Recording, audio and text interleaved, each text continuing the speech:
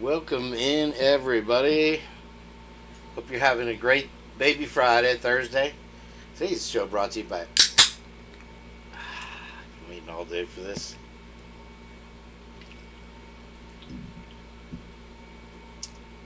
Oh, yeah. That's the stuff. All right, we'll get it winding down. I got a confession to make. Tony's here. Here he is right here. Welcome in, Tom Campbell, sir. And Leslie and Billy. Good to see you. And Fishy out.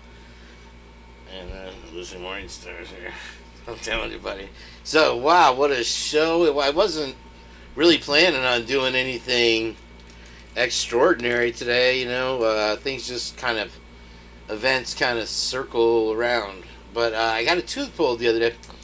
Yeah, and it was bad. It was really bad. And so, I'll show you.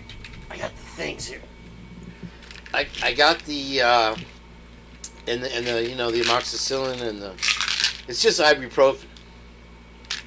And I got my headphones on back, it's driving me crazy. Hang on. There we go. I'm sweating. Had the door open for a second. I'm sweating. It's straight 90 degrees and I'm playing Danger Zone. How's LA, my friend? Red Metal, Lori, Amy Conway. Good afternoon, good evening, and in case I don't see you, good night. Alright, so we're going to run about a couple hours today. Anyway, so yeah, I was taking the things and I was just doing it. I wasn't abusing them. It's just ibuprofen. There's the social credit score. I was wondering, Amy Conway is the first one. I have no idea what this thing is. But Amy Conway is in second behind Lucy Morningstar with 125. So let's root for the champion on that. I don't know what you're going to get. Maybe you can jaywalk legally. So yeah, football season about to get underway, guys. Those Steelers are going to do good. The Bucs are going to do good. Hopefully your team is better than the Browns. All right, so let's see what Kane B has in his magic closet for you today. I want to clear up some misinformation. I could probably be here all day doing that if I really. Anyway, so I was in Tommy's chat, Tommy Jude there, and I said, "You cloning me, Tommy?" And he says, "I think it's the other way around." Am I a Tommy Jude clone? That's all I wanted to do. Somebody asked. I was like, "Tommy, come on. We all know you're much better looking than me." All right, so let's see what we got here. I gotta move the chat over here. Welcome in, everybody, again. Trish is here. Let's see, got that. Okay, yeah, this is gonna be a problem. Lips. Get rid of those. Not those lips. Oh man, I am sweating. There we go. That one. Okay, now I'm happy. All right. So we're gonna talk about Decker, and believe it or not, I threw it away. Did I throw it away? Really? Or did I throw it away? Okay, I remember it now because I wrote it down. But Tallahatchie, Washington, and Miss Potts had something that she had a secret cipher message over to Heather, Lucy Morningstar, the dark one,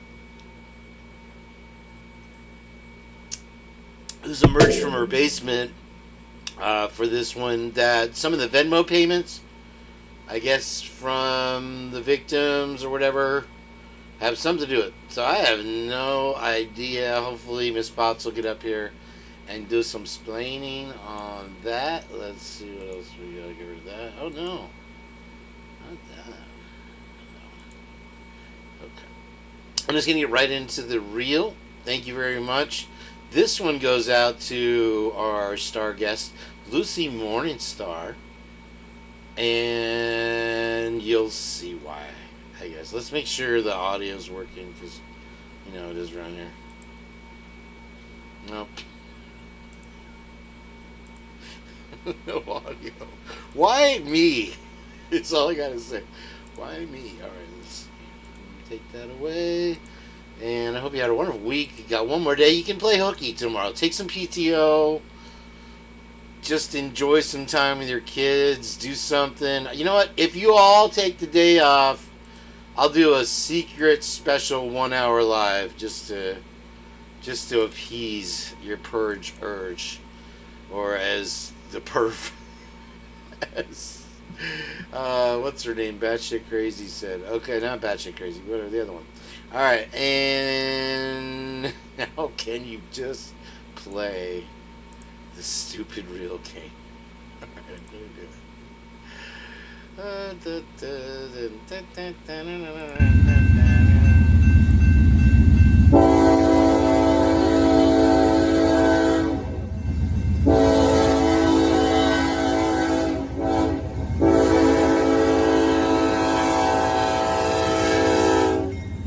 Heather. Hi. You sure are. Hi, baby Heather.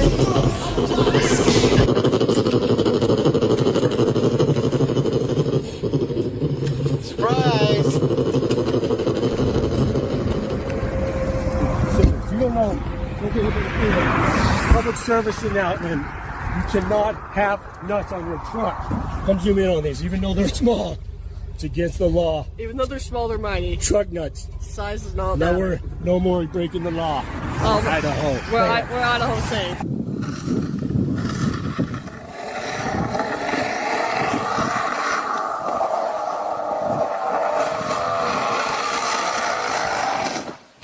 We're Idaho safe. Welcome to Moscow, Idaho. Here are a few reasons why you'll love it here. Moscow is the perfect college town with vandal pride everywhere. Moscow has something for everyone. Just right here, we have thrifting, movies, books, vintage clothes, and more. And if you're a fan of live music, this is the place for you. Live music happens everywhere. Hey, that leads me to my next thing. Moscow people are super friendly, and you can get almost anywhere on either foot or bike. If that's not enough, the food here is great. Moscow is a great community that fosters independence and growth. It's the perfect home away from home. Still not sure? What's not to love?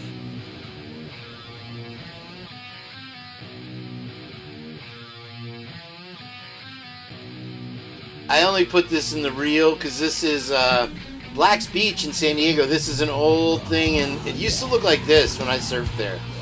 It's a nude beach, by the way, but it's one of the best world-class waves in the country. And this is one of the You're not an rich people's ex-Mormon houses. unless you've done baptisms for the dead, okay?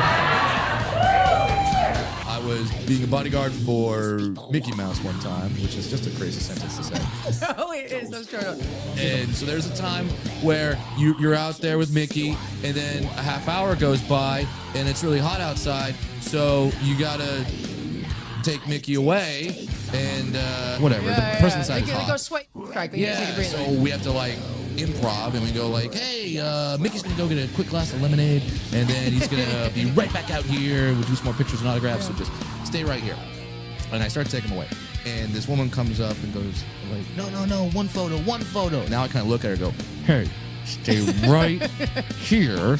Mickey will be back in 35 seconds. Just be cool. And I start walking Mickey away, and then she yells out, like really loud, Mickey! Mickey turns. She was holding a baby. Oh no. She throws the baby. No. She lobbed a baby. Airborne. Slow motion. Mickey just does this. Oh, thank God. Catches the baby. Yeah. She takes the photo. You can tell this was years ago because I'm doing that motion instead of that motion. Gen Z's, you'll figure it Yeah, out. takes the photo, grabs her baby and goes, thank you, and just wanders away. When an inmate walks into this door, he never leaves. The scanner will literally scan the entire body to make sure there's nothing inside the stomach or even the place where nobody would ever want to go, the butthole. Here is their bath and their shower. If they want to go poop or pee, they have to do it in front of everybody. Here they have let out some of the prisoners. They're going to be learning about the gospel. They have a picture right here who's teaching out of the Bible. And when these inmates want to go to sleep, they sleep here on the bunk beds that are completely steel. They are given one sheet. They don't even receive a pillow, and they don't know if it's night or day because the lights never turn on. And if you were to try to escape, not only are there 2 walls you'd have to hop over, one of those walls is 27 feet high with an additional 9 feet of electrical fencing that's at 15 volts.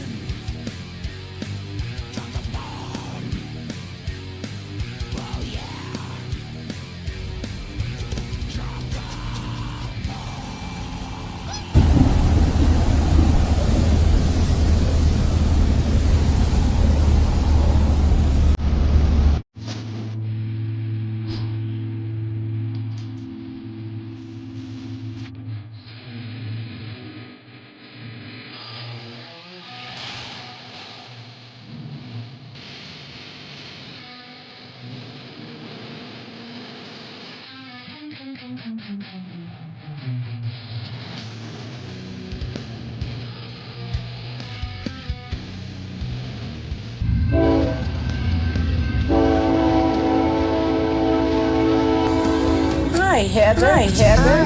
Hi. You sure are. Hi, baby Heather. Baby Heather.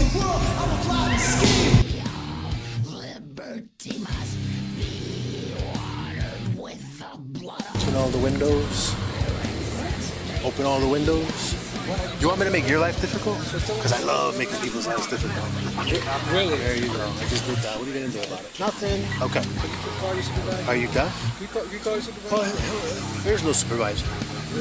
No, there is no supervisor. Put your hands up there. I got a gun on my side. Okay. Where's the gun? Please. Where's the gun? On my right. On my right. For my safety and your safety, we're going to do this today, okay? Whoa, you have a license to carry this? We're in Florida, right? Do you have a shotgun? I sure enough do. It's called a concealed carry permit. Listen, my license is around my neck. Oh. I carry it around my neck. What is this? Is this fake? A lot of people like to act like they're cops. Federal agent. Oh, right. Where's the ID? Federal agent. Okay. So now my badge don't even make a Lean difference. against it. So you're a cop. So why wouldn't you tell me? Yo, You been drinking today? Drinking, sir. We don't drink. I smell alcohol emanating from the vehicle. Actually, we're doing an investigation on. You didn't call your sergeant here neither. There's So no there's the sergeant. things that we supposed to do here, right? We could have just identified yourself as When I showed you my badge and you grabbed my badge, you still didn't believe it was real. because people impersonate officers all the time. I'll make sure when I see your sergeant, we'll make sure. Well, we don't have to go that far, okay? No, we won't. We'll go farther than that. We'll make sure we talk to them. We'll make sure we do a lot of things on this. I'm pretty sure you probably have other offenses against you. But you have a nice day. I continue to have a mine. Listen.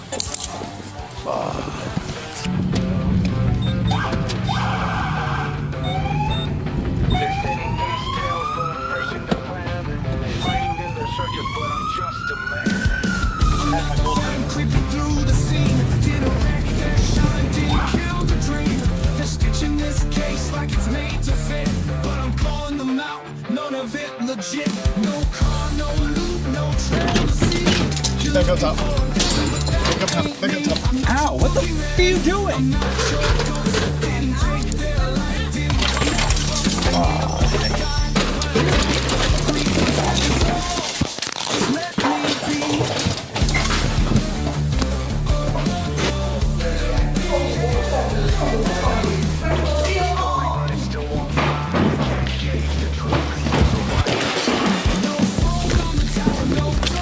Hands. Turn up the chain a bit. Excuse me? Being detained, bud. Can you explain for Before you go on the ground, take your backpack off. I'm going to get picked up for work. Since we want to play this game.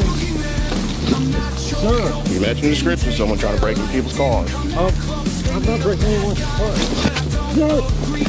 The cop just fractured this innocent man's skull. Get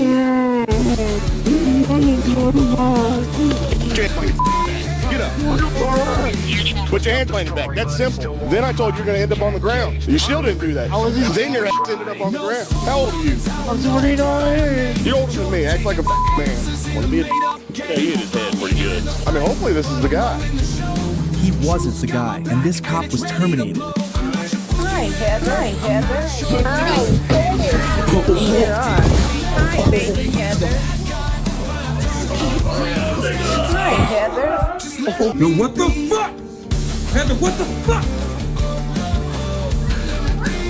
This was the scene 31-year-old Hand recorded on his phone when he got home. His wife, Pamela, and his cousin, half naked, asleep together. This happened just 3 months after their daughter, Haley, was born. Furious, Hand started yelling and cursing at Pamela and his cousin before shouting at them to get out of his house.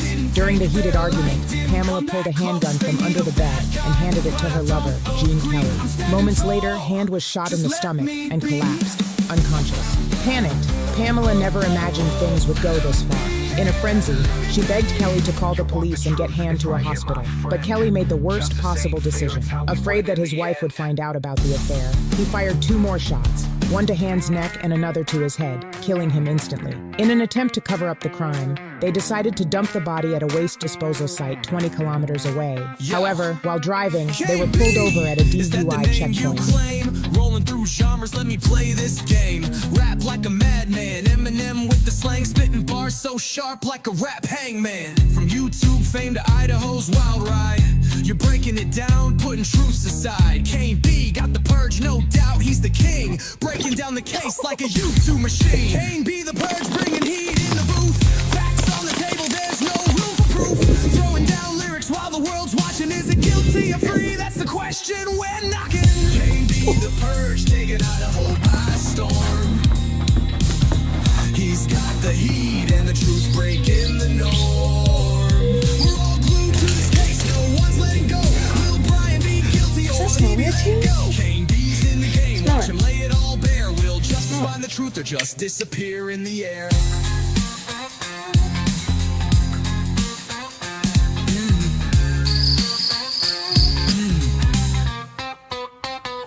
Here's my bubblegum pop, you ready or not? Kane B's in the mix with the case so hot. Rap, rock, pop, he's switching it up. Dancing through the genres like a YouTube cup. Got Kane B, the purge, putting the story in flow. Breaking it down with humor, watch the case blow. Boom, Kane B's riding with electric groove. Breaking it down, yeah, he's on the move. He's got the purge, so come and watch him reign. Sipping on knowledge like it's truth on a train. Kane B the purge, taking Idaho by storm. He's got the heat and the truth breaking the norm. We're all glued to this case, no one's let go. Will Brian be guilty or will he be let go? Kane B's in the game, watch him lay it all bare. Will justice find the truth or just disappear in the air? Now here I am, R&B vibes on deck. Let's get a little smooth, but don't forget, I'm bringing humor, I'm bringing the sound, but this case got us all spinning round. KB with the truth, it's hard to ignore, like waiting for that next chapter in the lore.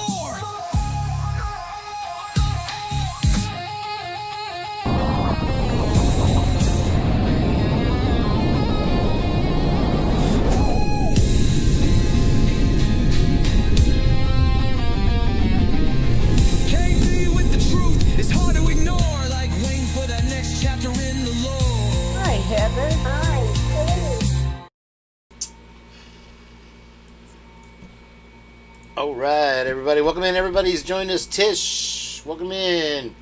Did I see Love Tina in there? We got Hershey, the Shadow Reader. Very nice to see you with us today. Alan, thanks so much.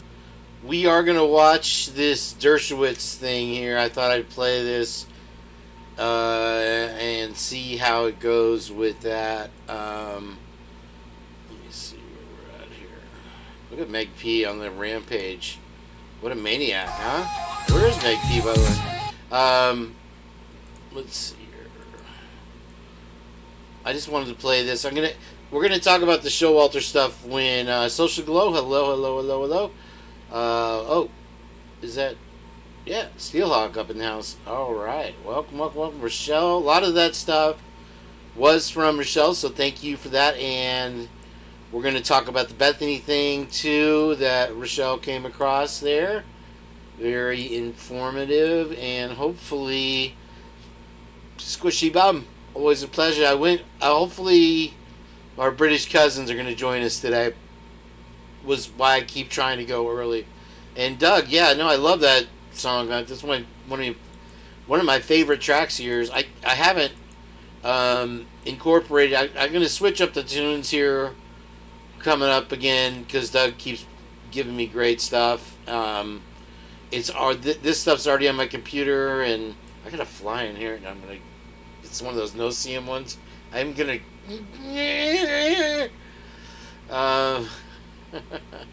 Hey, Gobble's Dead, what's up? How you doing? I see you. Missing somebody that said hello to me. Where are you? Let's see. Anyway, so there's the reel, and let's listen to Dershowitz. Why? I wonder. I don't know. There's something. Alan, thanks so much for joining the program this morning. Sure.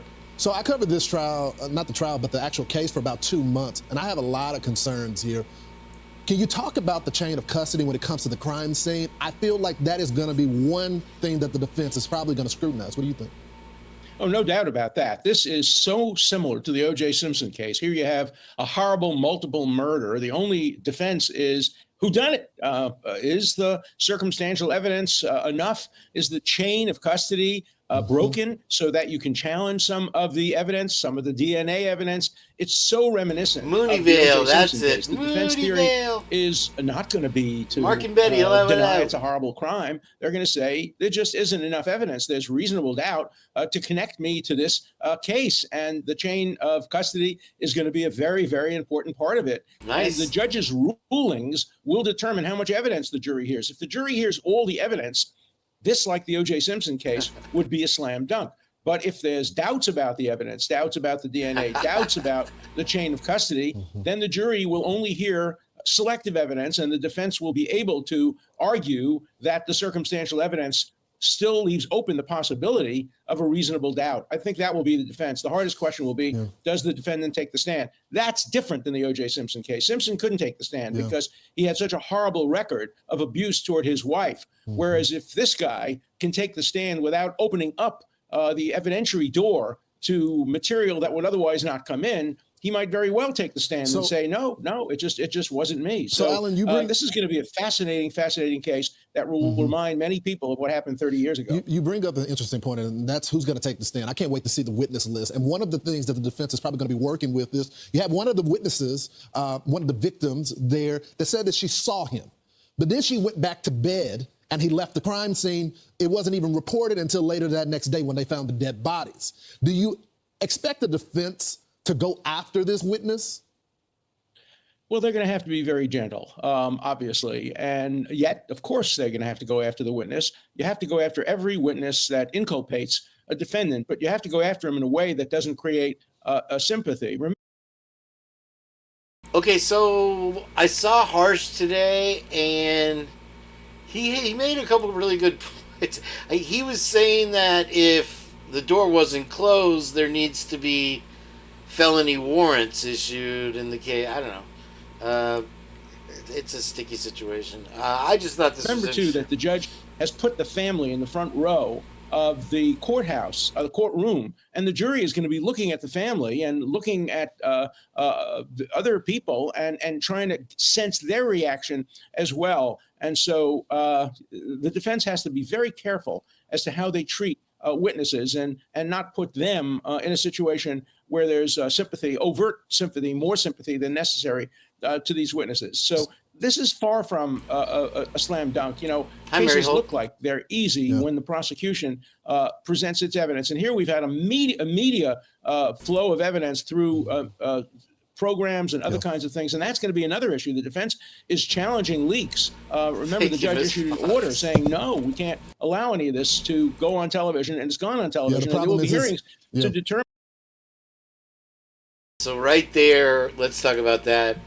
Ms. Potts, thinking you're in the middle of a move. I'm sure money's not exactly fluid right now, but I'm glad you're getting away from those crazy teenagers. They're always in your lawn. If Hershey is just around the corner for me, that would be amazing, because we could get together maybe and do a Florida Live. That would be amazing. That would be really cool. Do a reading or whatever. So let's get to Mews.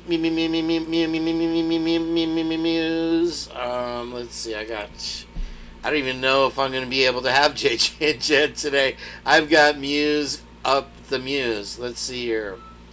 Let me get over here and oh man, why did I do that? I always do that. Yeah. All right. Let's see here. Do.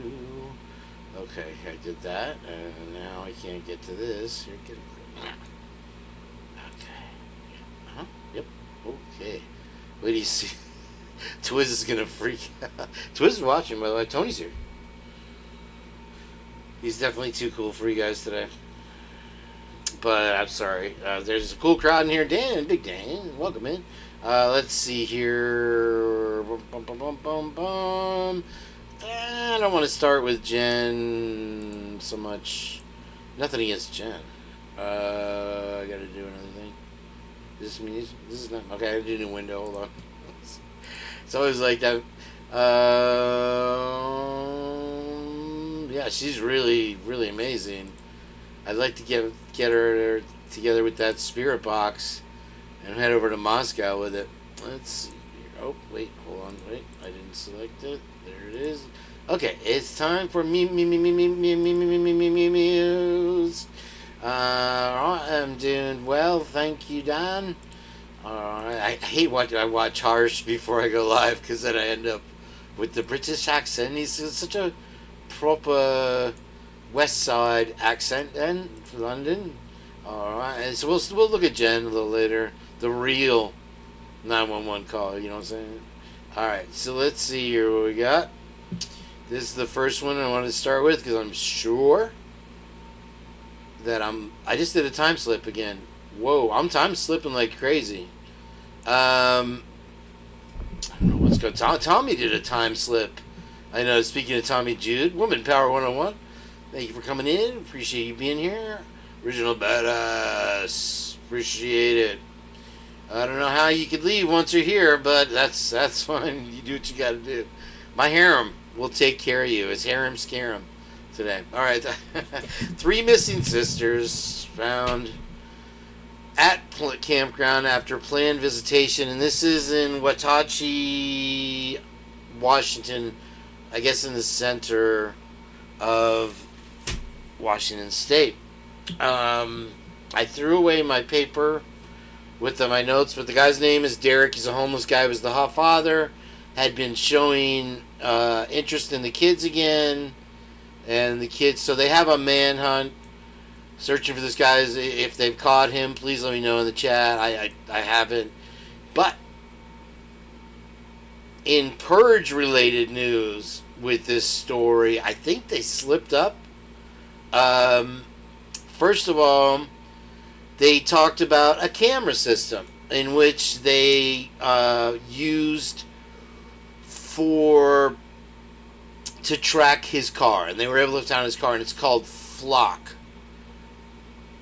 I'd never heard of it, and I've heard of license plate readers, and I've heard of this, and they said it was on the interstates and in the city. It's okay. Once I write something down, I remember. So whatever that stands for, FLIR cameras are the ones that they use for the thermal imaging in law enforcement. It's advanced now. The FLIR cameras can see through your house in certain instances, through metal, through brick. And I've shown the videos to prove it here.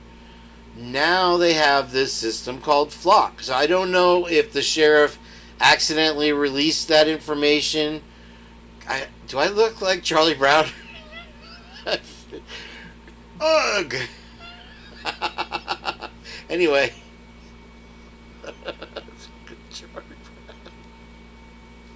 I'm too much monster, I'm telling you.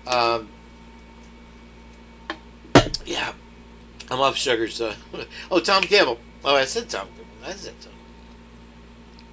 don't want to miss Tom Campbell. The other thing was from Tuesday and Wednesday, I gotta get my notes.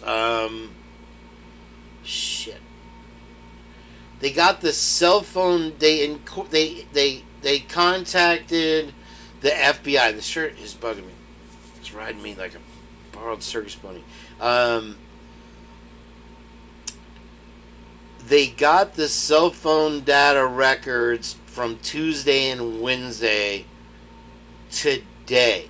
Because they incorporated the FBI into the search for this Derek guy, the father of these 3 girls that were taken, unfortunately. So may they rest in peace. Let me grab my notes. Hold on, right here. I'll be right back.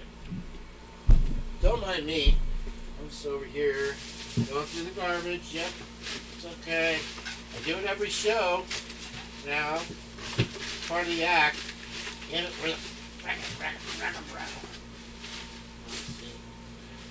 Why would I do this? I know. Maybe I didn't do that. Oh, there it is. It fell behind the bench, you guys. It's not in the garbage. It's garbage free since '93, right here. So here's okay. All right, cool. Now we can finish this one. All right. So it's Wenatchee. They got the phone location data. The camera system is called Spillman. And then Flock is the system of cameras. I'd never heard either of those terms before. So there it is. Those are my notes. Okay, so that's something very interesting. Meg P, you missed your new animation. Darn it. I'll play it again later, maybe when I give JJ a break, if I get to JJ. I really don't know. Look how many windows I have. So, alright, let's keep it rocking here. Thank you, Meg P, for being here. We missed you. Okay, and so... Yeah, Miss Potts, if you want to come up for a minute and talk, you can. If not, it's fine. I know you're busy. Every time I clean, I pretend I'm Miss Potts. You know, I put on the dress. No, not really. There's a little flowery hat that I have, and a bridal gown. Anyway, I have to clean in white. It has to be perfectly spotless. Yeah, I have Amy Conway. I have a notepad, but it's under the depth realms of the couch, and I literally have to push everything back, lift the couch up, and there's all kinds of stuff under there. There's like gold doubloons, and there's also evil clowns. So yeah, we've missed Miss Bots. There's so many documents. I don't know how you're ever gonna be able to stop going live. Okay, so this is the Pinellas County Sheriff's Office, and this is a place we've been before many times, and I drive by it every day, especially on my deliveries and stuff. And you know, if you remember my little pop-up lives, I went and I did one in there, and they were having one of their little secret meetings, and they started following me. Anyway,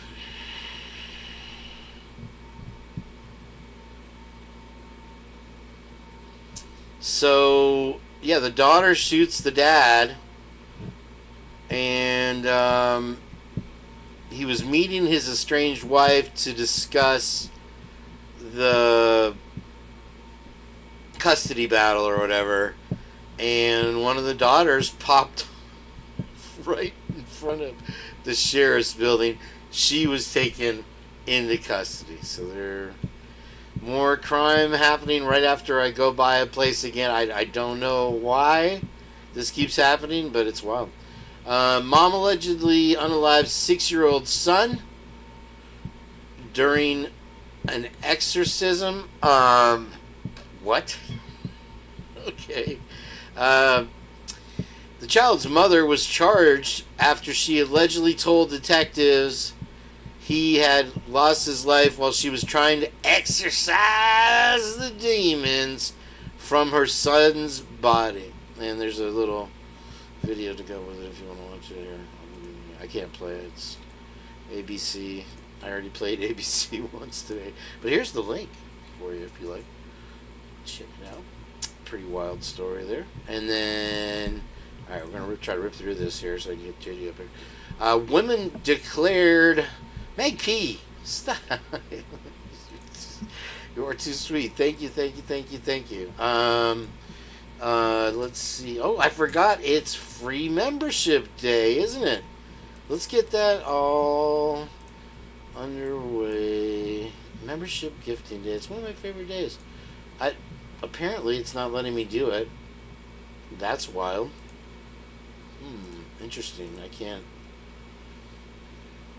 What? Do I not have memberships anymore? Do you guys see memberships under there? I do not see memberships here. Give me that heart. There we go. Okay. Super chat, super stickers. What? Let me see. Oh, wait, maybe no. It's supposed to be free membership. Oh, thank you. Leslie and Billy, thank you. You are too kind and generous, and with what you're going through, I really appreciate it. Thank you. All you guys' hard-earned money is very much appreciated. And darn it, I'm trying to give away some free memberships. And and all I can do is start a poll or donate. And maybe I'm not logged in as myself. That's weird. It just says show support. We'll fix this. I'll fix this somehow. All right. That's the. Oh, this one's in Yugoslavia or Ukraine or somewhere weird. A woman declared unalive by the coroner after her husband found her unresponsive in bed. She was like 88 years old. The horrifying tale comes from the Czech Republic, unfolding when an 88-year-old woman who was thought to be unalive showed signs of life in her coffin. Yes, folks, it happened again. Now, the last time it happened, the woman woke up. It was in Thailand or something, you know, and she woke up in the coffin, and then she had a heart attack and passed again, or passed anyway. Can you imagine? All right, so this guy here, I know you girls will love this. I don't know. It seems like, excuse me one second.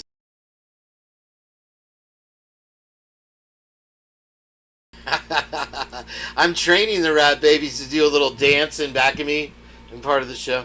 It is expensive to feed them mix. Thank you. You guys are straight silly today. Man hid in ex-girlfriend's shower with knife and no pants or underwear as part of a prank that included a fake stabbing attack. And he choked her. I mean, remember, this is ex-girlfriends, and I don't know if South Carolina is becoming the new Florida, or if they were already light years ahead. You'd have to ask Chelsea Whitaker on that. Chelsea, are you out there? A South Carolina man, check this story is great. It's a great story. It's not a good story. A South Carolina man thought it would be a good idea to prank his ex-girlfriend by allegedly sneaking into her house and hiding with a knife in her bathroom shower. Let me tell you something about the lady that starred in the movie Psycho. She was never able to take a shower again by herself. Forgot her name. Something. So this is Mary Holt. Thank you very much. My goodness. Yeah, I was just thinking, I need to pick up the guitar because I try to do a little bit of everything all day. And thanks to Chelsea Whitaker. Hey, Liv, what's up? They live. Yeah, just a prank, right? A little bit of something in your talents every day. But, thanks to Chelsea Whitaker, my guitar is now in limbo. I need to get this other one fixed. I can finally afford to do it now. What do you call it? I'm so grateful, you guys. Thank you so much. A little tear in my eye. It's in a weird tune. Anyway, so let's get back to the story. His ex-girlfriend with a knife in her shower where he lurked and waited for her to come home without wearing pants or underwear, his face concealed by a pair of biker shorts. Okay, I guess that's those tight little shorties that the boys' shorts were. In an attempt to surprise the woman and lighten the mood. Nothing like a fake stabbing to lighten the mood. After a text message spat. I didn't know they had those text message spats. I guess it happens. I yell at Heather all the time. So, Jackson Arnold, 25, was arrested and booked Sunday on charges of assault and battery. I would probably, burglary. And possession of a weapon during a violent crime. According to online court records, he is accused of sneaking into his ex's home on Westway Drive in Charleston through a detached garage apartment while she wasn't home. Oh, Arnold allegedly hid in the victim's shower with the pair of biker shorts concealing his face until she returned to the residence. This is maybe what Dylan saw. According to an arrest report obtained by WCBD, he allegedly was in possession of a knife though it's unclear what kind. It must have been a kabar. Police say Arnold exited the shower after his girlfriend arrived back home and allegedly set upon her using the knife to imitate stabbing and slicing moves on her throat. He allegedly held the knife up toward the side of his head at one point, causing the victim to push Arnold away. The knife did not make contact with her skin during the alleged incident. Police say that after the encounter, Arnold tossed the knife on the floor and started choking his ex with his left hand, causing her to stop breathing.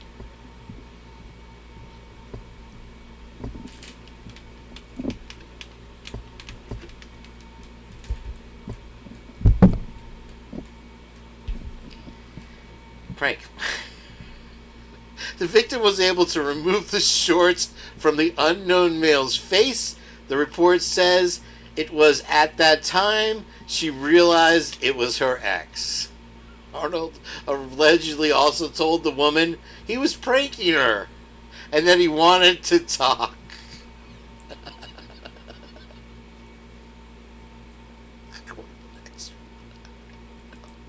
Thank you, Social Glow.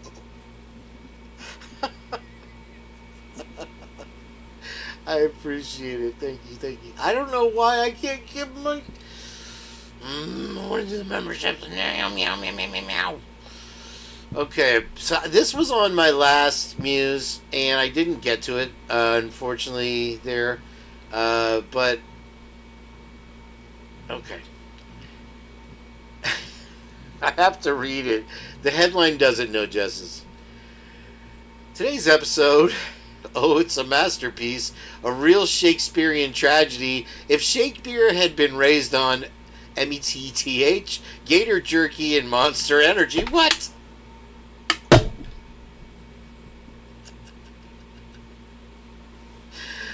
Oh, here's the headline. Man with garden shears shot, killed by Florida deputies after being bitten by a gator. And if you're thinking, wow, that sounds like every Florida headline ever had a love child, you'd be right. So let's recap. A man fresh out of jail because, of course, he wanders into a racetrack at 5:56 a.m. asking to call his son. Normal? Maybe. Except for the part where he vanishes only to resurface in a lake, being actively nibbled on by a gator. Just your classic Florida baptism, really. Now, most people, after getting chomped by a prehistoric death lizard, would also say, you know what? Today's not my day, but not Timothy Schultz. No, sir. He rises from the swamp, excuse me, and like a dollar store Jason Voorhees, clutching a pair of garden shears like he's auditioning for Edward Scissorhands, Everglades edition. Deputies arrive, try to de-escalate. They tase him twice, but he just keeps coming because apparently alligator bites and 50,000 volts are just like light cardio when you've got the power of METH and Florida coursing through your veins. And then, because why wouldn't this happen, he climbs into a patrol car and tries to grab a gun. At which point the deputies finally say, okay, Florida man, you've had your turn, and they ended the madness. I thought I was having a bad day. This is wild. We remember the hurricanes and stuff with the cars catching on fire from the flooding and so, well, now a boat has joined the fray, and this is because water everywhere, but it would just make it worse. Electric cars being transported caught on fire and boinged the boat. There you go. So you guys have probably already heard about this. Phoenix University of Idaho pulled the plug on purchase. What? Wait, there's more. The parties have jointly agreed to end discussions. Does that say corruption or discussion? I can't. My eyes right out. I'm sorry. Beep beep. Not Barbie's Jeep. Hello, hello, hello. Welcome in. You know what? I need to go to your page to see what your original is. I'm not going to do it now. I'll do it in a minute. Okay. The news was not unexpected, but it abruptly ends a conversational 2-year courtship between Idaho's land-grant institution and a for-profit online giant, Phoenix Proud, with a national enrollment of more than 80,000. The proposed $685 million purchase left education and business leaders stunned and left skeptical lawmakers feeling blindsided, like this Labrador guy. The State Board of Education is expected to meet on Thursday to discuss the Phoenix deal. The meeting could be largely a formality. Blah blah blah. The state has set a June deadline for Phoenix and U of I to come to an agreement. It is now clear next week's deadline will come and go without a deal. While we've decided not to move forward, we remain appreciative of President Scott Green, the leadership of the University of Idaho, and many elected officials in Idaho who supported this process. University of Phoenix, Chris Lynn says, the state board first gave Phoenix Purchase the green light in May 2023 after a series of closed-door discussions. Wonder why. Those closed meetings remain at the center of a lawsuit filed by Labrador.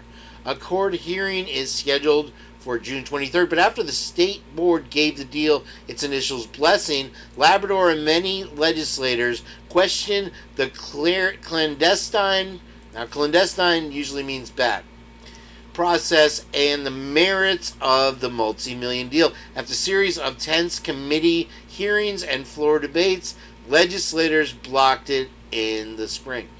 Now, the state board then regrouped in late June 2024. The state board gave the U of I and Phoenix a 12-month extension, allowing the parties more time to try to rework a deal. So, if you remember, the problem was that they were trying to up the value of University of Phoenix by putting these phony bidders in. And so they would have to pay more, but then obviously the university would be more. So anyway, that was part of the controversy there. Let me just get to the end of this. From the beginning, U of I officials said Phoenix acquisition revolutionized education for adult learners in rural Idaho and provide revenue from a profitable online university. But the U of I still could collect millions from Phoenix. So Scott just never loses. From a series of breakup fees. Man, if I had breakup fees from all my ex-girlfriends, you guys, I'd be riding on Easy Street. It'd be all good. Worked into the state board's extension. So he not only got the extension, he got the win or lose deal. The U of I received $5 million last June to cover some of the costs on researching a potential Phoenix purchase. The U of I could receive an additional $5 million if Phoenix stands part, or an additional $15 million if Phoenix sells to another party. Good luck with that. It's not immediately clear how much of the UI could recoup from Phoenix. The sky's the limit. They're just going to break apart Phoenix, and University of Idaho, without buying it, will get all the money.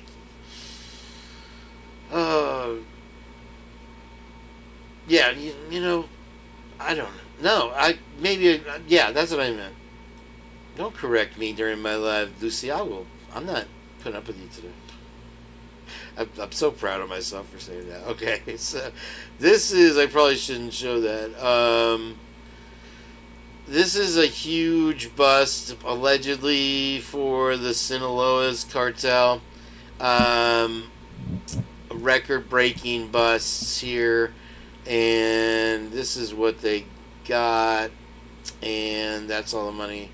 I doubt this is even a drop in the bucket for the Sinaloa cartel. But that's that real briefly. 2.6 million golden eggs found by scientists near underwater volcano. This is just a little science thing, and it turns out they're shark eggs and turtle eggs. And they light up gold because they're in a warm spot by a thermal vent. So I thought that was kind of cool looking. Check this out. And I'm sorry, it was rays and sharks. So a deep water ray, that's what it looks like. Yeah, no, we know that. Let's see what else we got today. Gosh, I'm almost halfway there, you guys. Thanks for hanging in. All right. And so America's sweetheart, America's darling, was having trouble. She collected money a few years back through a GoFundMe or whatever to help fight her cancer. There was a lot of controversy about what the family did with the money because it was like $50 million or something like that. $5 million. And anyways, recently she was busted for DUI, and now she is missing. No word on any upcoming McDonald's commercials. Let's see what we got here. This is exciting news, and yeah, I know you're saying another raise in Kane's. Well, guess what? I told you there's like 16 restaurants. I counted them the other day in my area. There's literally, give or take, maybe 20 restaurants. One of them was Red Lobster, and it was. If you remember the Red Lobster story, I went there with my sister and my brother-in-law and my mom one year for my mom's birthday. And this is the day that they released the Chesapeake biscuits, if you remember that. And I sat down, and I don't eat out much. I'm not gonna tell that jokes in my head right now, but when I do, I've been a waiter for on and off for 20, 30 years. When I go out, I just want what I want, and just please give me what I want. And I asked, and I said, could you please bring some butter for the biscuits? And this was at this one, the Red Lobster, right here in Largo, Florida. And the waitress was trained to say, but sir, the butter's already in the biscuits. And I was like, okay, that's nice. And I see the little butter is in the biscuit. And I said, could you please bring me some butter? But sir. And this went on. And I went, I'm going to need a supervisor. I turned into Karen with my whole family like, oh my God. I mean, it's biscuits. You got to have some spread. You got to, taste the biscuit. You got to taste the biscuit. The goodness of the biscuit. So anyway, now they're replacing that Red Lobster, which is literally catty corner from my house, with a Kane's chicken fingers. I'm so excited. I haven't tried it, but I am the only Kane my mom ever raised. So anyway, new hazing investigation underway involving WSU fraternity. Anybody want to guess which one? Pullman, Washington. A new hazing investigation involving a Washington State University fraternity is underway. According to a recent update on the WSU website, the Gamma Lambda Omicron fraternity is being investigated for, welcome to the game, Omicron, by the way, for an allegedly hazing incident at the string. No other details, and everything's been redacted.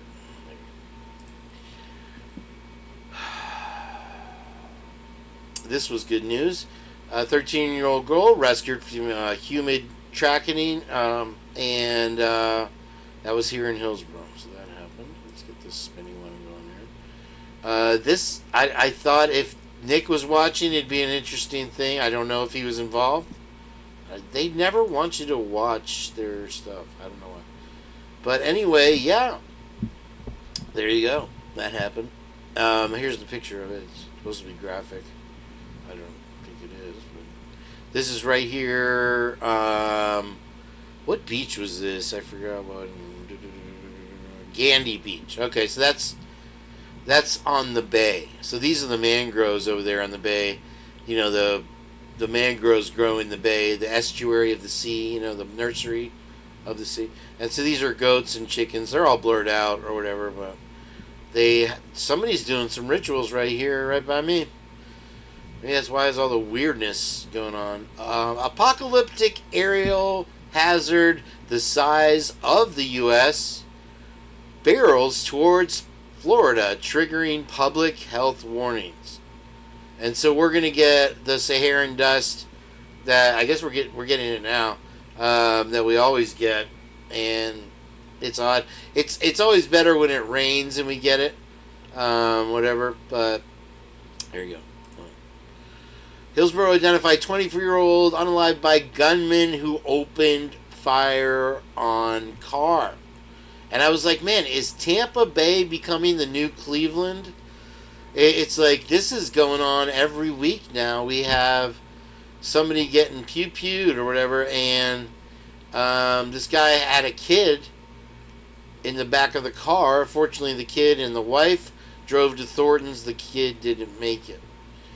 And then I think you ladies might like this story the most. I was saving this for you. Pinellas Magic Mike Mansion hits market for $12 million for first time since its film feature. And a lot of you on my pop-up lives when I'm doing the real estate stuff have asked me about, what is a typical place go for, and I'm showing these fancy houses. Well, this is the Channing Tatum house. I can close this thing here. Lucky. Okay. 13 years after Channing Tatum graced its grounds, he's from Tampa. The sprawling Florida mansion featured in the movie Magic Mike has hit the market. The Mediterranean-style waterfront home located at 100 Sand Points Drives in Tierra Verde. I did a drive-through of Tierra Verde the other day, if you remember. And we did show this house. This was one of the ones that I featured on my drive-through. If you guys want to go back and watch that. It's called... I forgot the name of it. I'll look at it later if you want to look at it. Acted as the 2012 film set where Channing Tatum's character, Magic Mike, worked his day job at an under-construction estate before heading to the fictional Exquisite strip club at night.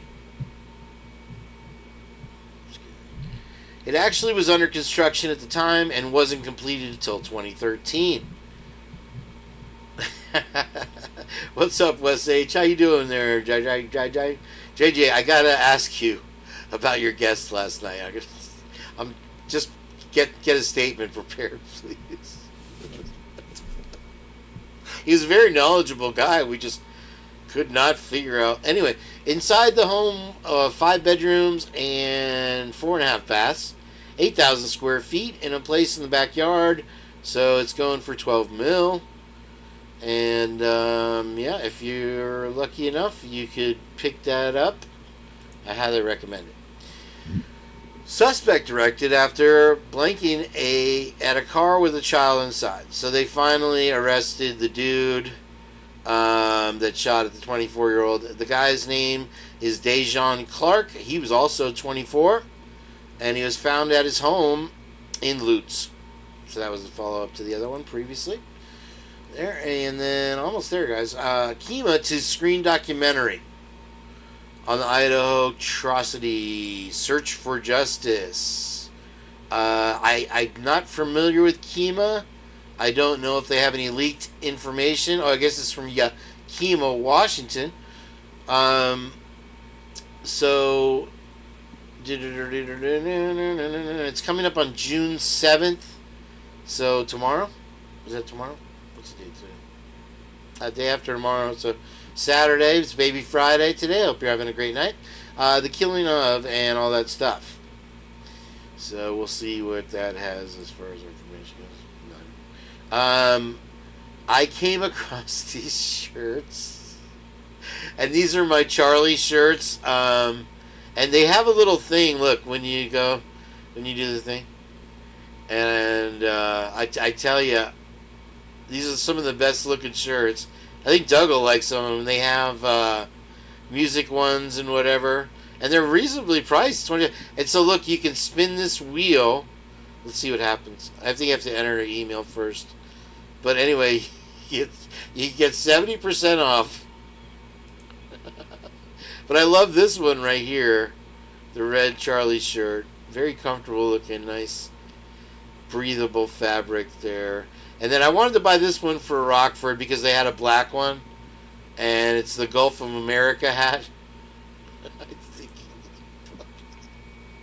I wouldn't recommend wearing the red one out of the house. He only wears black. Only. That's it. Excuse me. Yeah, so football, Charlie Brown, it's all ramping up again. And now the Vandals football, Idaho's Coach Ford talks QB battle as Vandals. But, you know, I was thinking about it today. I was explaining it to my mom last night. I'm like, you know, it's so weird because here you have this whole world, and not alone the world, the city of Moscow, Idaho, have all moved on for the most part. And here we are stuck in 2022. It's like they got us at the tail end of the pandemic and they never let us go. You know what I'm saying? Like it's like, and so here the football, which is so important that they got to protect their players. No matter what, don't let their names into the press. They're not juveniles. Those names should have been out there for Timmy Reed. I'm just saying, who cares about the Vandals? And I did mention last Purge that there will be 2 games broadcast live on ESPN for the Vandals this year. I think one of them was against a Washington team, maybe the Cougars, and then whoever else they play, maybe the Aztecs. It's sad. Okay, we got that one already, and I think we're there, you guys, just about.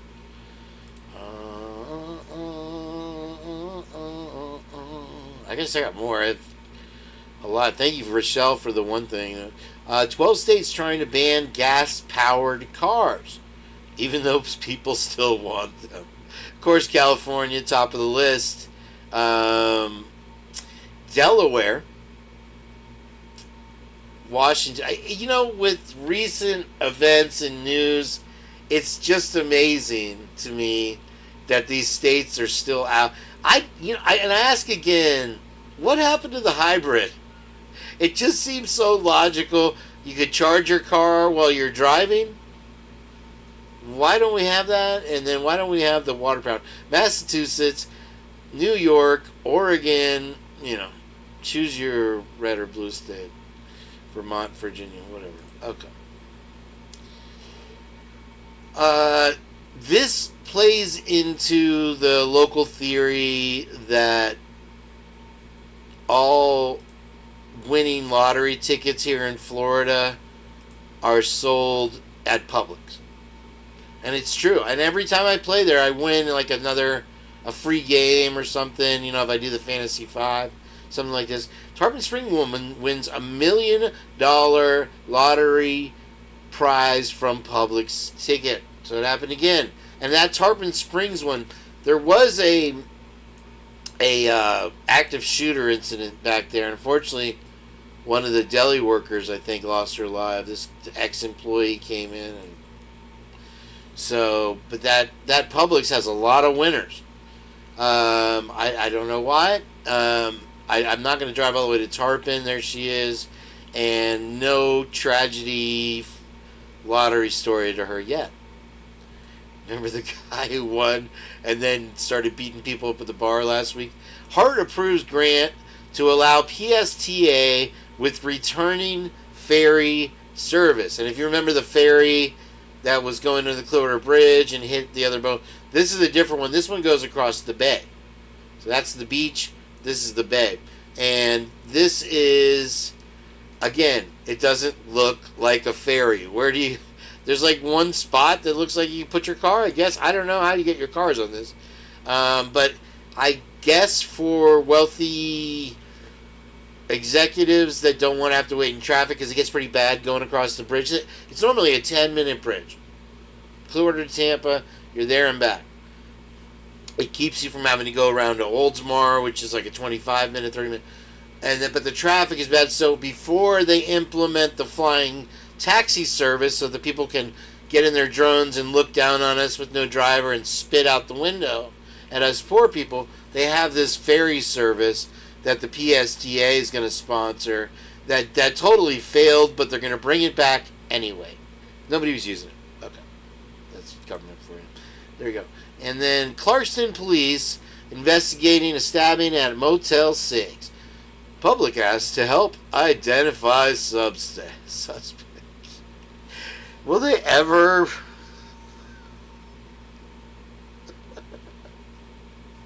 That's all I have on that one. They'll leave the light on for you. Cold case. Stabbed teacher solved after nearly 50 years. Nearly half a century after teacher was found... Hold on. Stabbed in a hallway in California high school, a teenager who had a knife inscribed with teacher dear has been named as the one. Diane Peterson, a 25-year-old teacher at Branham High School in San Jose, was stabbed by Harry Nickerson. The fatal stabbing happened in June 1978, just as school had ended for summer break and teachers were cleaning their classrooms. The journey to identify Peterson's killer was riddled with false starts, but within days of her murder, Nickerson had emerged as a suspect. In 1978, book and photo Nickerson bore a striking resemblance to a composite sketch created by eyewitness descriptions. Nickerson was not a student at that school. In 1983, the family of Branham's student alerted police that their son claimed to have been the one and identified Nickerson as the one responsible. The student, however, later denied making that statement. Another witness reported in 1984 that Nickerson was implicated himself in the killing, in which also he was in response to discovering Nickerson in the act of doing rugs. There were also reports that he carried out a knife engraved with the chilling words, "Teacher dear." There he is, composite sketch. I don't know why it took him 50 years, but that's what he looked like. The case is the fourth cold case homicides have solved by the DA's office this year, bringing the total number of cold cases since to 30. Stress get it to where was the thing? While the suspect will never stand trial or face the consequences for his actions, we hope this resolution brings a measure of peace. I'm trying to break the case came in 2025 when investigators met with a family member of Nickerson who admitted to police that Nickerson came to their home minutes after it and confessed to having done it.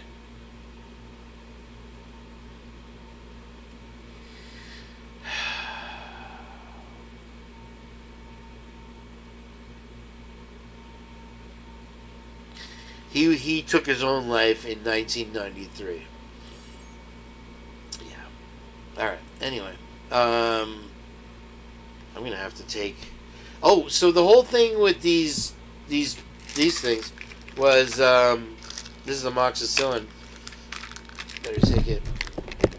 I took too many ibuprofen. I guess because I was taking them over the course of 3 days, and my kidneys started hurting last night. So I just drank a lot of water, and I think my liver and stuff was having trouble filtering it out, but they literally hurt. It was crazy. Hi, Gretchen. Very nice to see you. Welcome in, darling. Stormy Jane. Very nice to see you too. I know you've been here. Mitakuyi Oyasan. Konnichiwa. Alright, so we got now that's penicillin. And you know what was fun? And I forgot to use my pharmacy card discount. Whatever, it was $17. I just forgot. But Publix used to give you free amoxicillin, which is why I picked it up there and probably paid 3 times too much. Oh man. I try. Mitakui. Isn't that right? Oyasan. I know it's like Greek or something, right? I'm sorry. Alright, let's see what else we have for you today. I have to hide this from you guys. Sorry, our Trish travel heart attack here. Alright, let's go to mail. This is pretty interesting, and then I'll bring up the thing I want to talk about with JJ and Jen. Has Jen joined us yet? Do I always need to remind Jen? You guys have no idea what it's like to manage talent. Like, I mean, they have a lot of talent. Don't get me wrong, but it's like, you know, they have selective memory. I'll be honest with you. Okay, not that one. This one here. Hang on 1 second. And this is from Rochelle. This may be something that's already out there, and I think I remembered seeing it somewhere. Where is it? This. Yeah. Okay. So this is the first one. And Zach McClure fighting fires out there. And we can only assume is, what is it? Utah? And that's one picture. There he is with the mask. And a weapon. Well, not a weapon, a firefighting weapon. Okay. And then next one. And there he is with his wife.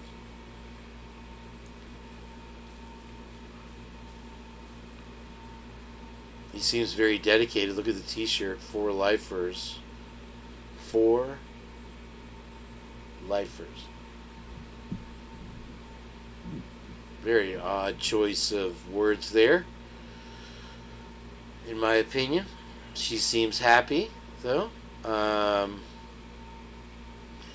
If I had just lost my 4 friends, not sure I'd appreciate the t-shirt choice. Okay, so I'm not the only one who feels that way.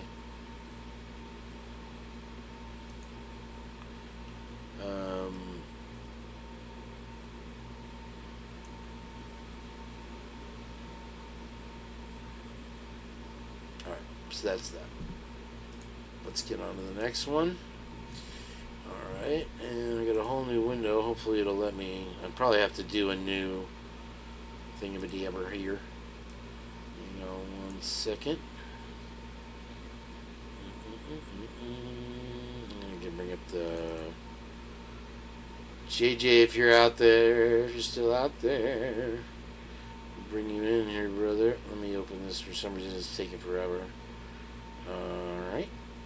You know what I found? I've never really had a mustache. And I got this almost Cheech mustache going on now. It's hard to keep these things trimmed. You know, I see a lot of people, they have it over their lip. It's like, I don't want hair in my food and stuff. My trimmer, because this look doesn't just happen. I have, one of those electric trimmers. And it came in a set, and it had the little battery-powered one. And I put the batteries in, and it barely worked for like 2 seconds as a trimmer. And then it stopped working altogether. What is going on here? For real, for real, for real. Okay, here we go. Alright. Now we can welcome JJ Vance in here, hopefully. And we're going to talk about Jackie Showalter there. I'll put the link in case Jen joins us. And it's not a... It's not a tumor. Alright, there's that link just in case anyone wants it or needs it or likes it or loves it. Leave it or love it. Yeah, we'll do some guitar here in a second, I guess. I keep forgetting. I had so much today. We need a break, don't we? We need a break. Okay, this is just an example of the work that... 7 minutes matter, bro. 7 minutes matter. Let's see if it's going to show you. This is the work. Everything is really laggy today. I have so many windows open. Let me close Mews. because that's probably part of it. I'm going to get rid of it altogether. We've gone through it already. It's in the books, as they say. And thank you for everybody for being here today. If you're new to the Purge, please hit that subscribe button and click on that like for me, and let's get all of this great information that we have for you today out there to the general public that aren't just brilliant chatters and creators and followers of the Idaho4 case. To the general public, the regular folks. Let me see. I can't delete Mews. Mews is being stubborn. There it goes. Got it. Nailed it. Boom. All right. Okay. All right. And let's see. Saturn Mews is done. I can get rid of that. And we watched Dershowitz. Yep. Okay. And then here's Showalter. All right. What is this one? Why is Mews still open if I deleted it? I never know with me. I tell you. And also, yes, make sure you subscribe to Operation GCD. The lovely JJ Vance. This today. Apparently, Lucy did his makeup and hair for him today, so he'll be looking better than he did on his live. I am frozen up. I'm freezing up. I don't know. Hopefully, I'm not dropping out. Once we get this all underway, it'll be all right. I'm sure of it. Let's see. Let me see where we start. There's a good starting point. The reason I brought this up, of course. Mews. Let's see here. Which one is it? This one? Yeah. All right. Yeah. Yeah, I have that chest thing going on now. I'm glad I took that amoxicillin, to be honest with you. Probably just in time. I skipped one. And here we go. Okay, there it is. This is an example of what Miss Potts has cut out for her in the next few days. So I need you to get to work on this. I came across somebody's show where they were saying that the surviving roommates were at this hotel the night of the crime. And that would not surprise me.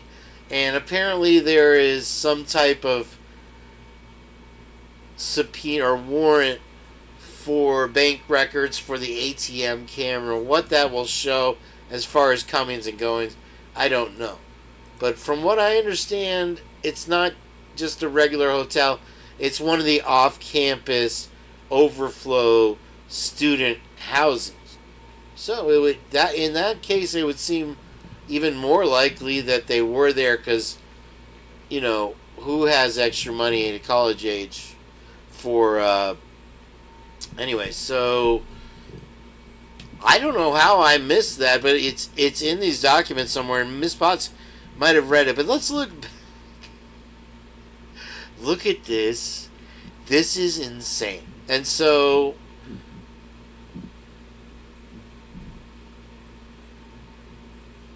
where was it? The new ones are orders sealing parties proposed stipulated jury instruction. And in one of the articles, I think I might have skipped over, they even, and on the defense side, said that people's lives would be at risk if this person's name was not redacted or whatever, sealed. What? Oh man, Jenn broke her finger now. It's been broken since yesterday. Why do you pick my show to go to the ER?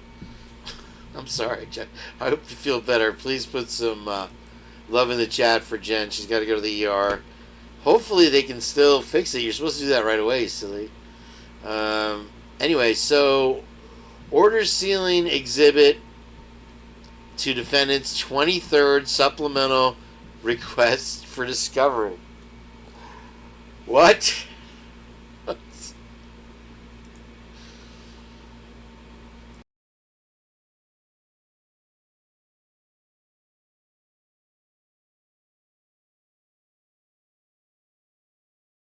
Sorry, yeah.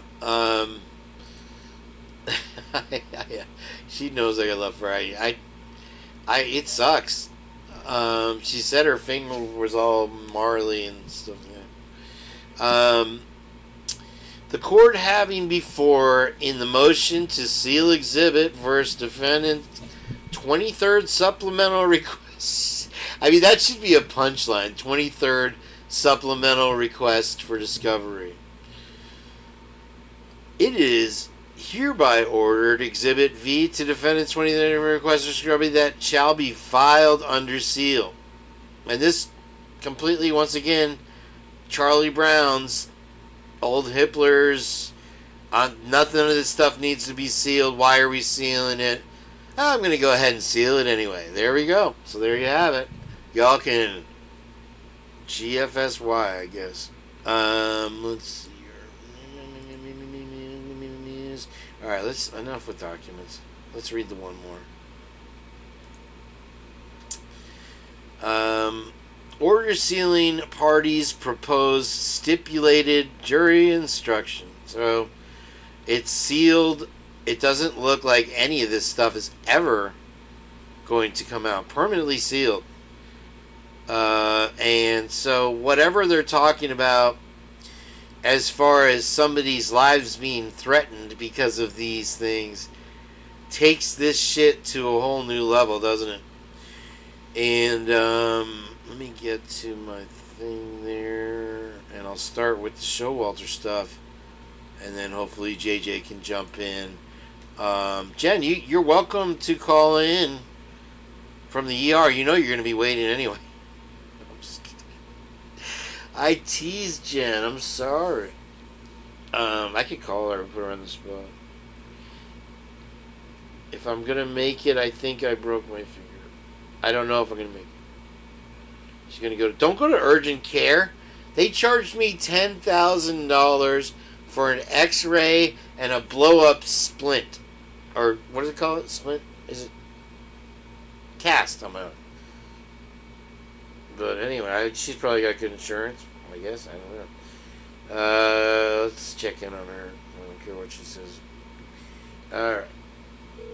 Let's see what she says.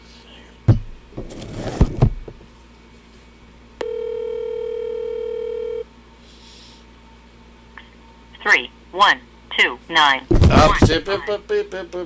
Sorry. She didn't answer. I almost knocked her phone over. Okay. Alright, so anyway, sorry, Jen. This is what brought me to this world of Mr. Showalter today. I forgot now. I should have written it down. I would have remembered. But I can tell you where it led. And, let me see here. I can't answer right now. Okay, well, we were worried about you. Whoop. I can't type on this phone. I would have thought this bigger phone would have been easier to use. But it still sucks. Okay, and so let's see here. There's a couple of little things that I noticed in here that I hadn't noticed before.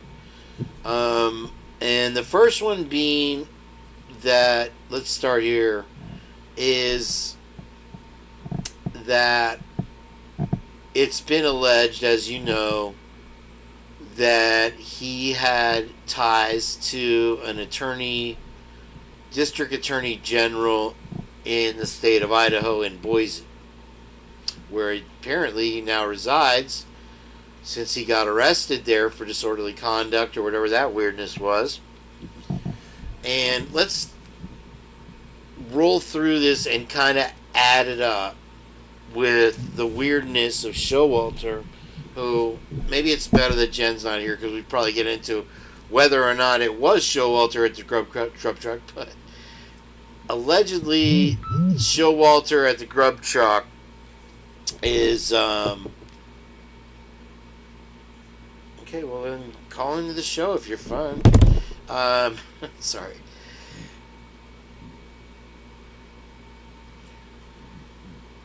He allegedly, and so this sounds like another page out of the Koberger playbook, where they said he had a bad temper. This girl came forward right in the beginning of the case, and I don't know if they were toying with the idea of trying to convict him on it, and it didn't work out or whatever.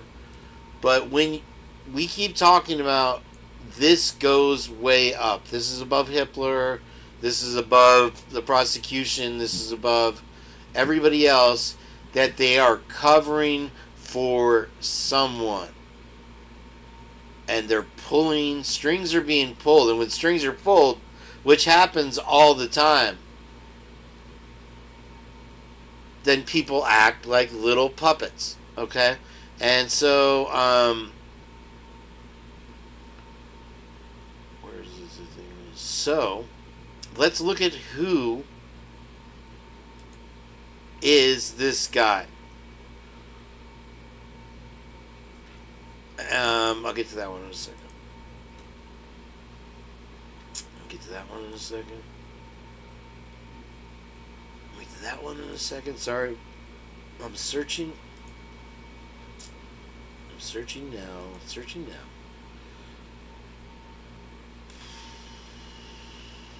now. Alright, here it is.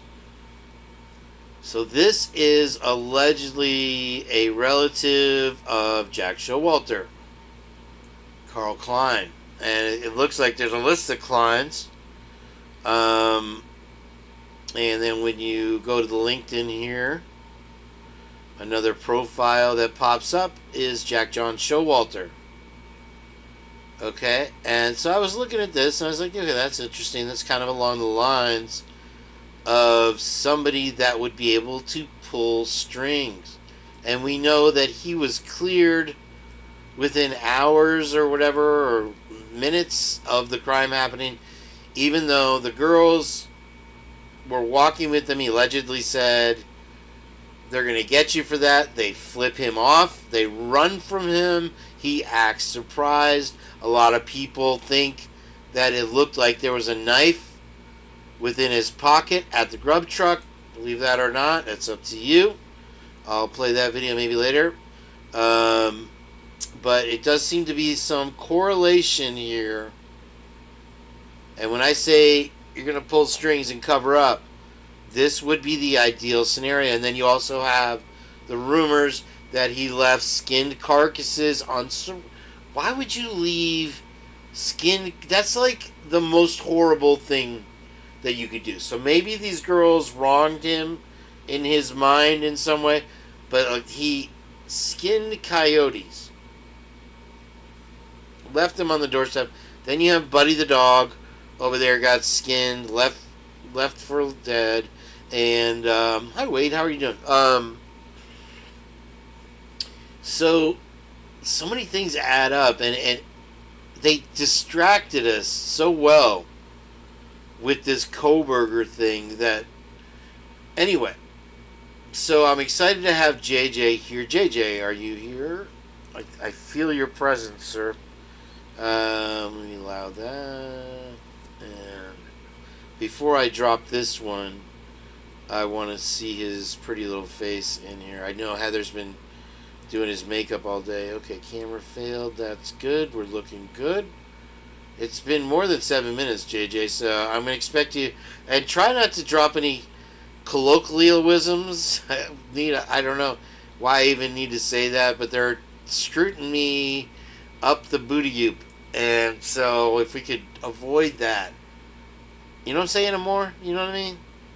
I'd appreciate it, brother. And so, hopefully... And so today marks the end of...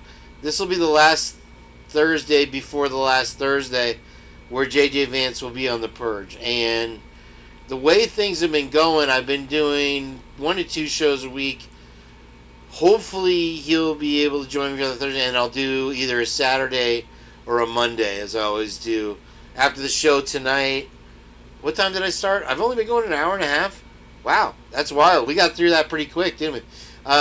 So hopefully we'll see more of JJ here. JJ, why don't you jump on in if you would like to talk about this? Here we go. Unfortunately, Jen won't be here, I guess. Maybe she will. She does. She's not sure. I've broken finger. That's very painful, so I feel terrible.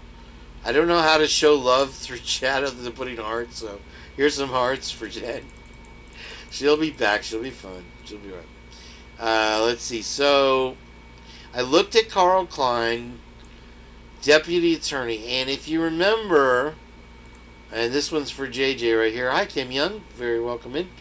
Nice to see you, darling. And we've made, through JJ, a lot of military connections, right? And I told you that I have somebody in my family that works, and I've done it pop-up live again. If a lot of people think, oh, what does this have to do with the Idaho4? Everything that I do in my life, from the moment I wake up to the time I go to bed, and even in my dreams, has to do with Idaho4. So that's a silly question. You don't know me if you're asking that question. When I do my pop-up lives, it has everything. One way or another, it's something's gonna come of it. And one of my pop-up lives was government contractors in the Bay Area, the Tampa Bay area here. And I have a close relative that works. I did Honeywell. I haven't gone by Hewlett Packard yet, or the other one, Aerospace, whatever it is. We have a few of them here in Tampa Bay, and they're right out there in the open. Now, Draper is another one that I have a couple friends that work there also, that are, excuse me one second, this must be Lucy Morningstar. Yes, it is. Yes, I'm sure of it. Here we go. Okay.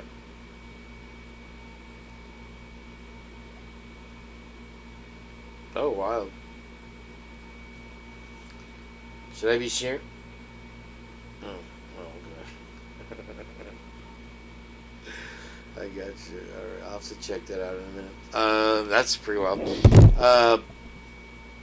Anyway, so military contractors, Honeywell, Hewlett Packard, Rayburn, and they're all right out there in the open. It's not anything. Draper is literally right behind a hotel in like one of these medical center kind of buildings, and that's their entire thing. They're one of the first companies to actually, there's the credit score again. I have no idea what this social credit score is, how this works.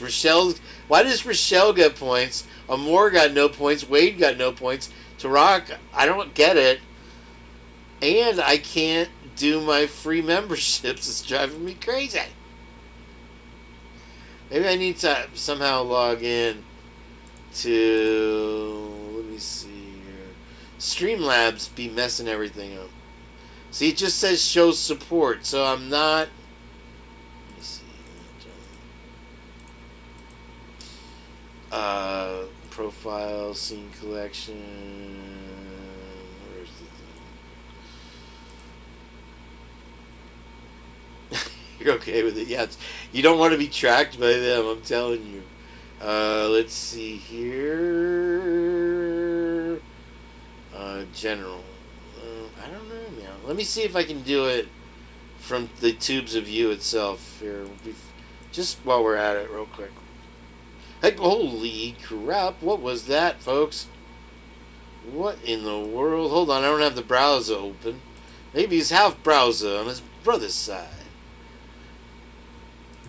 Mr. JJ, how you doing? You're looking well today, my friend. You too, sir. I like the new facial hair. You look kind of Cuban. It's just a trim up. I don't have my little whisker trimmer anymore. That's what I'm saying. The tight trim. Do you look kind of Cuban, especially down in the ear parts? I thought you were gonna say I look kind of cute, and I was like, man, don't use that word. Don't use that Cuban. word. Cuban. You're Cuban, B. I don't know what Cuban. Do I look like a sandwich or a cigar? What does that mean? Dude, I would love a Cuban sandwich right now, dude. You I can will- get I the will best put anything Cuban on a sandwich Cuban you ever sandwich. had right here in Tampa, my friend. You know that. You ain't kidding, dude. The You Columbia ain't- I've seen restaurant. it. And there's actually a little place where my dad, I think, used to bang the waitress at the There Cuban you go. sandwich place. He took me to it once and introduced me to her without any, because he had a girlfriend, you know, or whatever. But This is Kane's dad's ex-girlfriend. it's gone to the next generation. Yes, right. Yeah. Now you got me self-conscious about my whiskers. Oh, good to see you, man. So check this out. To the Purge. Appreciate the invite as always. Sir. Oh, dude, always welcome here. So we have. I enjoyed your show the other night. Where'd you go? What happened? Oh, I covered you up. Sorry. Hold on. I was talking about the military contractors, government contractors, Honeywell, Draper, Hewlett Packard, all these that are in the Tampa Bay area, Rayburn, right? And so I know in Tampa, in the Tampa Bay area, Honeywell's in Largo or Clearwater. They're scattered. Oldsmar has one, and and so particularly you got a center of activity there in Tampa, right? You know what I mean, with MacDill and Central Command headquarters. Absolutely, yeah. Let me turn you up a little bit. You don't be cloning me, Kane. Did you hear my joke about being on Tommy Jude's show? And I said, "Are you cloning me, Tommy?" He's like, "I think that's the other way around, Kane." I'm like, "Do I copy his show? I don't know. He's got a great show. I enjoy the music he does. If you ever seen it, he always has some good metal and like a hot chick singing like Scorpions or Oyster Cult. But yeah, I've heard you speak of him, but I'm not sure if I've seen it. Maybe you were on there one time when I seen it a little bit. But that may be, yeah. I was on familiar. his show. That was a fun time. I think I saw you on Friday, maybe Fridays or not Friday, Sergeant Friday. I was on Sergeant Friday when he kicked me off at the end. He's like, "What?" I asked some question. Friday's a trip, dude. He's a smart guy, though. I really enjoy his show. Also, J-Rod on Point. Shout out to J-Rod on Point. J-Rod on Point calls me Kane BS the Purge. You know, because he's got the Spanish accent. Hey, it's Kane's BS the Purge. He's here. And everybody always, Amy Conway always has to correct him. It's because he doesn't identify with the apostrophe. You know? Oh, no. This episode of The Purge is brought to you by Reese's and Monster Killer Brews. Oh, did you catch my Raising Cane's news there? We're going to have a Raising Cane's. I did. I might have to get it. Maybe I'll be manager there. I look like I could be a Raising Cane. What better name than to have, who's your manager? Oh, Kane. You better raise him. No. You should just get out in front of the store and just start introducing yourself. Hi, I'm Kane. Welcome to Raising Cane's. I'll just stand out there with a sandwich board. Come to Cane's. You're unaffiliated, but they won't realize that you can just promote Kane B's The Purge in front of there. Right? There's a place called Kane's Furniture here, and we always used to try to go in there and get a discount because of my name. It never worked, those bastards. Anyway, they laughed at me. So we have what we've talked about here as far as, did you like the stuff as far as Showalter so far with the district attorney? And which one? Which attorney? His name is Klein. Is it Roger? What was it? Biff. And he is a. We're talking about Showalter's uncle, Carl Klein. His uncle. And here he is. I have it. Let me small you and clone you. Real the deputy attorney general. Yes, sir.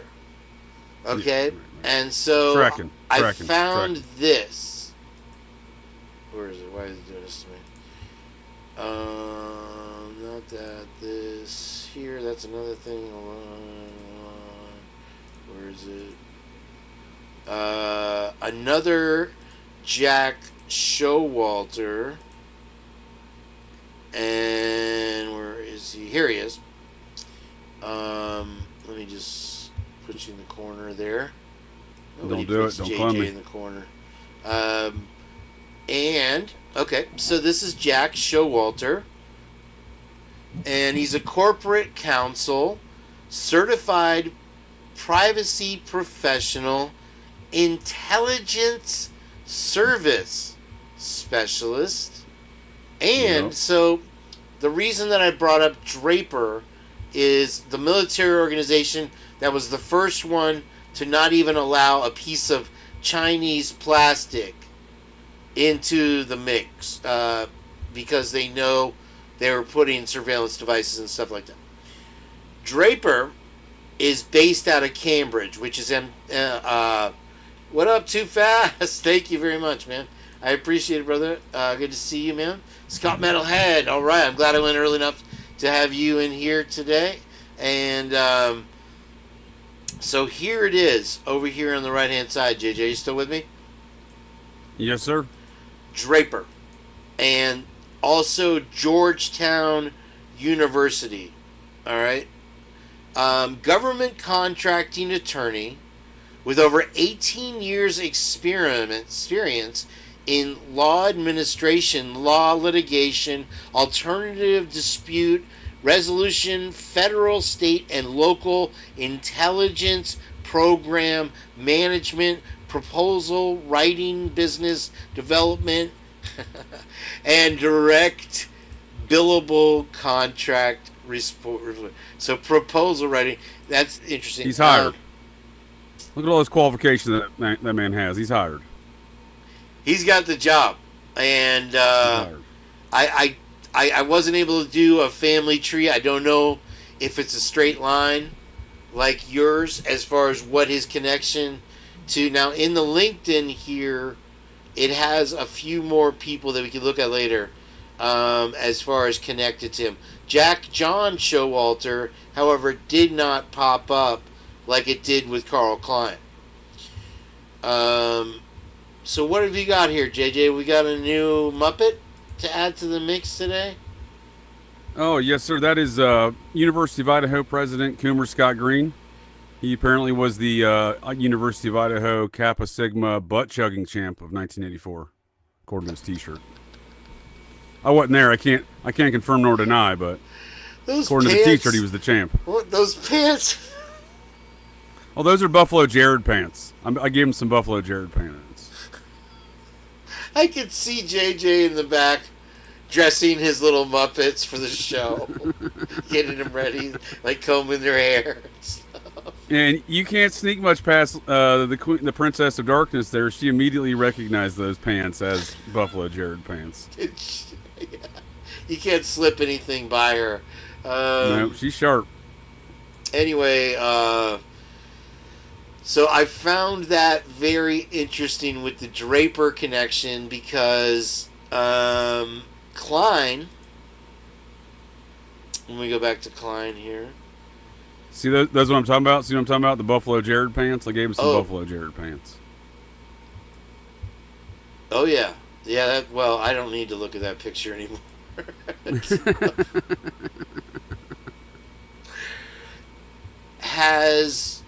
I think that Klein, what I found was I think that Carl Klein, Showalter's uncle, allegedly graduated or was involved with Georgetown University, which is in the area in Mass and so Draper is based out of Cambridge, MIT.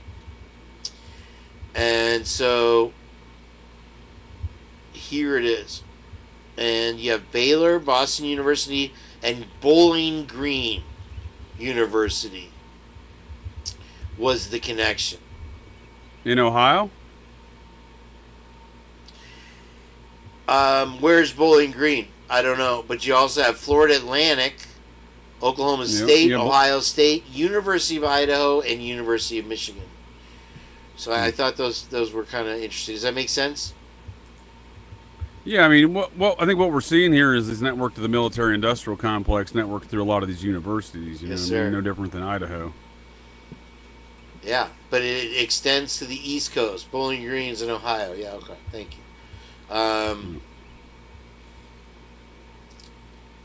But where else was he? Do you know what I mean, though? Because, look at all these contracts and networking these NASA type, or other defense contractors have with these programs that especially University of Idaho more so than Washington State. But let me reread what his background was. Carl Klein. It was something to Boston. It was something in Cambridge or Harvard or whatever it was. I thought it was a unique, and he does have the same facial structure as Showalter to me. Let me see. I don't recall off the top of my head, but I believe Showalter's father's they have some long-standing roots in Idaho. They may come from the Massachusetts Showalters. That's certainly possible. Yeah, well, it'd be interesting to see if, because I think we've, Meowry. We've got a Meowry in the chat. Thank you, Meowry. I love the report. Tell me I love the report. I honestly, I get great laughs out of anytime I go into somebody's chat that hasn't heard out of the Meowry report. Clifton Right. Mayo, thank you for being here. Good evening. All right. Anyway, what was the other thing? Let me let JJ. Do you want to do your opening monologue and give me a 5-minute? Yeah. What are we monologuing? I don't know what's happening with your week. I'll let What's you happening run with the you? floor. Oh, did you have some comments about my guest? Why don't you let me know what your statements were in response to my show last night, and then I'll What tee was off he from on? there. How about that? What was he on? And I was only listening. I know, right, dude? On the phone, bro. Clint's awesome, but I think he got a little nervous and got a little teed up. He smoked at least 5 doobies during the show, I feel like. And then he smoked probably at least 5 before the show. That's what I'm saying. By the end of the show, he even admits, he's like, I'm stoned, dude. And I'm like, all right. So, and I could tell, that's why I was poking and prodding him, because we get pretty baked on the weekends late at night, or used to go there late at night, get pretty baked over there on his show at night with some, constitutional chats and stuff like that. But so I could tell when the dude's pretty baked and he's not making any relevant sense. But no, Clint is pretty sharp, as you could tell. Definitely a smart guy. He pulled it together at the end there with his, oh, dude, he's been studying the Constitution and, stuff for literally, like you said, 17 years on his channel. Yeah, Scott Metalhead was there. All right, yeah, go ahead and say hi to the people. Give me a little 5-minute breather. I'm going to use the plop machine real quick. Not the plop. Yeah, you do that. I'll take 7 minutes if you need to, sir. Thank you, sir. I appreciate the fellow Purgers here this evening. I was looking forward to the Purge. I apologize for my delinquencies and I had a pup to tend to, and then again I had to feed him some treats here, sponsored by our friends at Reese's Cupcakes. No, I hope you enjoyed the show there, Kane, and anyone else, any other folks who caught the show last night or tune in the future to it. But I did a show last night on how Robin Hood, the infamous story of Robin Hood, and that has spawned I think nearly a dozen or so Hollywood films over the years now. Well, that's about the Knights Templar and the establishment of what we now know today as constitutional rights, but what they called then is the Magna Carta. So it's strange that a lot of those elements were left out of that tale, but that tale does tell the story of the Knights Templar returning from the Third Crusade and having all of their land and quote unquote constitutional rights, these inalienable rights issued by God, given back to the Vatican while they were away on the Crusades, courtesy of King John of Lackland. And while these things happened in the year 1215, it's still very relevant today because it's the same families that feud over these same matters that established the nation of America. For example, out of those 25 knights that held King John captive, as the legend goes, and forced him to sign what is known as the Magna Carta, which is the predecessor to the Bill of Rights, is modern historian folks call it, predecessor to the Bill of Rights. But 10 of those 25 knights, George Washington calls a forefather. So, including the two primary actors in the Magna Carta, Fitzwalter and de Ross, those two Templar knights, that would be George's 15th and 17th great grandfather, respectively. So, it's odd that spanning 500 plus years, you have the same families literally doing the same thing, establishing the same contracts, to get their rights and land back that keeps being stolen from them by the crown. Not the crayon, but not the crayon like the Maori report, but the crown like the English crown and the Vatican crown. So I think that's an interesting tale. Folks should definitely check that one out. And I do, as Kane was saying, this will be my last Thursday joining the Purge. I got some new shows I'm working on for Operation GCD Thursday shows. It's called it's a new Patreon series I'm starting here in 2 weeks called The Anatomy of Satanic Panic. And it's a topic I think is a lot to be said about because in fact I was actually just on a show the other day on the Occult Rejects, where I am a frequent contributor to, along with Nick, the host of the Occult Rejects, who's joined us here a number of times on the Purge. But I was on a conversation the other day about, I don't know what we were talking about, ghosts or goblins or something, and with a guest, and then she's from Florida and she does a paranormal investigator in Florida, so she, we discussed my curse of Robert the Doll, that little bastard demon creature that sits down there in Key West, Florida, that's been cursing me for the last 13 years. We had some discourse on that in the show. Real nice lady, Gina Black was her name. That's right. But she made it, well, and I kind of geeked out on the matter, you know what I mean? But she kind of waded into the waters of trying to describe to me that the West Memphis Three were, the three teenagers that were convicted of the murder of those three young boys in West Memphis, Arkansas, back there in the early 90s. She was trying to tell me that those boys were innocent. And I said, all right, well, this is a conversation I'm not going to step aside and ignore, because she was buying into the satanic panic. And, I don't besmirch folks for buying into the magic show, but it is a magic show. It is a propaganda campaign. And it's not all that different from the propaganda campaign we see here against Koberger, because, like I said, in large part involves the same network of folks, including, and I'll keep it PG-13 there, Kane, including Yayo, my man, Bob Evans, Buddy Graydon Carter, who was the founder and president of Airmail, who is, putting his arm up Howard Bloom's butt and making his mouth move right now, and all this propaganda stuff. So there's my monologue and intro, Kane. I appreciate it, sir. I got a bone to pick with you, pal. Like I said, happy to join you Mondays, Tuesdays, and Saturdays anytime. But yeah, Thursdays are going to be out for me in 2 weeks.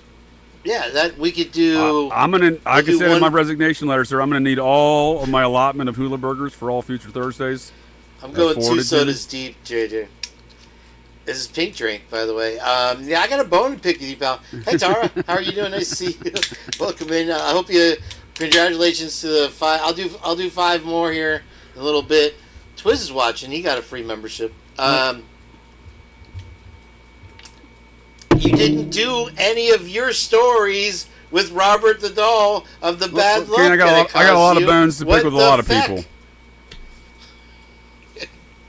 But what about the stories? What did Robert cause in your life that was so tragic? That is why I tuned in to your show. Where were the stories? It was a 45-minute live. I took a picture with Robert the Doll. Well, I had bad understand. luck. Good night, folks. I think you're burned out, JJ. You're doing too many shows, bro.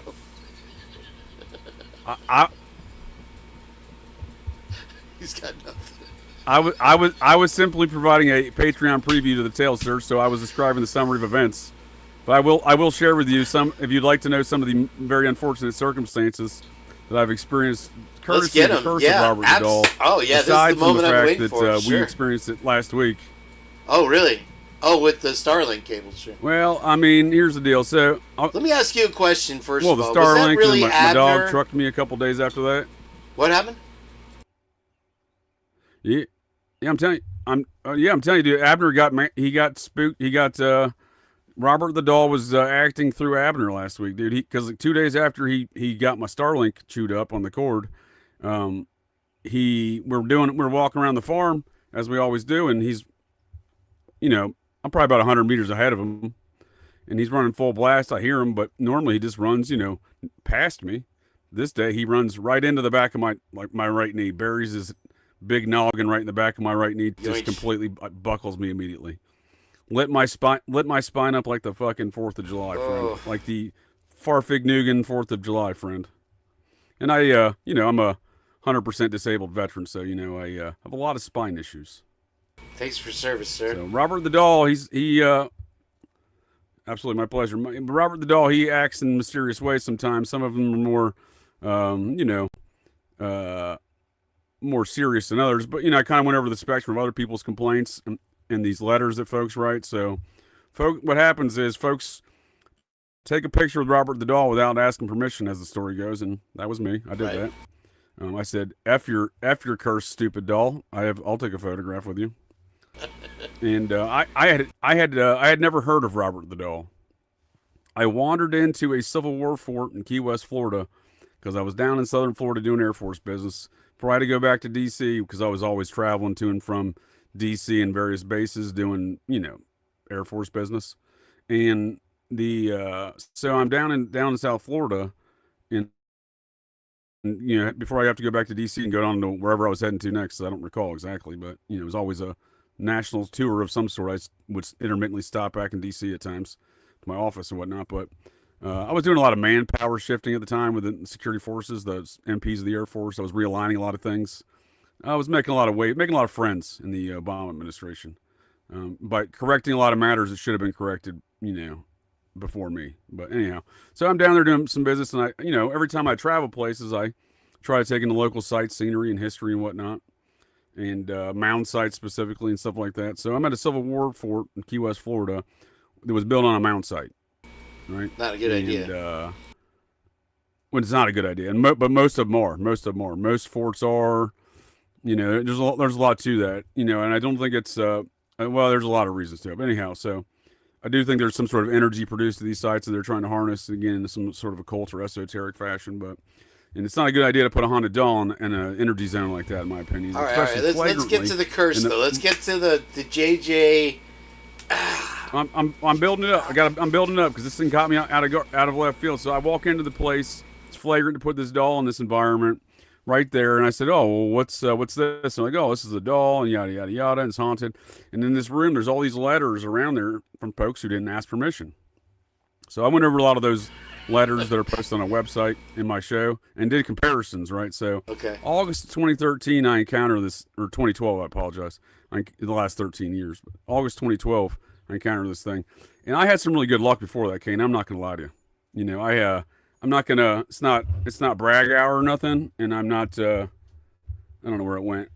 I had it here the other day. I'm not here to make it such, but one example is just not that long before I met Robert, I literally dodged a bullet, like literally, in Iraqistan, May 14th, 2011.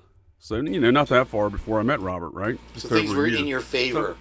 In order to your life. Yeah, I had a lot of good luck, man. I grabbed that bullet, bore a hole in it, and wore it on my dog tags for many years because I thought that might be good luck because I was able to fucking dodge that until about 6 years after I met Robert, when I was like, all right, I'm done with any sort of trinkets of luck, either in any sort of direction, because I'm done with this curse. At least that's when I first started suspecting. So it took me from 2012 to 2018 to really come to terms with, well, shit, I might be cursed. But during that time, I had 3 crippling injuries. Not my fault. You know what I mean? Like nothing I was flagrantly doing to cause a paralyzing injury. I lost sight. I went blind for 6 months. Completely blind? Well, in my left eye, completely blind. Yeah, I could still see a little bit on my right. What did you do about the hairy palms, though? The hairy palms? Just kidding. I'm kidding. You're gonna go blind if you keep doing that. I understand now. I get it. The old wives' tale. Okay, I understand now. I'm tracking. It took me a minute. So I actually started Operation GCD and one of those recoveries from one of those injuries 9 years ago. So, it was. But anyhow, so the a lot of that stuff. My entire military career went to. I'm not gonna say it went to shit, but I mean nothing went well after I met Robert. I can tell you that much. For example, I was summarily ushered out of Washington D.C. So I'd left active duty after just over 13 years, 4 months. and I did the rest of my 20 years in the reserves, right? So the last 6 years or 7 years in the reserves, right? And so that was this time. So that was 2013. I left right after I'd met Robert. I left.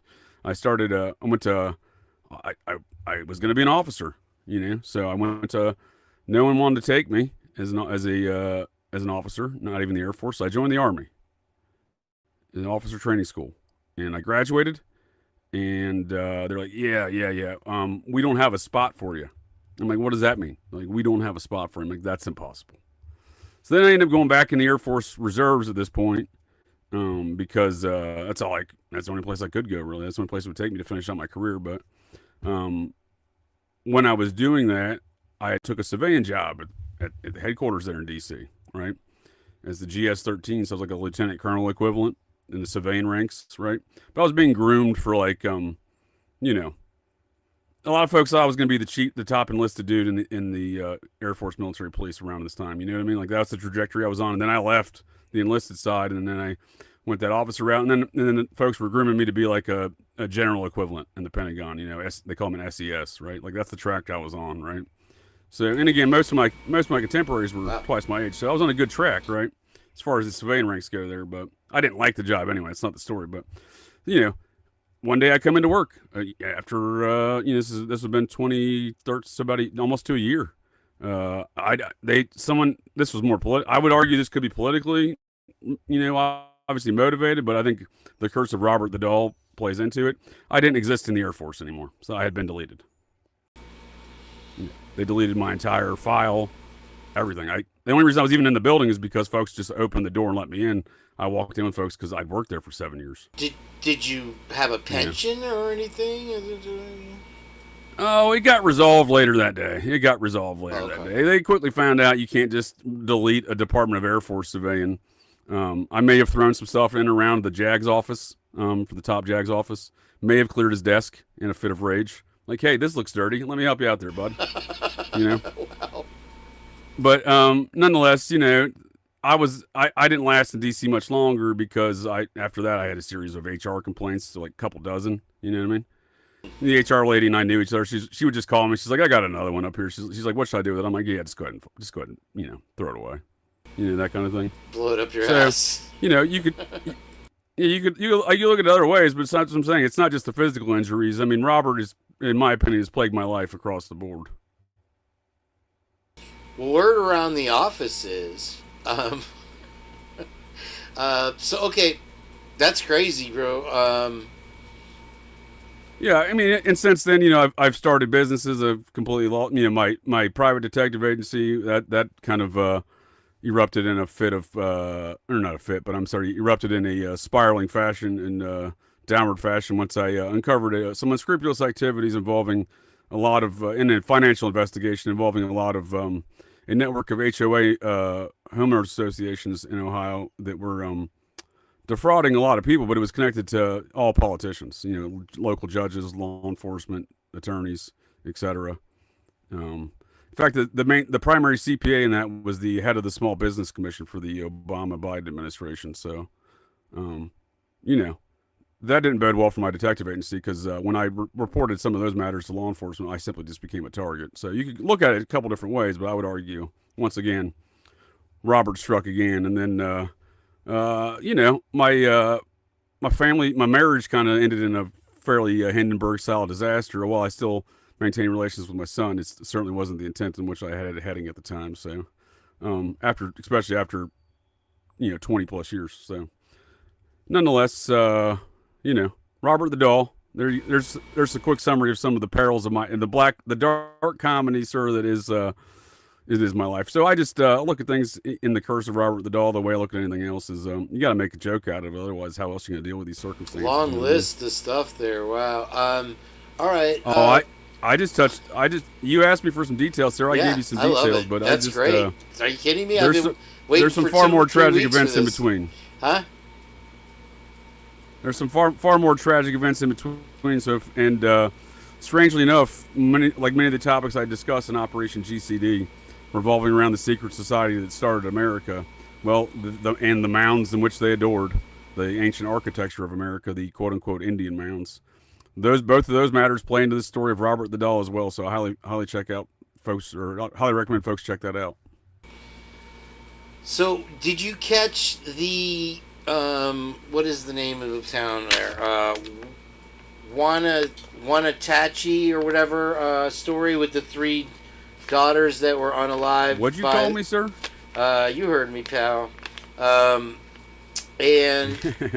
yeah, the father that went on the run. I am not sure if the WSP, the Washington State Police, slipped up in telling us this about how they were trying to locate the homeless dad that allegedly took the daughters' lives. But they called one thing the Spillman camera system, which they used in town and on the freeways, which I can only imagine uses license plate readers and these type of things to find people. And then they also talked about the flock system of cameras. Have you ever heard of either of those things? No, I heard you talking about FLIR. I know FLIR. I don't know these other ones though. But while I'm thinking about it, I'll send. And I know I've told you this story before about the speaking of one more issue of Robert and the curse. I think I actually left this out of my show, to be quite honest with you. I forgot it, but I've told this story here before. I call it the Pascagoula incident, where some dumb dick deputy sheriff from Jackson County, Mississippi, down there just outside of Pascagoula, ran me off the road one night on October 15th of 2020 without his lights or sirens on and without any headlights, and I wasn't committing any sort of infractions. And I just caught his buddy, a guy by the name of, I call Fat Ken, messing with my car at an Airbnb I was staying at. So after the dude tried to maneuver me off a state highway in the dark without any lights on and without any warning or any infractions of any regard to even try to kill me, we then got into a weird OK Corral almost style standoff. Me, him, and Fat Ken made a reappearance. He came back to the scene where I just got run off the road. So why this fat dude in a Hawaiian shirt was allowed to be at the scene in the first place, I don't know. But I would say Fat Ken falls in a very spooky department to begin with, and what he was doing messing with my car, I have no idea. But it was a little cat and mouse game they clearly had set up. I was not playing because Fat Ken went about 80 miles, straight highway. I could see him, but he was doing about 80. I was doing 45. And then I passed the deputy. He pulls out. I guess they expected me to be speeding. Well, I was not. So I don't know what they had intended on doing, but I'm the one who ended up calling 911 from the side of a creek bed, where I Dukes a Hazzard my car off into after I dodged the pit maneuver, and that's what I call it. That's what I call the Pascagoula incident when the whole sheriff's department showed up after I called 911 and said, "Hey, one of your deputies is out here. He ran me off the damn road." The sergeant came out. He just let me go. Didn't have any questions. So I got a video of it. I'll send you a clip. You got a where video I'm screaming of at it? Fat Ken why he gets to have his gun. Yeah. So after after I felt safe that because I had a gun in my car, which is it looks like an AR-15, but it's legally a pistol. And I had I have it holstered and tucked in into my passenger seat. This is my old car, but it was registered to my private detective agency, and I was traveling back from Texas to Ohio on business, and I had stopped in Mississippi I was in Texas on business. I stopped in Mississippi on the way back. She's my ex-wife now, but my wife at the time was with me. So here's an ex-wife tale for you, because she had to wake up the Airbnb folks that we were staying at in the like a guest house there on their, or like an RV in their like a guest house style on their property or whatever. She had to wake them up. It's it's like 11 o'clock at night. I'm not sure they're asleep, but she had to go get them to come drive down the road a couple miles to come get me, because she was freaked the shit out too. I was on the phone with her the whole time when it was all going on too. But no, I had that gun in there, and like I said, I was coming back on business. She was driving with me, just on the way back. She'd flown down to Texas, so I've been down there for a few weeks. But they didn't check. They never checked my person. So I had additional weaponry of numerous capacities on my person. I'm wearing, much like I'm wearing now, a t-shirt and shorts. You wouldn't necessarily expect it, but I'm just saying they didn't check it. So, but I could see Fat Ken out of his fat waistband of his khakis and his Hawaiian shirt, looking like a fat Magnum PI. He Orca Fat Magnum PI, but I could see his gun sticking out, and I keep yelling. I'm like, why does Fat Ken get to keep his gun? You know what I mean? Because they have my gun already. They think they do. I have at least 2 more on me, but nonetheless, like, we had a weird OK Corral standoff until the cavalry showed up there in the Jackson County Sheriff's Department, and they just let me go. So I asked for a report later and all this, and the captain said he did a report, right? The operations officer for the Sheriff's Department. He said he did a report, writes me an email, tells me to come get it. And I said, all right, send it to me. He goes, now you got to come to my office and get it. I'm like, that's a fat chance there, buddy. I'm not coming ever to Jackson County, Mississippi. And I filed a complaint with the Attorney General's office. And you know what they did? They must be friends or family with Judge Hippler, because they told me to go fuck myself. Really? Literally within so many words. That is a great story. I love, up north, you guys have more of those guest houses. That's some more Curse of Robert the Doll. Ask me. Wow, dude, that's a great list. I could listen to that all night. Okay, so let's Google this Spillman. It's called a Spillman report, and I guess I was writing hastily in this thing here. I'm interested. Let's probably a good idea to Google. And congratulations, anybody got the membership Echoes, Leslie and Billy. I love my chat. I love you guys. I could time out. I had to time Lucy out during your story. She was getting a little out of hand there, so I had to put her in check. Hi, Angel D. Say hi to Angel D, please, JJ. She does need the attention. She's all the way over there on the west side of Oz, where all the good surf is. Howdy. And she likes to say hello. I don't know where that is, but it sounds lovely. Yeah, very nice. All right, Tanel Ray, very nice to see you. Thank you for being here. Let's do this quick little Google search here. Where's Oz? What is this? Is this Hawaii? Australia. Am I cutting out? Perth. What's that? Is this the Purge? Yeah, we're purging. Oh, west side of that's a different world over there, huh? Oh, the west side's, that's very... yeah, I feel like I'm lagging for some reason. I don't know why, though. I'm getting that, too. I think we're getting botted by somebody, but that's okay. We'll work through it. I also have a lot of windows open, so it may be on my part. Let me see if I can close some. I definitely don't need that. Well, maybe I do. So I'm hardwired in at 150 megabytes over here, friend, so... Yeah, no, me too. I mean, that's how it works. I'm at 100 at least, but I do have a lot of windows open. Oh, the documents is probably what's getting me. Did I appease you with enough Robert the Doll curse tales? Because I mean, again, this has been 13 years of my life. I have an endless supply of cursory. No, I would love to do an installment every Purge on Robert the Doll curses. Right. I'm glad I called you out on it. I was half kidding. But no, that was very interesting. Assessment.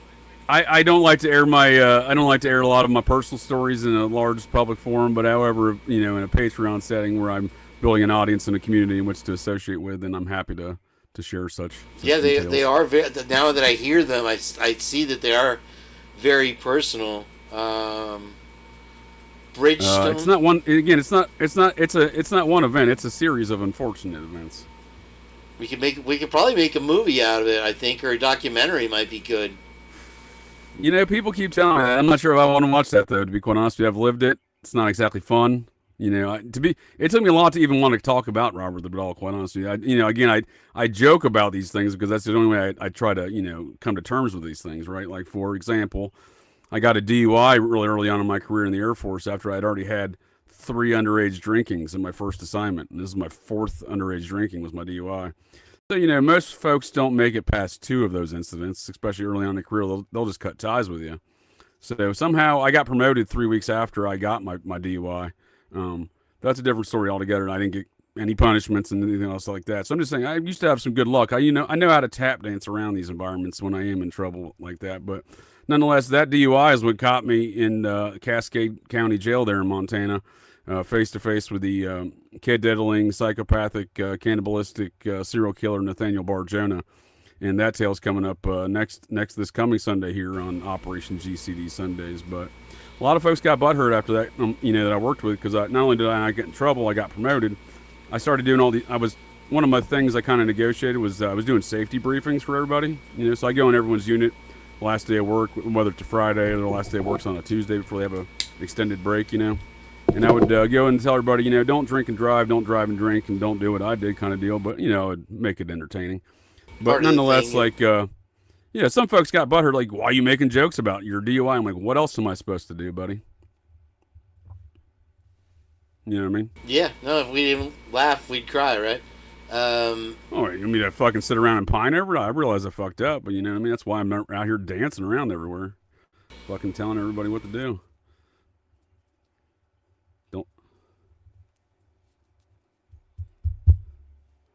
Did you say Maori report?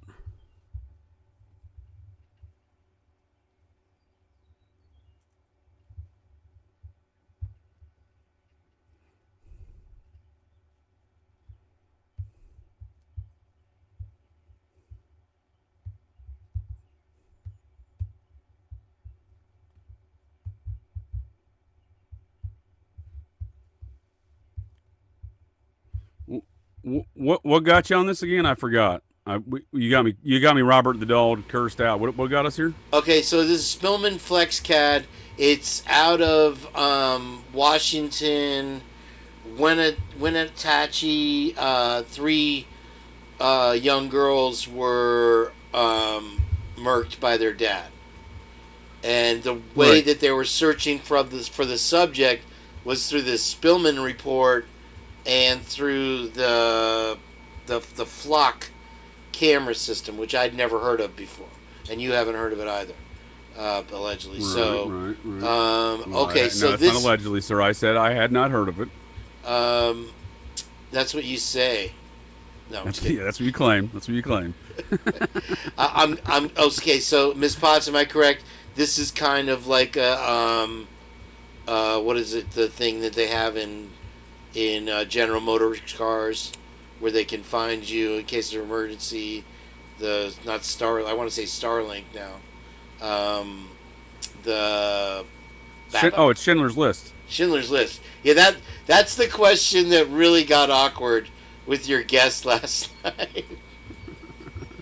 He didn't know how to respond.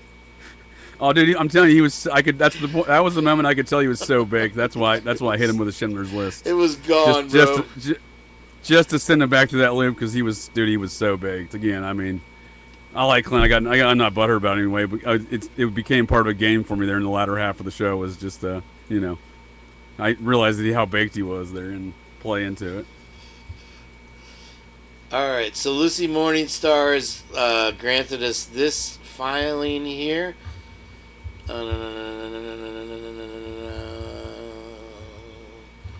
Brian Koberger buying through their attorney of record, Ann Taylor, public defendant, and pursuant to Rule 16 of the Idaho Rules, evidence 14th Amendment to the Constitution. I've read this before. Statements of co-defendant. What are we looking at here, Ruth? What are we looking at here, folks? What is in this? The District Court of the Second and Last. I don't know what the filing is. Coeur d'Alene.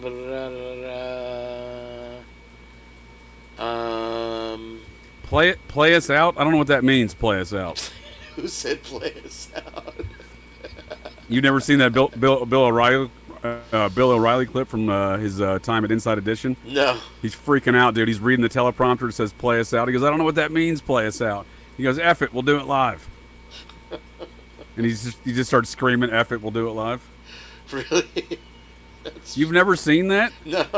Oh my god, dude! I love that clip. And someone made. I don't even know what the little remix they made of it is, but the remix is hilarious. That dubstep remix.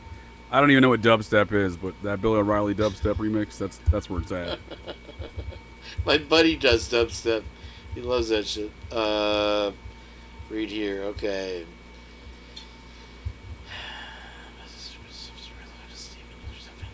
Record, a copy of defendant's prior record. What is this, Lucy? What am I reading here? This is a long. I dropped a link in the chat for you. Oh, for the thing. Am I allowed to play it? Is it a short? I mean, it's not a short. I could probably find it in a short version if you'd like. Yeah, I can only play shorts. There's some weird copyright thing that excludes shorts unless it's like a movie. or whatever. Number 6. Yep. Thank you, Juicy. Juicy Joe got some explaining to do. This isn't the dubstep remix, but this is the short version of the original. Oh, I can't play music, unfortunately. There's no music on this one. Oh, good. Okay. But I highly recommend you check out the dubstep one because it's hilarious. It's far more funnier than this one. This one's funny enough. Let me read Lucy's thing here. Oh, I forgot I'm smoking on camera. My bad, friend. That's like I didn't even notice. Provide a written list of names. Yeah, they're up my butt like non-stop. Way it took up them there. 3 days. Are they up to there clear chugging? The last one. I don't know what is that all about. Are they up there butt chugging? There are some butt chuggers. I won't say who exactly on this platform. No, I don't. No, I just want to be clear. I don't condone butt chugging. In fact, I'm not even exactly sure what the details and activities of butt chugging entails. However, I did read a lawsuit against a fraternity out of the University of Tennessee, and in that lawsuit, the plaintiff was very upset about some butt chugging. So, it seemed they didn't really go into the finite details, but I presume this involves some sort of funnel system and a rectum.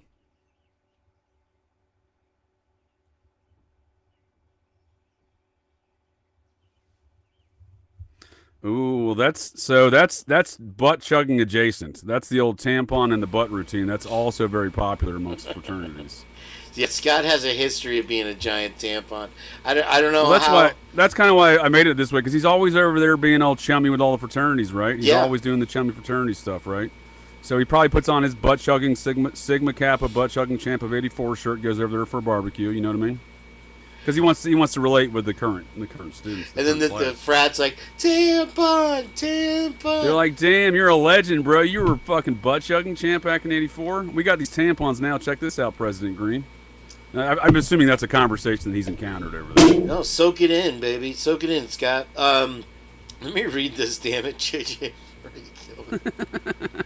State witnesses provide a written list of names, addresses, phone numbers, and or other reasonable means of contact for all persons having knowledge of relevant facts who may be called by the prosecuting attorney as witnesses at trial, together with an NCIC report and a Spillman report of any such persons. Provide the statements made by the prosecution witnesses, prospective witnesses made to the prosecuting attorney or their agents, or to any official involved in the investigatory process of the case. This includes statements to employees of the prosecutor's office, such as witness coordinators and all members of law enforcement that has involvement in the matter. Okay, so I haven't finished defining what a Spillman report is here, Lucy. Is this just strictly through if you have a Motorola phone? It's like, what do they call it? The Starlink, when you have it in the, and you push the button. What is that called? Blue. The chirp mode? Are you talking about chirp mode? No, when you're in trouble in a GM car and you hit Star Satellite. Oh, yeah. And they can unlock the doors for you and stuff. Is that what the Spillman report is, kind of a record of where you were? Radio integration. You're talking about OnStar. OnStar, thank you, yeah. Yeah, you got Blue Link, right, in the Hyundai? I don't know. Do I? Oh, I do. Maybe I'm just bougie. Mine's a 2018, so I may not have gotten that feature. I did have a free year of the Sirius satellite, and occasionally, like for Memorial Day, they gave me a free week, and it's hard to go back to advertising radio because I listen mainly to the talk radio, and they have a nice program on the AM there called American Stories, and so that's why I like driving at night, because they'll do like some kind of, like last night was the history of some guy. Anyway, cream of some young guy. No, dude, what do you mean anyway? I'm listening intently. I enjoy. I like the art of storytelling. That's what I'm trying to do with my stories there on Sundays, like Robert the Doll. Because it's funny too. Because I had one of my folks of the interwebs subscribers to Operation GCD wrote me last week saying they had just discovered one of my old shows. They said, I'm familiar with your new shows. I like your stuff, but I just discovered this show that from, a year and a half ago. And they were like, this is the greatest show ever. There's an interview I did with John Barber, famous stand-up comedian, deeply involved in the JFK investigation, stuff with Jim Garrison, the district attorney of New Orleans. And basically the guy who invented reality TV, but John Barber's a legendary storyteller. And I had him on my show just, telling his stories, I appreciate that comment because that's one of my favorite shows, interviews I've ever done and shows I've ever produced. Are you familiar with John Barber? No. Yeah, he's a Canadian fellow, but he's as American as any other American. But he's obviously not born here, but he's about 94 years old now. He's still kicking and still with it. So it looks like this Spillman report is a safety thing like OnStar, I guess. And it says it's been blamed in at least 3 states for errors, including losing a criminal case and crashing during 911 calls. Officials who have used Spillman Technologies software in California, Colorado, and Texas allege it has created huge safety risk and led to the unaliving of somebody. A software system that was blamed for helping a California dad evade prosecution on child stuff has failed to perform its basic function for law enforcement in at least 3 different states. Officials who have used Spillman Technology software in California, Colorado, and Texas is crashed in the midst of 911 calls, forcing dispatchers to frantically take notes by hand while emergencies were unfolding. They say it has failed to provide fastest response. Which Spillman Technologies, which was acquired by Motorola, provide dispatch and records management software systems to more than 1,000 agencies nationwide. According to a 2016 press release from Motorola, officials say that while those services are crucial for law enforcement agencies, the software has failed to deliver them as promised. Okay, so this is how they get. I don't know what relevance it has in the Washington case, unless the guy they were looking for or whatever called 911. Right? I don't know. It's weird. Okay, I agree with you, sir. In fact, I liked where we were going before with all those defense technology stuff. What happened there? Did I derail us from those things? For example, I sent relevancy to these military and large-scale, spooky, military-industrial complex activities relative to the Idaho case. Well, we got some direct connections there, friend. I sent you 2 links in the chat. Oh, you did? Okay. Let me look at this one real quick. Yeah, okay. So Miss Potts put the same link that I looked at. Take your time. If you don't mind putting those back, because I would have. Doobie, so. If you don't mind putting those links back, I'll look at them. I'm sorry, I did see those, and I was trying to get everything all at once here. You might put them in the YouTube chat or the backstage chat? The YouTube. I don't even know what backstage chat is. I did find it the other day, though. Here you go, sir. Right here in the YouTube chats. Thank you, JJ. And let's see here. Hang on, guys. Okay, so this is Barry Boehm, or Bohem. What connection? Oh, he's a garbage man. Garbage can man. Garbage can man. I don't know what that means, but Barry Boehm is an esteemed rocket scientist that's been inducted to the Rocket Scientist Hall of Fame. It's not the official name. That's just the name I've given it because I can't think of the actual name. The National Academy of Engineering. He is in their Hall of Fame. Okay, I'm tracking. His daughter is a lady by the name of Tenley Burke. That's not the only thing old Barry Boehm. Barry Boehm's also the former deputy director of DARPA, the Defense Advanced Research Projects Agency, the spookiest of all spooky intelligence technology activities of the Department of Defense. So, his daughter is a woman by the name of Tenley Burke. She is a research assistant in her full-time capacity, PhD research assistant at the University of Idaho. However, in her other capacity, professional capacity, she owns a real estate business, largely real estate rental business, property around Moscow. Employed for her at that business in a notary capacity is Lucifer Morningstar, the PhD research assistant from Washington State University who happened to grow up 6 miles away from Othram Labs.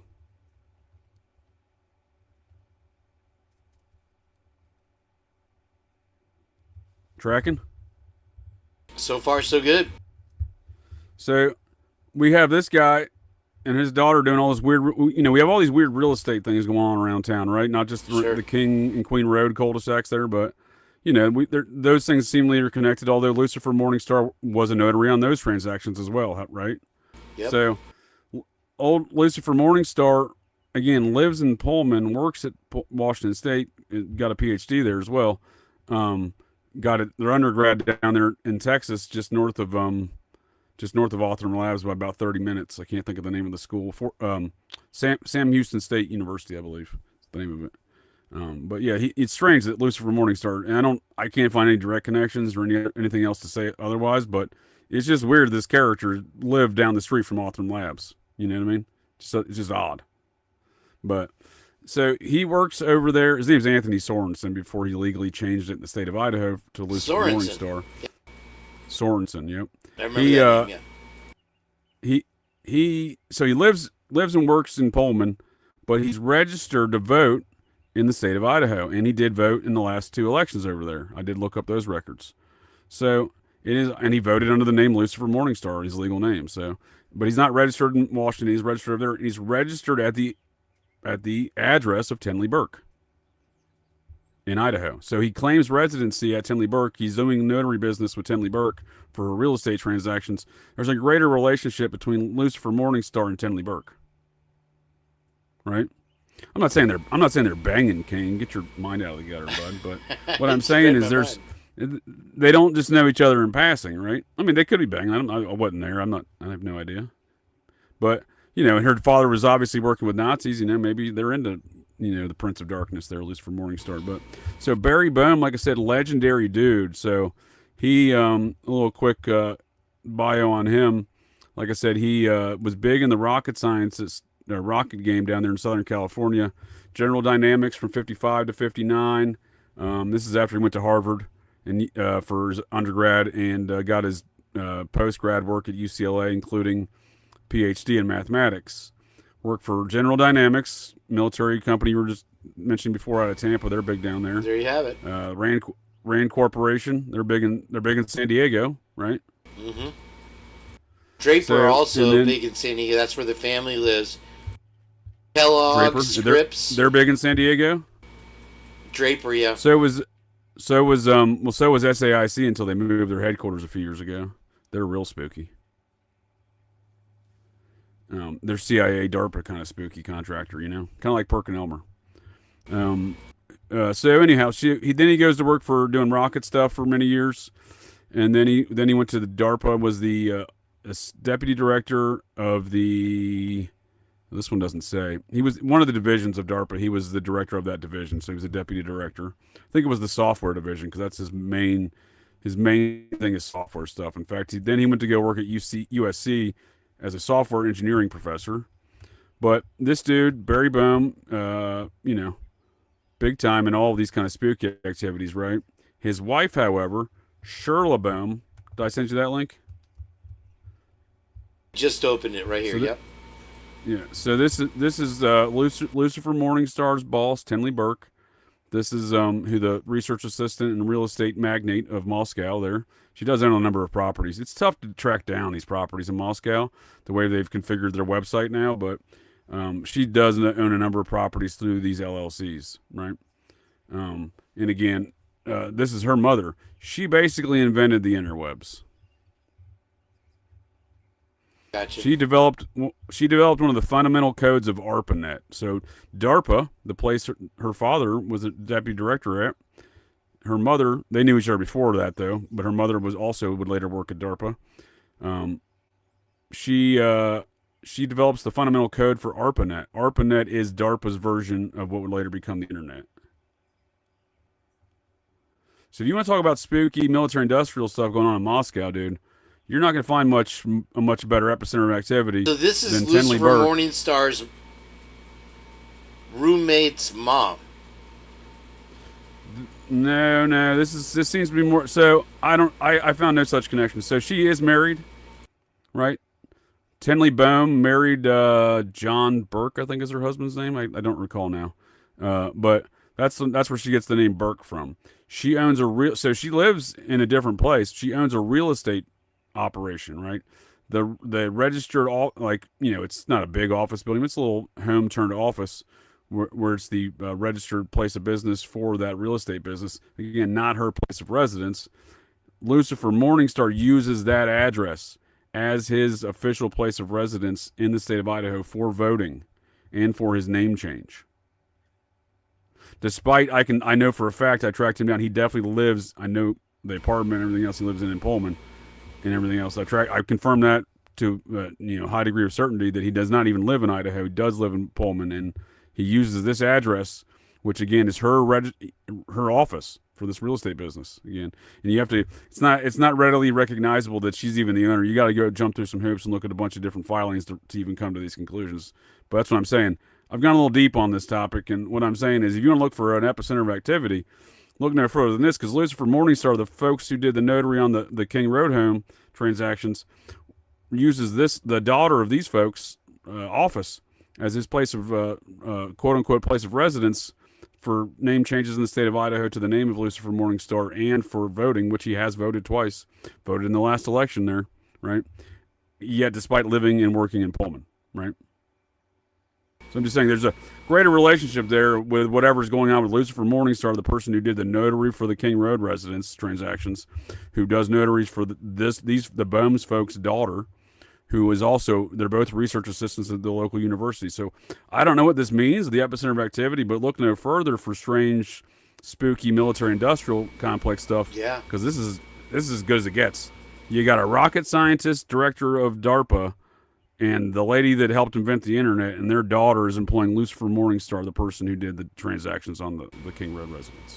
And let's not underestimate the effort that it takes to go to change your name legally to something so ridiculous, especially as far as Lucifer Morningstar. I thought you were going to say, don't underestimate the Meow report, and I say, I agree with you on both counts, sir. That's the advanced Meow report. I haven't gotten to page 2 on that one yet. I know there's a long bibliography with it. I understand. You're a student of the original Meow report. Yes, sir. I would love to get a copy of that on my desk. That's not a problem. I can get that right over to you.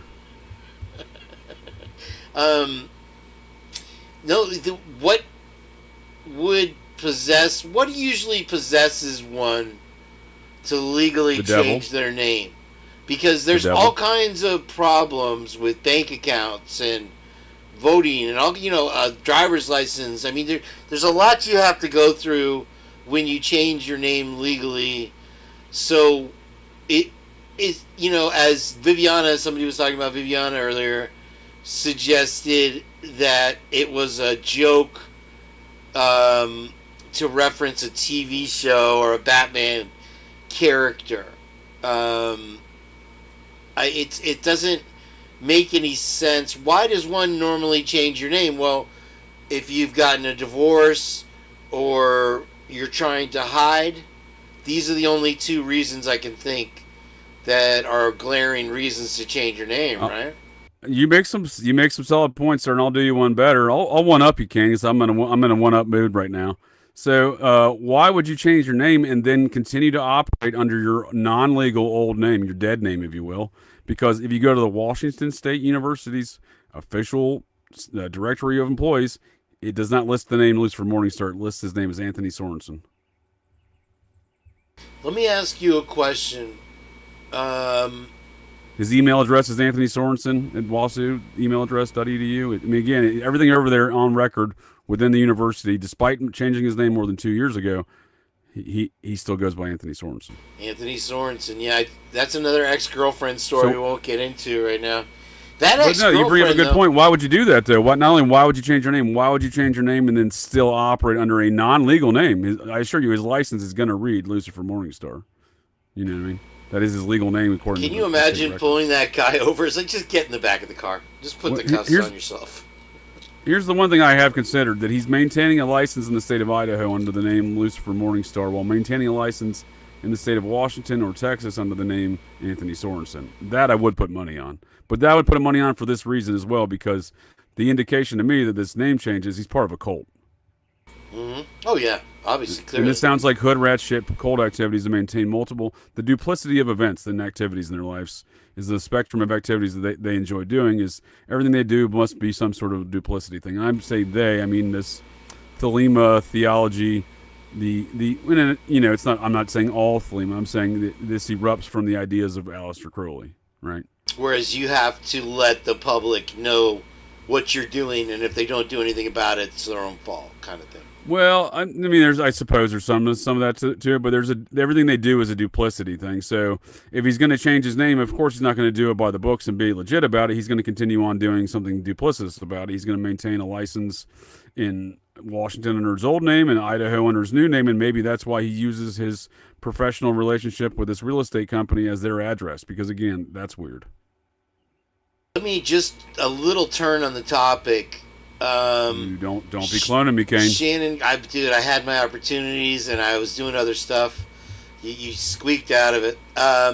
Shannon Gray, as far as where he's located in Spokane.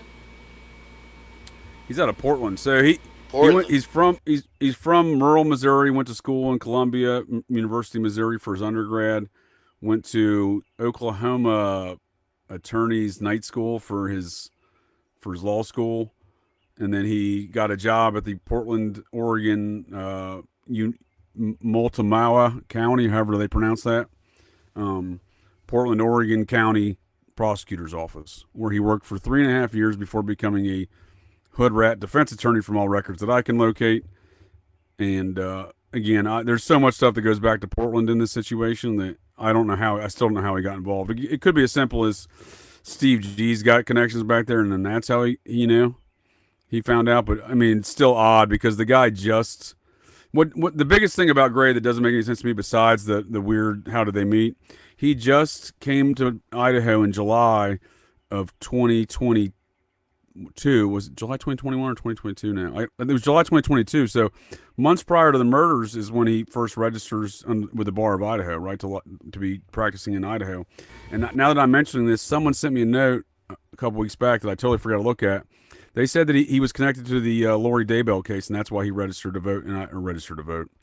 That's why he registered to license. Yeah, registered for the bar in Idaho because it's something to do with the Daybell case. I see. Yeah, they're still going after him. I haven't followed up on it yet, though. But I'll now that I mentioned it, I will look into it. The reason I brought up Spokane is because I didn't realize I had a co-host for a while, this girl who lived in Coeur d'Alene. Before me, you had a co-host? I'm out of here. Well, I thought she was just a temporary thing. I thought I was your first, Kane. She was a spook, actually. She worked for the Department of Justice, and she was out of Ukraine, and she was stationed in. Is this real life? It's real life, real world stuff. Wait a second, dude. You had a co-host that worked for the Department of Justice out of Ukraine, but somehow connected to Coeur d'Alene? She was taken. She would never elaborate on. Was it? Lucy will remember if it was Department of Justice or what are the departments. And you do realize the Hurwitz office, one of their task force offices associated with this case, was run out of Coeur d'Alene, right? No. Yeah. So if you knew a Department of Justice individual out of Coeur d'Alene, they worked for Hurwitz. Oh, wow. Yeah, Hurwitz, a whole nother topic today. I'm not saying there was doesn't anything nefarious there, but I mean, it certainly strikes me as it, right? I mean, this is all shocking news to me. Not only did I thought I was your first co-host, Kane, I'm devastated. I mean saying besides your common contributors of Jenn and in gang, but I'm saying as far as, we end up burning the midnight candle over here a number of hours here on the Purge. I feel like I'm a co-host at times, nonetheless. But this is shocking developments I'm hearing. What's going on here? Well, do you work for Scientology and the Department of Justice? Is that what you're telling me? I work against Scientology. Is this entire thing a front? This entire thing is the front. I'll put that right out front. Scientology has been my enemy since I was 4 years old. It was a very unique situation. Where's Lucy? Ava. Yeah, her name was Ava. And so the whole story was that she was taken from Ukraine and brought to America to work for the Department of Justice and was stationed in Coeur d'Alene. That's as much as she would share over the course of 5 or 6 shows. And she did give us some crazy stories, sex stories about Coeur d'Alene, how she was invited back to this house and it was a toss your keys in the hat kind of party. And she realized there's this big mansion and what was about to happen. And she says that she checked out. Who knows? But she was not on the internet. So, she was a live, sit next to me host. She used to bring alcohol with her. She brought bottles of wine with her to the show, and trying to loosen me up and get me drunk. To your house? She was in my house. Yeah, she was a co-host in my house. Were you banging this broad? Negative. No. Is this a sexual thing? I think I do. What you're describing to me, I mean, is the class. I'm not saying this is what occurred here. I have no idea. JJ down. We got a JJ down. Oh, JJ's down. JJ, you're gonna have to come back in and come back out. No, it was. I think maybe a more one-sided thing had developed on, whatever it was. We had a nice time. She was a great co-host. She knew a lot of. Did you? Am I out of here? What happened? I didn't clone you, bro. We have snipers out there using bots, which aren't very effective, so they can suck it. But anyway, she was a great co-host. Oh, JJ down. You having weather up there, JJ? Hopefully he'll come back right back. Anyway, so, it was through pro wrestling. A person at the gym with her. I don't know how she wound up as a foreign national in the Department of Justice, but she must have had some kind of insight. There, JJ down again. JJ down. In some kind of knowledge or training or something that they found valuable, that they brought her in. Bro, you're blowing up my brain hole right now. I just cut out the weirdest spot too. So this sounds like a honeypot situation, man. No disrespect, but so this lady was traveling from Coeur d'Alene to Florida for what purposes? She moved here with her family. She was only in Coeur d'Alene for 2 years or 3 years, I believe, and then she lives down the street here on East Bay. Oh, well, that seems way more reasonable than the way I first encountered these details in my brain hole there. So she came from Ukraine, went to Coeur d'Alene, so she still works for the Department of Justice, huh? No, she works for the cable company now. That's even strange. Come on, dude. Is that a front for something? What's going on around here? Is this all a front? Hands to the dark one, I'm telling you. How did you meet her? She sold me my cable package. What? Yep. She was door-to-door cable salesman, which was the oddest thing. And she was very personable and friendly when I met her. And she went door-to-door selling her cable package. And I walked out and she said, "Hey, it's nice weather we're having, isn't it?" And I'm like, "Oh, hi, pretty girl. Okay, what's going on?" And we got to talking. And she's like, "Hey, what's your cable setup right now?" I'm like, "Oh, I'm trying to get internet or whatever. I just moved in." I had just moved in, literally. and I'd been doing the show Yeah. for about 6 months, and so I didn't find out that she lived in Coeur d'Alene until 3 weeks into it. Yeah, they never tell you up front, Kane. They never tell you up front. I'm unfamiliar with these door-to-door cable things. It sounds like you've been targeted. I'm not trying to alarm you in any capacity, but I'm just saying, like, all of this sounds extremely suspect to me. I've had more than one coinky-dinkle events happen since I moved here. One of them was when I got my cell phone hooked up after the hurricane there, and thanks to Bubbly Water for helping out with that one. When I was struggling, and I hooked up my cell phone, and apparently it was connected to someone. This was a different phone. I've got a new phone now. Someone who was on the run. Did she so- give you this new phone? No. Did Ava give you the new phone? No. This was before the Bright House or Spectrum phone that I have Ava's now. like, I'm selling cable, and here's a new phone. You're like, well, this is how pornography start. You probably thought to yourself, I do need some cable, lady. That's exactly She what I wasn't need. delivering pizzas, JJ. She wasn't a plumber. Yeah, she's like, do you need some cable? And you're like, yes, I do. Now listen, pipe, baby. No, she. I've had one too many monsters. I'm gonna turn into Clint here in a minute. What did you say about Schindler's List?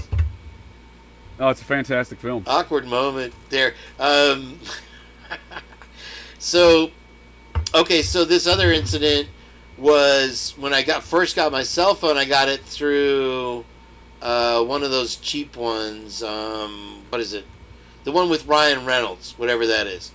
And Mint, dude, get out. I use Mint, dude, get out of town, dude. That's a good service. It was inexpensive. It's not cheap. But when I got it, was only $15 a month for the first. I know, dude. When 3. T-Mobile bought it out, dude, it's gotten a lot worse. Well, I got rid of it finally. I had 2 cell phones for a while, but anyway. So when I hooked it up and I got my new phone drug dealer? number, You gotta have 2 cell phones for it. Are you a drug dealer? that was just an overlap You have because I you have got a free pager cell also? service. Damn it, JJ! I'm gonna get this fucking story in. So I get the new phone number, and the very next day, I got a knock on my door asking for, what was her name? Ann Lucy or Ann Lucy Morningstar, something like that. An officer knocking at my door from Largo Police Department asking if she was here. This is the next day after I filed my private information with the cell phone service provider. A officer is knocking on my door just asking if she was there. And I'm like, no, Was it this guy? I've never heard of this person. Who was that? Was this the detective that came to your door? Is that Sherlock Holmes? Who we got here? That's a great one. And so I got a real problem Muppetizing people, dude. I got a real Muppet problem here. you have an addiction. We might have to check you into Anon and New. They're gonna have to block me from all AIs and Muppets. You know what I mean? From Muppetizing from all AIs.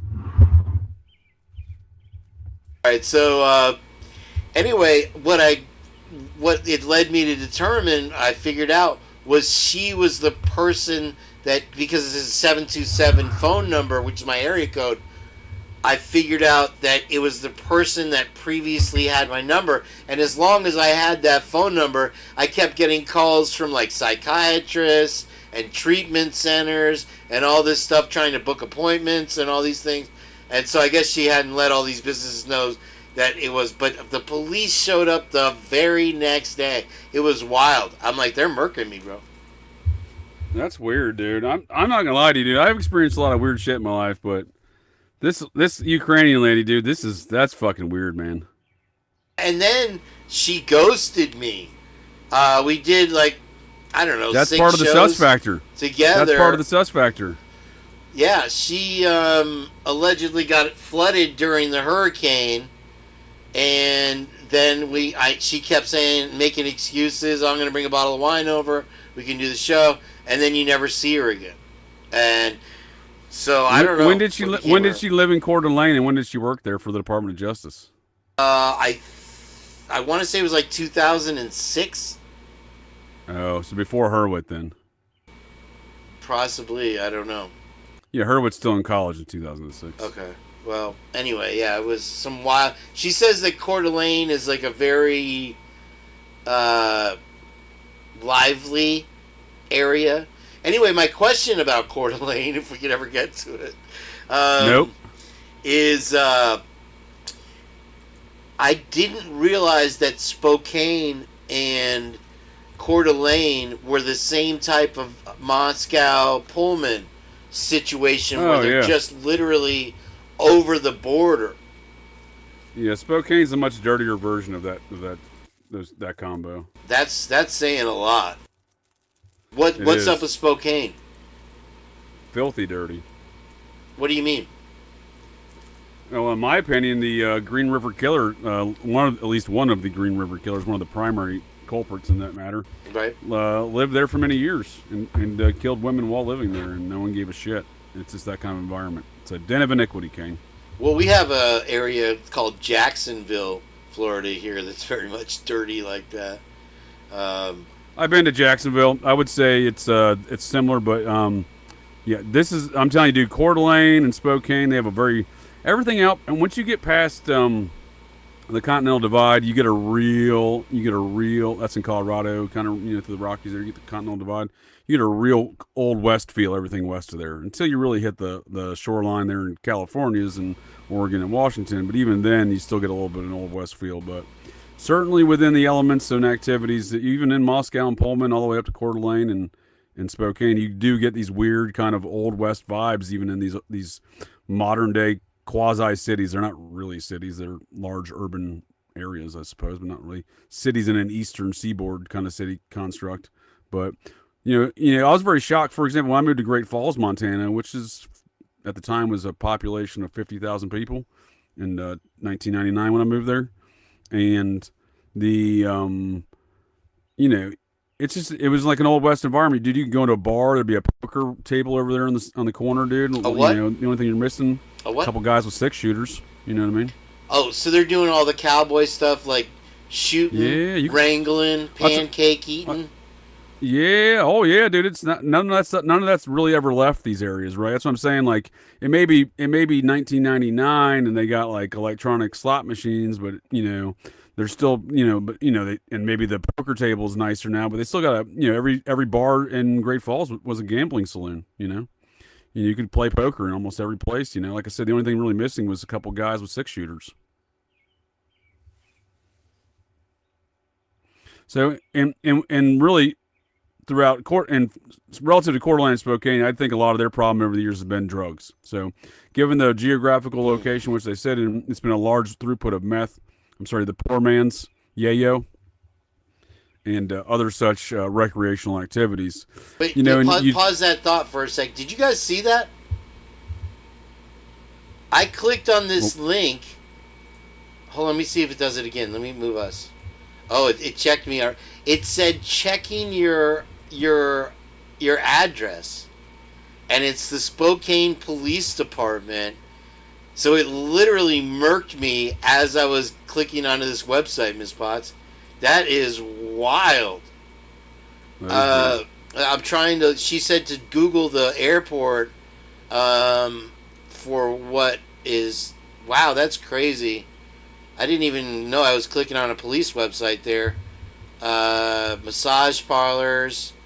So this puts a whole new light, JJ, on the area of Rathdrum and Coeur d'Alene as far as it being so close to an epicenter like that, doesn't it? Well, I'm glad you said that because I got a show coming up here on Wednesday in Operation GCD Live on these same topics. So, guest I had on my Friday show a number of weeks back, Jonah, sharp dude, Canadian fella. I don't say that much about Canadians as being sharp, but Jonah's real sharp. Canadians, too much. Well, a lot of them probably are plagued by the maple syrup induced type 2 diabetes, but. Jenn is sharp, dude. He's very knowledgeable in Operation PatCon, specifically the connections to Idaho and this group called The Order, which Hollywood just made a movie about again last year called The Order. These are Mark Furman's friends up there in Hayden Lake in Sandpoint, Idaho. So I'm going to be doing a lot of coverage on all those connections because they connect to folks like Israel Keys, a serial killer who hung himself in Alaska and was known for murders from Alaska to Vermont to Maine, all over the U.S. So that'll be on Wednesday. But yeah, you bring up a good point. This is a hood rat environment. So not only we got the drug stuff, we got the white nationalist epicenter headquarters of activity up there. And I do mean epicenter and headquarters of activity. That's per FBI reports, right? And the militias, right? Well, it was largely based upon this issue back in '84, where they had this national meeting and conference across these Nazis across America. They came to Hayden Lake compound up there and had a meeting to initiate this domestic terror campaign of robbing banks, murdering folks, et cetera, et cetera. This was in '84. This was resulted in widespread activity of hood rat shit, bank robberies, murders, etc. The murder of a radio talk show host, the Jewish fella in Denver, Colorado, by the name of Alan Berg. And it was the man who wrote this book named Steven Singular that when the OJ case popped off, 2 months after the murders, he gets a call from the LA County prosecutor's office telling him all these very intimate details of how which evidence was planted, how it was planted, and this all proved true throughout the trial. He took this to the defense, and the defense apparently were friends and family of Hitler because they told him to go fuck himself, despite all this stuff proving itself correctly during the trial, right? So he wrote a book about it, but nonetheless, that prosecutor said that Mark Furman had this internal affairs investigation going on at the time for being a Nazi, and that he was directly connected to that Hayden Lake compound and that meeting. And that meeting from '84, apparently the OJ case was part of their 10-year anniversary of terror, right? The same meeting that took place in 1994. And to kick that off, they were going to do so allegedly by the murder of Nicole Brown Simpson, was allegedly to start off this Nazi campaign of terror here in America. And according to the prosecutor's office there in LA County, they told that Steven Singular fellow that that all went down there in Hayden Lake. Again, this is within miles of three of the victims, where they're from, right? Hayden Lake, yeah. Can I do a quick sidebar with an American Stories? Nope. Let me throw this out Please there. The origins of the comic strip Superman were two sci-fi enthusiasts that were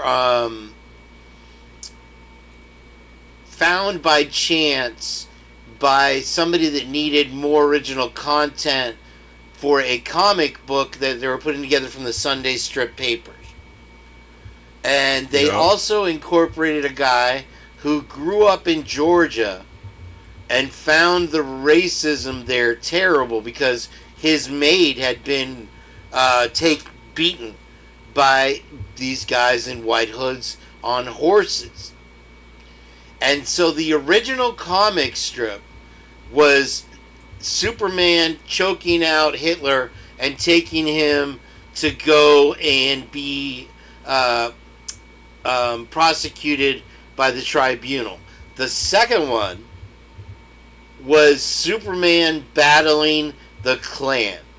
So if there's ever an insult to the Klan in the history of the United States, it was the Superman comic strip and the radio program, because the children of these people in the Klan were acting out battling the Klan as if they were Superman, running around in red capes, taking out Klan members. And that was on American Stories last night. Go ahead, Angela. Yeah, please ask a question. Go ahead. May I offer rebuttal? Sure. Do you know the man behind all of those Supermans you just described, that first comic book strip, how they developed it? And they actually credit Jerry Siegel and his partner, right. They actually credited this man in their first comic book of their strip there of Superman. And that is a man by the name of Forrest J. Ackerman. He's a character in that comic, Forrest Ackerman. He's an actual man. He's the man who was their literary agent and publisher. Go on. Do you know who Forrest Ackerman is?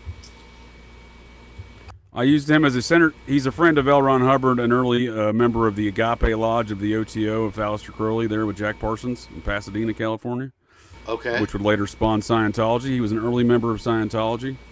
He was a literary agent for all of these sci-fi writers, friends with these fellas.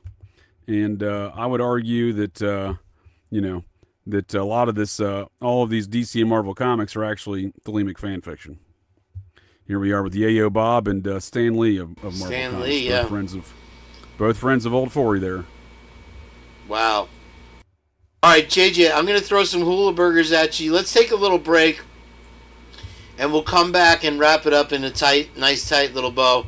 Yeah, let's talk more hood rat stuff around Coeur d'Alene and in Spokane, because I like where your head's at there, because if you recall, if we're talking Idaho Contra type activities, there was that drug. There was the gun and silencer, guns being stolen from the Air Force Armory, ammo being stolen from the Air Force Armory. Those Air Force military police officers who ran that armory on Fairchild Air Force Base in Spokane, Washington, they were also acquiring silencers that were not within the Air Force inventory, and they were selling all these things and many more on the black market. Mm-hmm.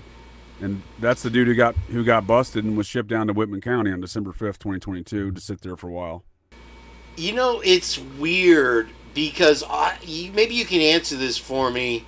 Suppressors have become a large advertising point for these gun shops.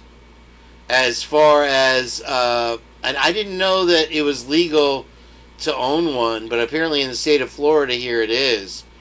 When did that develop? Yeah, I think it's a variation. So you know how I was saying before that I have a pistol, or I have an AR-15 quote unquote rifle that's legally a pistol. So what a lot of these manufacturers have done is they've skirted the laws in which to make these things quote unquote legal. So what I'm assuming you're describing is called a can suppressor, which is kind of the workaround on that. It's not quite the same as a silencer, but it is it does do the work.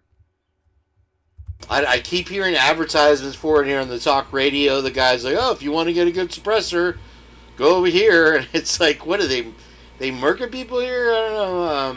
So yeah, okay, we'll pick it up there. I'm glad I brought up the topic. It reduces was the just noise and the flash, inadvertently. but not completely, right? So you see what I'm saying? Like it's like a diet silencer. A silencer light, huh? So I mean, that would definitely any kind of suppression used in a crime, though, is definitely gonna get you in hot water. Mm-hmm. But then again, it can get you from being indicted also as well. Because if you're next door to somebody that uses a suppressor, you might not hear it. Right? So JD down. There it is. Are you cloning me? What's going on here? I tried. I couldn't get it out in. No, I agree with you. That's a solid. I was just processing your statements, sir. That's a solid point. You make some cogent arguments. You're a very reasonable man, Kane. Appreciate your time, sir. And I will take this hula burger break and join you after the. What are we watching? An intro? We got a Jenn video. What do we got here? I'm gonna run my reel again, and I will run the Jenn video. So we have about 15 minutes total, and then we'll come back. 7-minute break. All right, sir. I'm out of here. There we go, guys. If you have missed the reel, if not, take a little break. Go eat some summer sausage. Enjoy yourself, and yeah, this one. Taste the biscuit, Twiz. Taste the biscuit. You were talking about them Cheddar Bay butter biscuits, dude, and I was like, oh man, I really want one of those right now. I cannot eat a Cheddar Bay biscuit. I'm too upset over the butter thing still. I'm butthurt over the butter. I want my butter with my Cheddar Bay biscuit, damn it. But sir, the butter is in the biscuit. All right, we're going to the thing. We're going to take a little break. We're going to watch Jenn's thing, and we're going to watch the. I'm sure everybody's seen it, but I wanted to play it one more time, so we'll do this.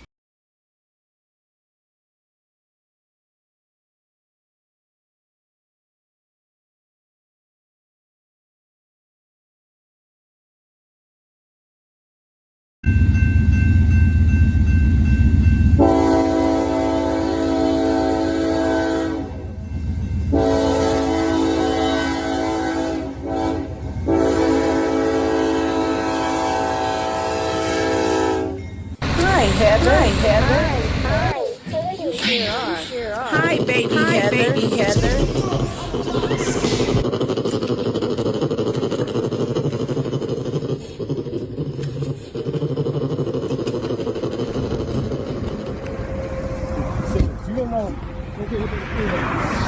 servicing out, and you cannot have nuts on your truck. Come zoom in on these, even though they're small. It's against the law. Even though they're small, they're mighty. Truck nuts. Size is not Now matter. no more breaking the law. Idaho. We're Idaho safe.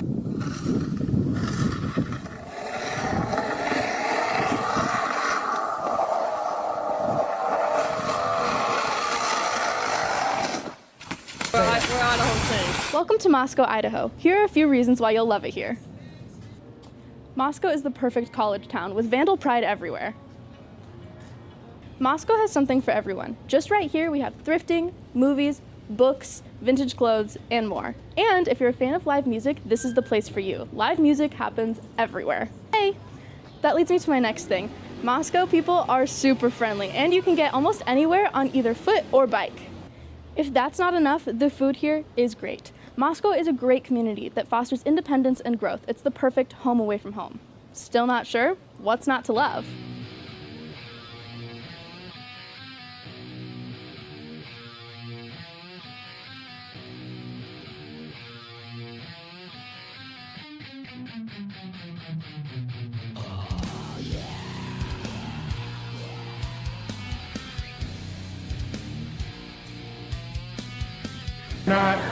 You're not an ex-Mormon unless you've done baptisms for the dead, okay? I was being a bodyguard for Mickey Mouse one time, which is just a crazy sentence to say. No, it is. That's true. And so there's a time where you're out there with Mickey, and then a half hour goes by, and it's really hot outside, so you gotta take Mickey away, and whatever. The person inside is They go hot. sweat. Crack, but Yeah, so we have to like improv, and we go like, hey, Mickey's gonna go get a quick glass of lemonade, and then he's gonna be right back out here. We'll do some more pictures and autographs, so just stay right here. And I start to take him away, and this woman comes up and goes like, no, one photo. Now I kind of look at her and go, hey, stay right here. Mickey will be back in 35 seconds. Just be cool. And I start walking Mickey away, and then she yells out, like really loud, Mickey! Mickey turns. She was holding a baby. Oh no. She throws the baby. No. She lobbed a baby. Airborne. Slow motion. Mickey just does this. Oh, thank God. Catches the baby. Yeah. She takes the photo. You can tell this was years ago because I'm doing that motion instead of that motion. Gen Z's, you'll figure it Yeah, out. takes the photo, grabs her baby and goes, thank you, and just wanders away. When an inmate walks into this door, he never leaves. The scanner will literally scan the entire body to make sure there's nothing inside the stomach or even the place where nobody would ever want to go, the butthole. Here is their bath and their shower. If they want to go poop or pee, they have to do it in front of everybody. Here they have let out some of the prisoners. They're going to be learning about the gospel. They have a picture right here who's teaching out of the Bible. And when these inmates want to go to sleep, they sleep here on the bunk beds that are completely steel. They are given one sheet. They don't even receive a pillow. And they don't know if it's night or day because the lights never turn on. And if you were to try to escape, not only are there 2 walls you'd have to hop over, one of those walls is 27 feet high with an additional 9 feet of electrical fencing that's at 15 volts.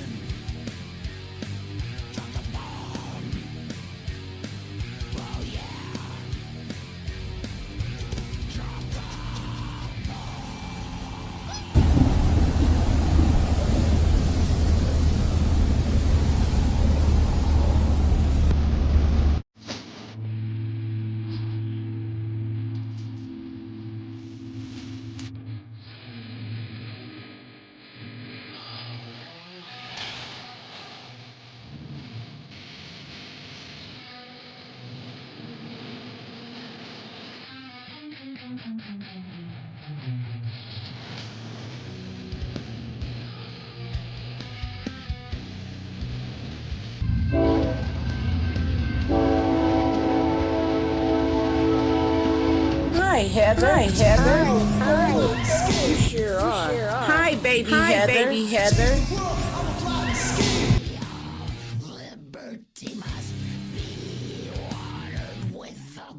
Turn all the windows. Open all the windows. You want me to make your life difficult? Because I love making people's lives difficult. Really? There you go. I just did that. What are you going to do about it? Nothing. Okay. Are you deaf? You call your supervisor? There's no supervisor. There's no supervisor. No, there is no supervisor. Put your hands up there. I got a gun on my side. Okay. Where's the gun? Please. Where's the gun? On my Where's the right. gun? On my right. For my safety and your safety, we're going to do this today, okay? Whoa, you have a license to carry this? We're in Florida, right? Do you have a shotgun? I sure enough do. It's called a concealed carry permit. Listen, my license is around my neck. Oh. I carry it around my neck. What is this? Is this fake? A lot of people like to act like they're cops. Federal agent. Oh, right. Where's the ID? Federal agent. Okay. So now my badge don't even make a difference. So you're a cop. So why wouldn't you tell me? Yo, You been drinking today? Drinking, sir. We don't drink. I smell alcohol emanating from the vehicle. Actually, we're doing an investigation on. You didn't call your sergeant here neither. There's so no there's the sergeant. things that we supposed to do here, right? Okay. You could have just identified yourself as... When I showed you my badge and you grabbed my badge, you still didn't believe it was real. Because people impersonate officers all the time. I'll make sure when I see your sergeant, we'll make sure. Well, we don't have to go that far, okay? No, we won't. We'll go farther than that. We'll make sure we talk to the. We'll make sure we do a lot of things on this. I'm pretty sure you probably have other offenses against you. But you have a nice day. I continue having mine. Listen.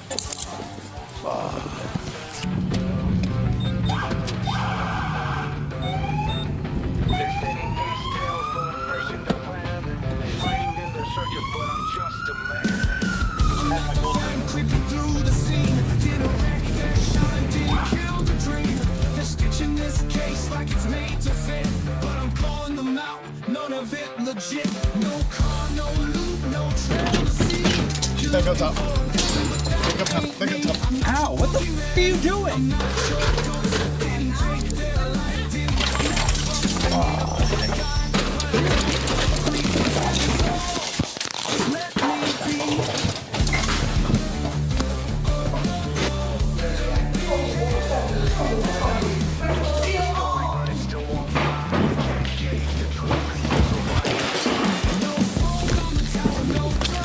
Hands. Excuse me. Being detained, bud. Can you explain for the Before you go on the ground, take your backpack off. I'm going to get picked up for work. We want to play this game. Sir, You matching the description of someone trying to break into people's cars. I'm not breaking anyone's car. The cop just fractured this innocent man's skull.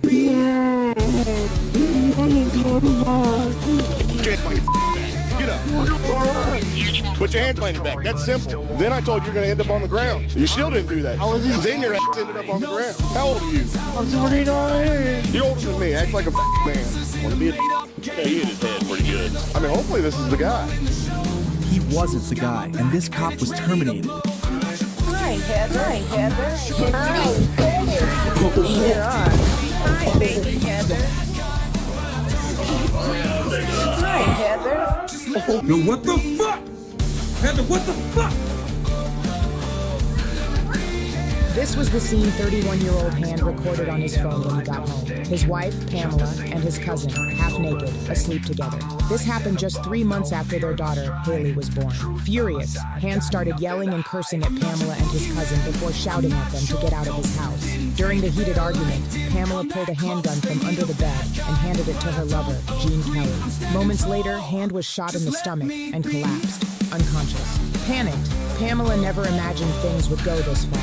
In a frenzy, she begged Kelly to call the police and get Hand to a hospital. But Kelly made the worst possible decision. Afraid that his wife would find out about the affair, he fired 2 more shots, one to Hand's neck and another to his head, killing him instantly. In an attempt to cover up the crime, they decided to dump the body at a waste disposal site 20 kilometers away. However, while driving, they were pulled over at a DUI checkpoint. Rolling through genres, let me play this game. Rap like a madman, Eminem with the slang, spitting bars so sharp like a rap hangman. From YouTube fame to Idaho's wild ride, you're breaking it down, putting truths aside. Kane B got the purge, no doubt he's the king, breaking down the case like a YouTube machine. Kane B the purge, bringing heat in the booth. Facts on the table, there's no room for proof. Throwing down lyrics while the world's watching. Is it guilty or free? That's the question we're knocking. Kane B the purge, taking Idaho by storm. He's got the heat and the truth breaking the norm. We're all glued to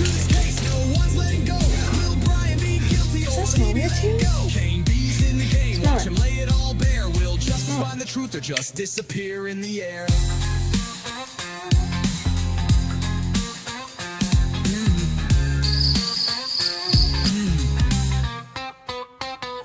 Here's my bubblegum pop, you ready or not? Kane B's in the mix with the case so hot. Rap, rock, pop, he's switching it up. Dancing through the genres like a YouTube cup. Got Kane B, the Purge, putting the story in flow. Breaking it down with humor, watch the case blow.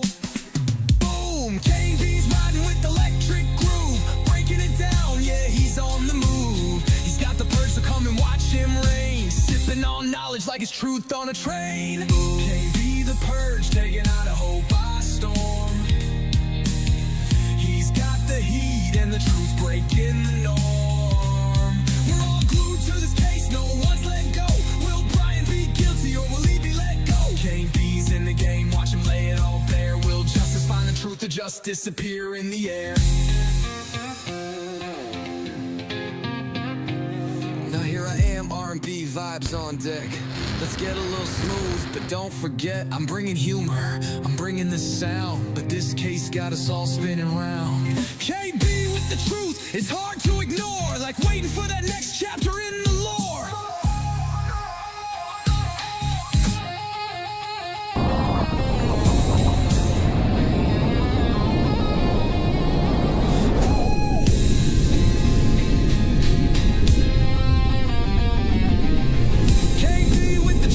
It's hard to ignore, like waiting for that next chapter in the lore. Hi, Heather. Hi,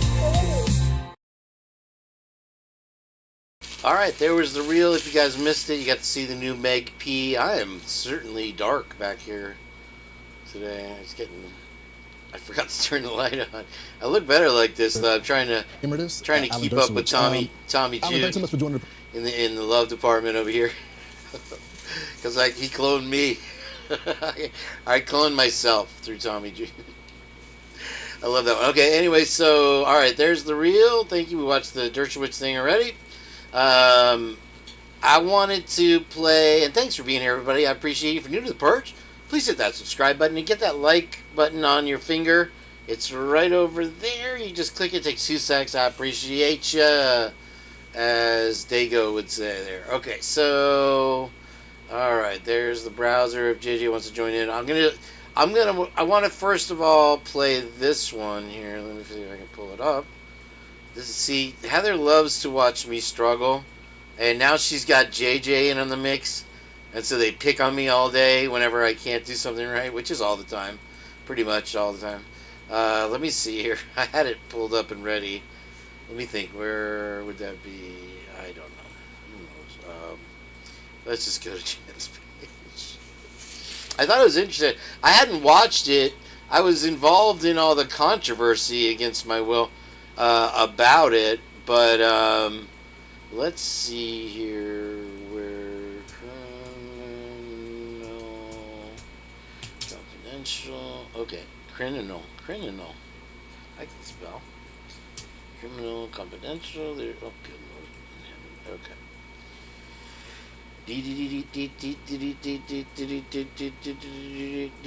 Let's go to our channel, Chan, and let's see here, video.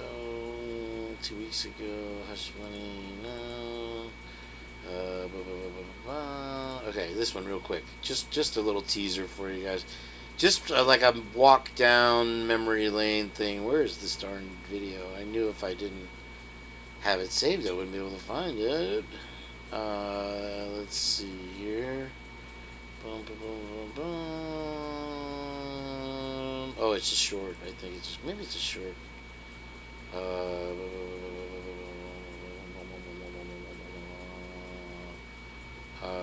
Darn it. Okay. I can't find. Where did I put it? I forgot. I think it's in the documents. Is this documents? No, this is Showalter. Let's go to docs. Maybe it's in works. I think it's in works. Hang on. There you go. No. Oh. Oop. Not that one. Oops. Okay, let's see your works. Ba-dum-bum-bum. It's in here somewhere.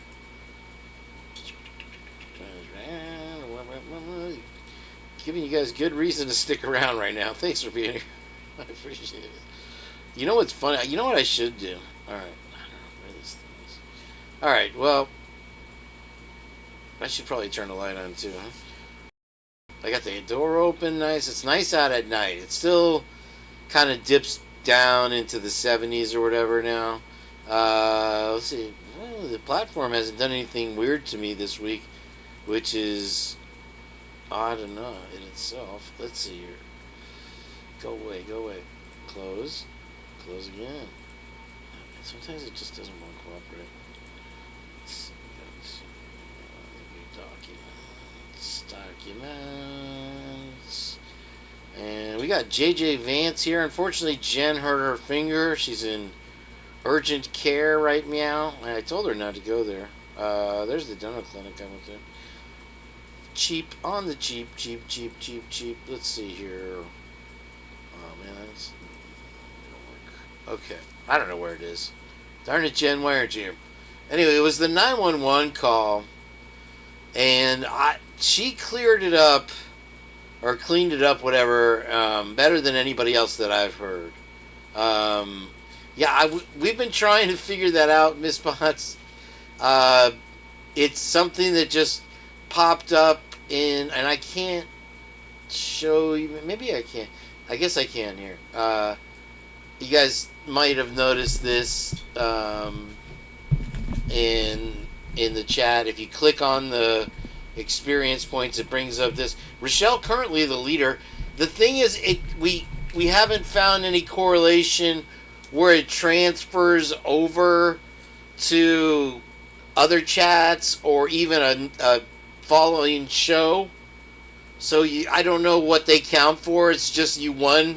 I guess Rochelle is winning right now for this show. That's all we can figure. What are they called? It's community. Is it community leaderboard? Let's Google that. I guess I don't know what else to do here. Until we get JJ back in the mix, in the fray, as they say. Let's see here. All right. So 9-year-old accidentally shoots 5-year-old. Awesome. Oh, am I up? I'm not up. Hold on. Blink. And blink. Oh, I got a helicopter over my house for sure. Let's see. 1948. What news was Twiz talking about? Twiz, what were we talking about, bro? Let me look at the news break. Maybe it's got update issued by judge 15 hours ago. We know about that one. The 13 person.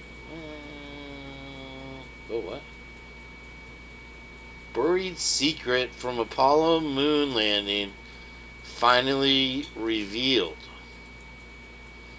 Interesting. SpaceX just embarrassed NASA. Let me get JJ smaller. Alright, and then me. But this is so much worse. The health implications of this shocking video will leave you speechless. Well, let's put that in the chat and you can watch it. That's interesting. JJ, is this the Purge? We purging? Hello, sir? Yeah. I was making some summer sausage. What was something? What were we talking about? Schindler's List. That's right. Now it's gonna get awkward up in here. I realized that I do have one production note. I realized I'm wearing the same shirt I was wearing yesterday on my show, but I do buy things in triplicate. So there is that.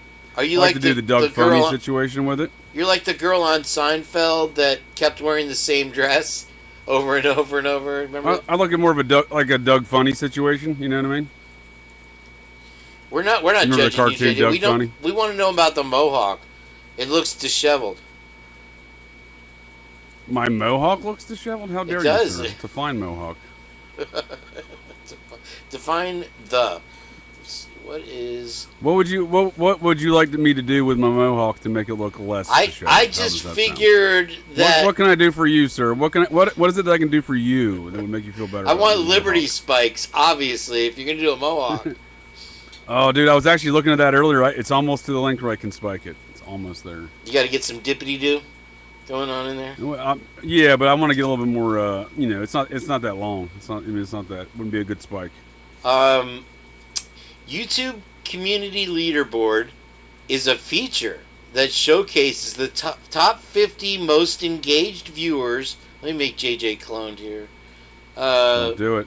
Don't you dare. During live streams. Viewers can monitor their ranking through a crown icon in the chat, and the top 3 viewers earn a special crown badge next to their names. Interesting. Earn your badge here. So this is definitely right out of the stream of Google with the... I always explain that Google set up the social ranking system in China, and they're trying to... Obviously, they're going to try and implement that here. And I think Dark Days... Dude, we already got that here, dude. What are you talking about? You think so? Yeah, like even in our justice system, dude, and we've had it for years. The idea of pre-crime, right? So like, there's various mechanisms that are used in sentencing guidelines and whatnot, but they look at your past, not only your past criminal proceedings, but in considering these matters of sentencing a criminal in a future matter. They look at their credit history. They look at all these things. They weigh all these factors. That's true. Or at the click activity of somebody that's a suspect, right? That's what I'm saying. Do they have? Well, it depends on how much data they have available to make that determination, right? And the more and more data available to such powers to make, everything's online, right? For the most part, and that's what I'm saying. Is there anything online they can access and then use that in making these determinations? But they weigh every aspect of a person's life now. And to try to determine the recidivism rate, whether or not they're going to commit another crime again, based upon elements of, are they a good citizen? Right? It's not just the criminal past, it's their work history, it's their credit history, it's their social media posts. You know what I mean? We're already in that era. This has been present in America for at least a decade. Well, the scary part would be if they start using the data that Alexa has collected. Think about that. That's what I'm saying. Well, that's what I'm saying. We know what they're legally allowed to use, but what I'm saying is that anything they have available to use will be used against you. For live stream fans, YouTube's new leaderboard is a cool way to rack up points just by staying active in the chat. Per YouTube's announcement, it'll highlight the top 50 most engaged viewers and giving regular spotlight they deserve. Viewers can stack points by chatting it up, dropping super chats, and more. The top 3 most engaged folks will even get a special badge next to their name, making them stand out in the crowd and upping their chances of getting the streamer's attention. You'll be able to check the leaderboard by tapping the little crown icon sitting in the top of the live chat. I can't see if I'm too loud right now. I'm a little loud, sorry. In the live chat, what's still a miss? I'm still a little loud.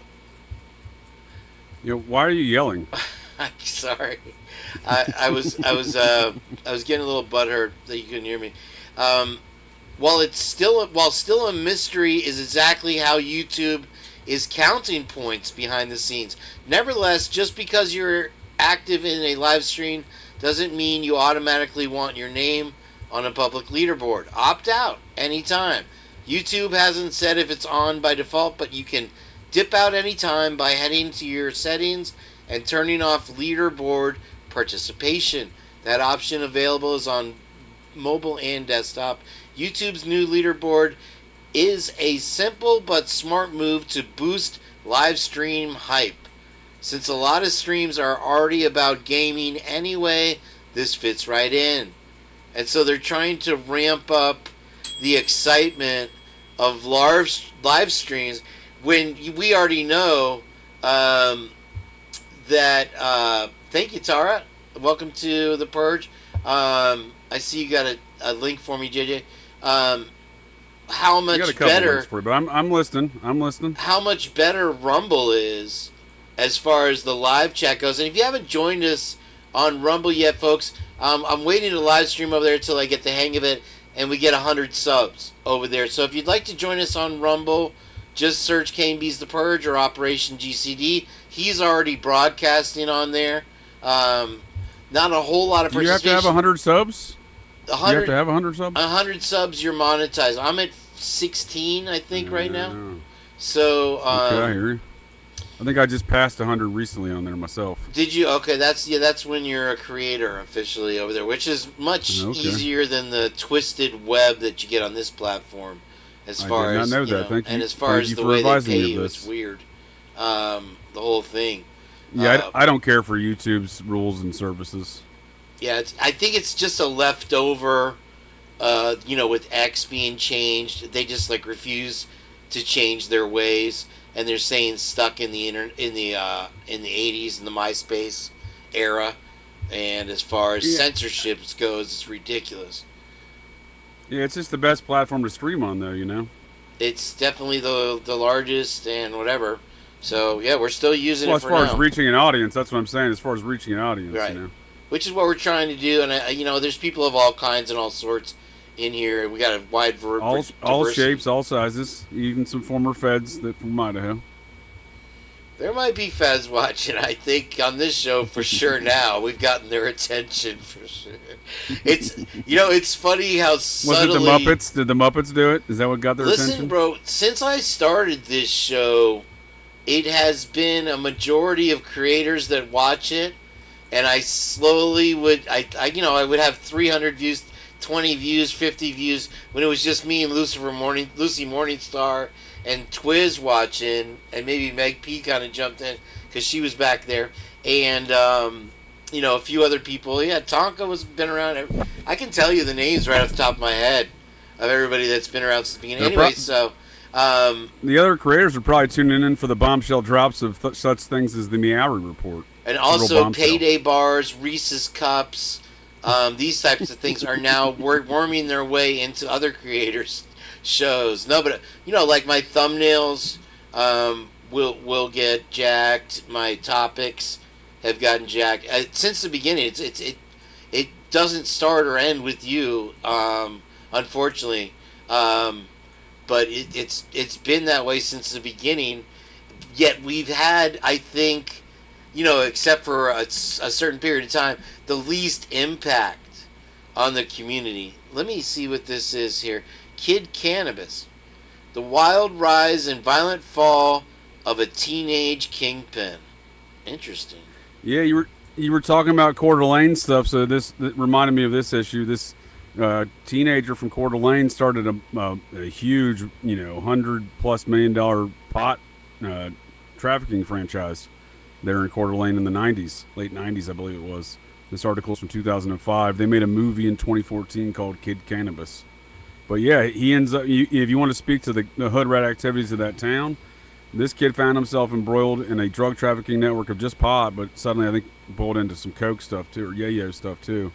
But he ends up pissing off, a lot of mobsters and stuff, and gets embroiled in some essentially mob feuding, trafficking wars, if you will, between feuding factions of traffickers.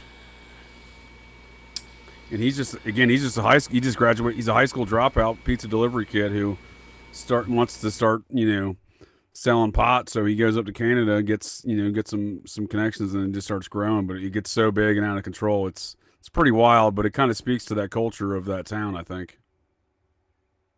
With the geographical location of this is a major throughput of a lot of trafficking.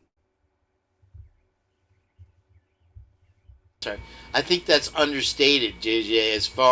That was really where I wanted to kind of wind up with the Rathdrum, Coeur d'Alene area connections as far as the militant I read your mind, groups. sir. I read your mind. And you're right up in there. Fist me, bro. What's the hula burgers? We got a hula burger telepathic connection going on right now. Definitely through pots and pots of coffee for sure. But the I just sent you a new link, by the way. Another link? Yeah. Let me see more links. What we have here as far What was Twiz? Damn it! What was the news story that you were talking about? He mentioned something about a news story. It wouldn't let me open that, but we get the idea there, JJ. Thank you for sharing that. Yes, sir. Oh, the order. Okay, so this is the actual fact checker here. You know what I've come across, JJ, in the last few days is a lot of videos that I'll have tagged are getting taken down. And I'll have stuff saved and that video no longer exists. I'm not only getting it on YouTube, I'm getting it on MSN and other portals. It's weird. They've ramped up the censorship. Ramp it up. So this is Furman's buddies. Remember I was saying Furman's buddies go back to that 84 incident? Sure. Back when Coomer Scott Green was the University of Idaho Kappa Sigma chapter's butt chugging champ of 84. So that's when this stuff was popping off here in the film The Order. While Green's butt chugging, these Nazis are out murking folks. That should be an interesting film. So they basically, are they the same as like the Hell's Angels, where if a crime is committed, they turn in the guy that did it allegedly or whatever, and that's it? Well, that's interesting you say that. So I'll get into that in a minute. Did the link I sent you? There it is. The film right there is the one I was looking for. I guess I sent you the wrong link. Did you mean the film, right? Yeah, the film. I'm not sure why it sent me to this one. But yeah, so they end up having an FBI shootout up there in Hayden Lake, the compound up there. And, so Ruby Ridge, also another event that took place in Idaho, right? Yes, sir. And we're going to be talking about that this week as well in Operation GCD. Oh, that'll be great. Jonah. Yeah, I'm excited for that. You know, I'm very knowledgeable in those subjects, but Jonah, I would say he's got me beat, so it'll be a good show. That's great. Awesome. Yeah, because obviously Ruby Ridge had a lot of implications in the future after it happened. Well, sure. Not only did it have a lot of implications, I think the one thing that's being overlooked in the Ruby Ridge situation is Randy Weaver, former Green Beret, U.S. Army. Right, yeah. But that was made clear, sure. Well, what was not made clear is at the very same time in Idaho, one of his old associates, John Michael Hand, the guy that was the head of that Australian bank that went under in a big Ponzi scheme in the early 80s, and he disappeared into obscurity under a presumed identity in Idaho Falls, Idaho for the next 35 years until he was found by an Australian reporter writing on that bank collapse from 1981 or 82. But that bank collapse was an early onset trigger in the Iran-Contra bank collapses that would continue on for the next decade through Stop it. No. Through things we call the savings and loan scandal. They're all connected. So that was a CIA drug running bank out of Australia, no different than BCCI. So, and John Michael Hand, Green Beret associate of Randy Weaver, they're both living in Idaho at the same time. No one knows Michael Hand is, but and Randy Weaver I may have known is what I'm saying. I'm sorry, I zoned out for a second. No, Randy Weaver may have known what? May have known more about, other things in Idaho, such as his old associate, John Michael Hand, hiding out there. Okay, so they're John Michael Hand? Yeah, the guy that was the Green Beret guy that worked for Edward Lansdale doing all those behind-the-scenes spooky activities in Laos and Cambodia and stuff. He was associates with, Randy Weaver was part of that same crowd of Green Berets. Oh.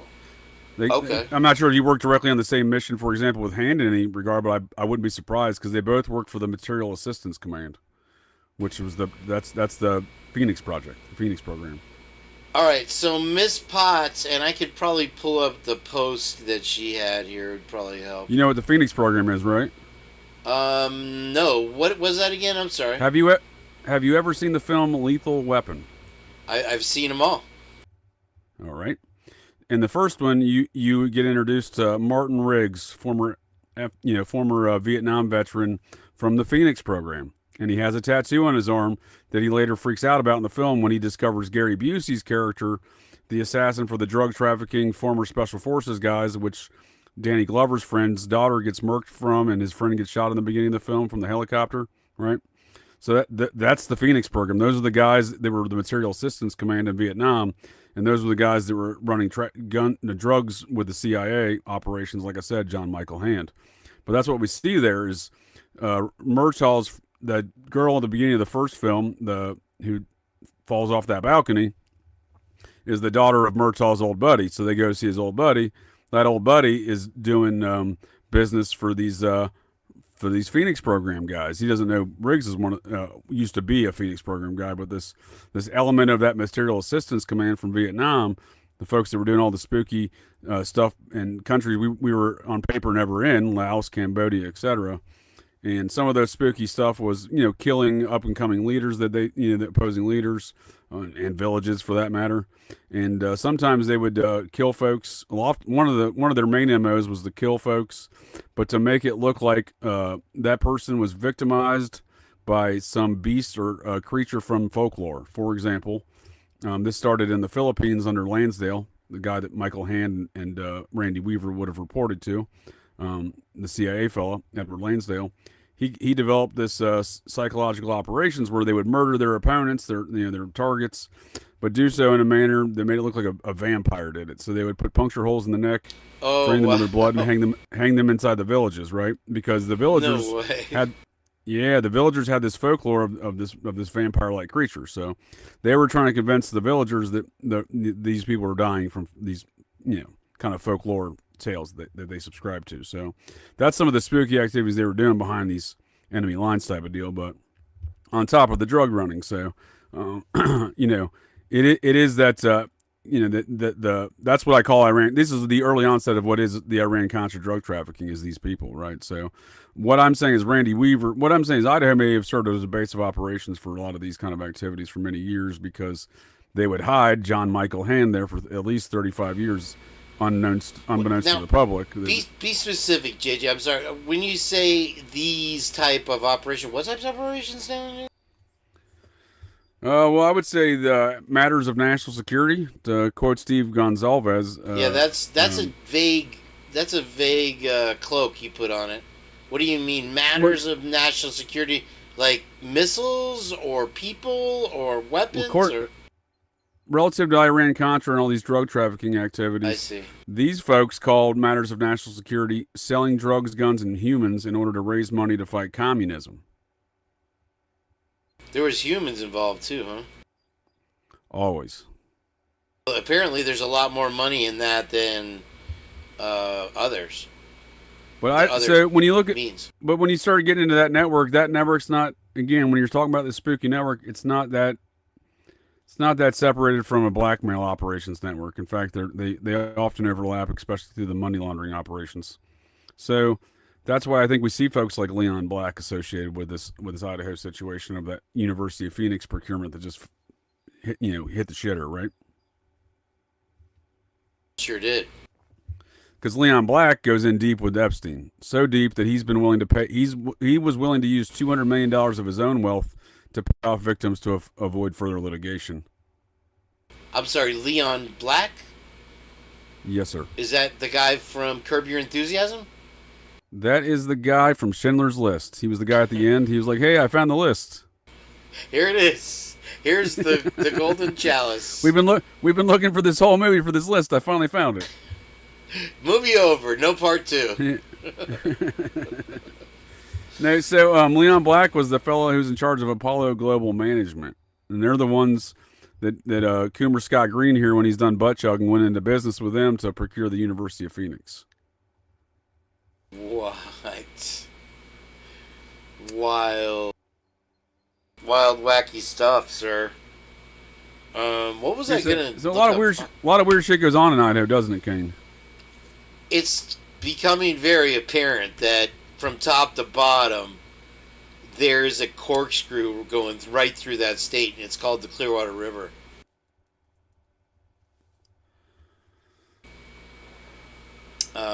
There's definitely a lot of money funneling. There's definitely a lot of illegal activities funneling through there. And there's definitely a lot of murking and a lot of three-letter agency activity happening there. And what's your take on Ruby Ridge? What do you think happened there? I don't know what brought them to the property like that. You could have easily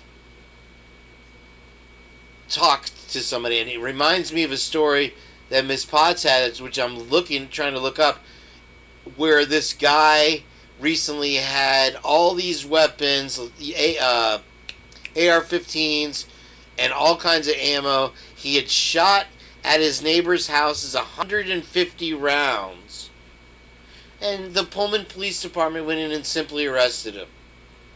Whereas we don't even know if Brent Pokopaka fired a shot, let alone more than one, and he was murked.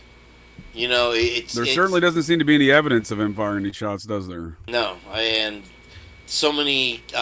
If you watch that one video I played, where the African American guy there, he gives them one name, and then 5 minutes later in the video, the cops calling him by his real name. He lied to the cops about his name, and so it was like clearly some kind of confidential informant involved in that situation. Which I wouldn't, and I wouldn't doubt it. And there usually is, to be quite honest with you. How do you do the business? gross abuse of confidential informants is just really, it's gotten to a tipping point years ago where it's just a problem. How do you do business in Idaho? I mean, you have people being busted for elbows of stuff time and time again. Good night, Angel D. It was great to see you, love. I love you, love you. Say good night to Angel D, please. JJ, she'll otherwise she'll toss. Oh, Angel D, thanks for purging. We'll catch you the next purge. Love you. Where was I? I'm not paying attention to the chat, so I couldn't. Yeah, I got it out of the corner of my eye. I'm like sitting here like thinking I should turn the light on, but I'm kind of enjoying the dark at the moment. Where was I? Were you born in the dark? I came from the dark place, Lucy's basement. The story about the I thought guy. you were going to start quoting Bane from Batman on me about the dark. Hey, you're from the dark. We need you to come forward, JJ. Why don't you just tell me that? I got you again. Again? Oh shit! That was a pretty good Bane. Kane. That was a pretty good Bane. I figured I had to get a Bane down to be Kane, to continue to be Kane. I could do a wrestling voice if you wanted me to, Batman. Okay, I blew it right there, ruined it. Oh, anyway, so we have Lish23. Hello. I outlived her battery on her phone. It's funny because I guess I should probably keep us in the center here, JJ, when we're doing the show, because you know that almost 50% of the viewers, I looked in the statistics, watch the show on their telephones. And so when we're off camera, I don't think they can see us over here on the side view. So that's what we look like if you've been watching on your phone all along. And maybe if you turn it sideways, I guess you could probably see the whole situation. So basically what you're saying is 50% of the time it works every time. It's as close as handguns and hand grenades. Yeah, no, Miss Potts, I don't remember. There's a video that Heather did. Let's look at this. What is this? I sent you a new link. Because we're talking about Randy Weaver, I want, you mentioned they could have just talked to the guy, right? Well, not only could they just talk to the guy, there was an undercover informant that orchestrated the entire event around the shotgun, which solicited the reason why they went to go to the Weaver property in the first place. Because of the sawed-off shotgun, right? It was sawed off like an inch too much. Something like that. This was all perpetrated by an undercover informant paid informant for the feds. So, that's right. Yeah, it begs the question of why they're... Yeah. Begs the question of, why are they there in the first place? And not only could they talk to him, they're the ones who orchestrated the entire event, right? I mean, they certainly showed up with guns drawn, in force. They could have somehow sent a communication. I don't know if he had any electronic or telephone, but they could have done it in a more peaceful way. And if it's over something as simple as cutting the barrel to a pew-pew, then it's ridiculous. And then the first thing they do is get taken out by his son, right? and then go and they take his 11-year-old son out And his wife. and his wife, right? Who was Who pregnant? was holding a baby. Holding a baby or pregnant or whatever. Was she pregnant or holding a baby? I thought she was holding the baby. One of the two. Yeah, no, it was bad. Yeah. It was really horrible. Yeah, and he just died a couple years ago. Weaver did. Oh, he survived it, huh? Yeah, I remember hearing the story about him. He sued the government. He got paid off a lot of money. Yeah, it was a big mess. But you know, the FBI just goes in time and time again. Elian Gonzalez, you have. That's what I'm getting at. That's what I'm getting at, though. That's what I'm getting at. So I sent you a new link. Go ahead, sir. You got the new link. I've opened that link now. We got Jeffrey R. McDonald here. And so Weaver and this dude would have known each other. This dude sits, and again, this is part of that whole special forces element at the early onset of the Vietnam War out of Fort Bragg, right? Fort Bragg, Brett Payne, Kopaka's grounds, right? That fellow that's telling everybody that he knew Koberger was a heroin addict back in, high school. He never went to high school with Koberger, provably. That dude's father was the retired 7th Group Special Forces Command Sergeant Major from Fort Bragg. So back to Fort Bragg. Jeffrey McDonald and Weaver and John Michael Hand, they all would have known each other, right? And today, this case has long intrigued me why no one in true crime has really picked up on this case. Today, this medical doctor, this physician in Green Beret, Special Forces U.S. Army guy, he's a Special Forces guy, but he's a doctor who went through all the Special Forces training to do Special Forces medicine for these guys.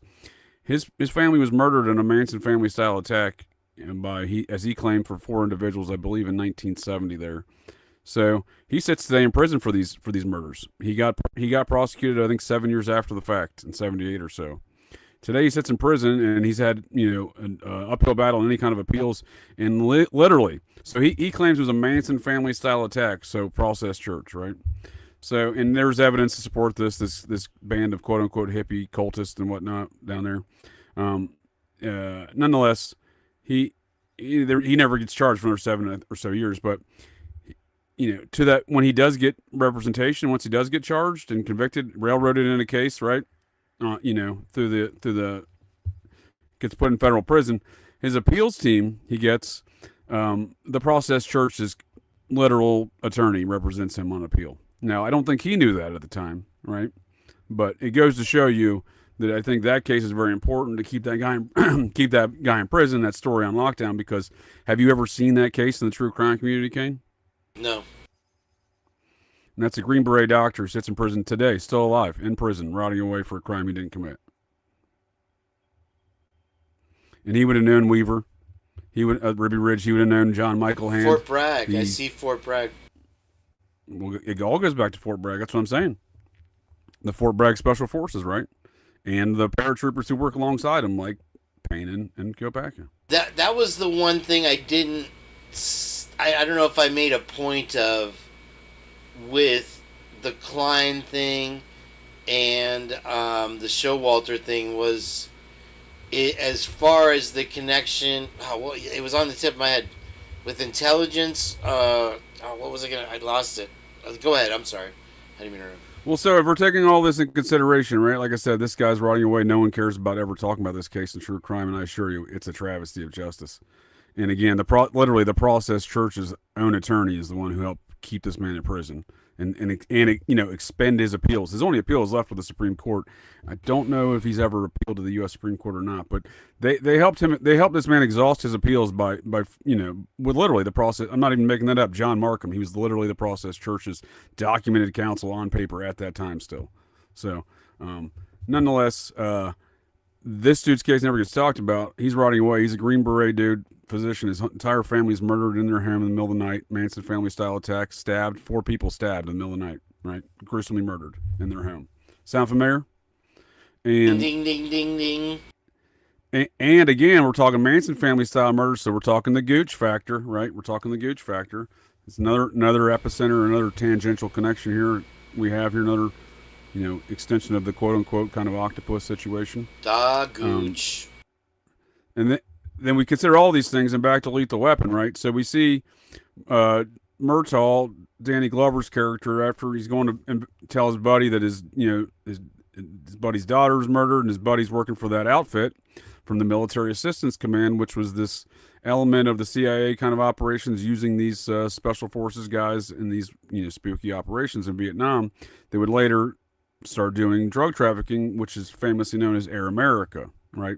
That drug trafficking, largely heroin, was being trafficked out of the Golden Triangle and funneled initially through the Nugan Hand Bank. John Michael Hand, there in Australia, the CIA Green Beret guy who worked in these operations. You see depicted in the film.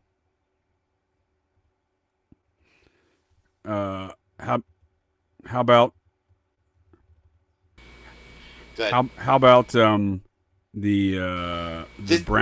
brown yayo? Yeah, that was the time when they were taking it back from Vietnam and putting it in the soldiers' coffins, right? That was the biggest operation ever.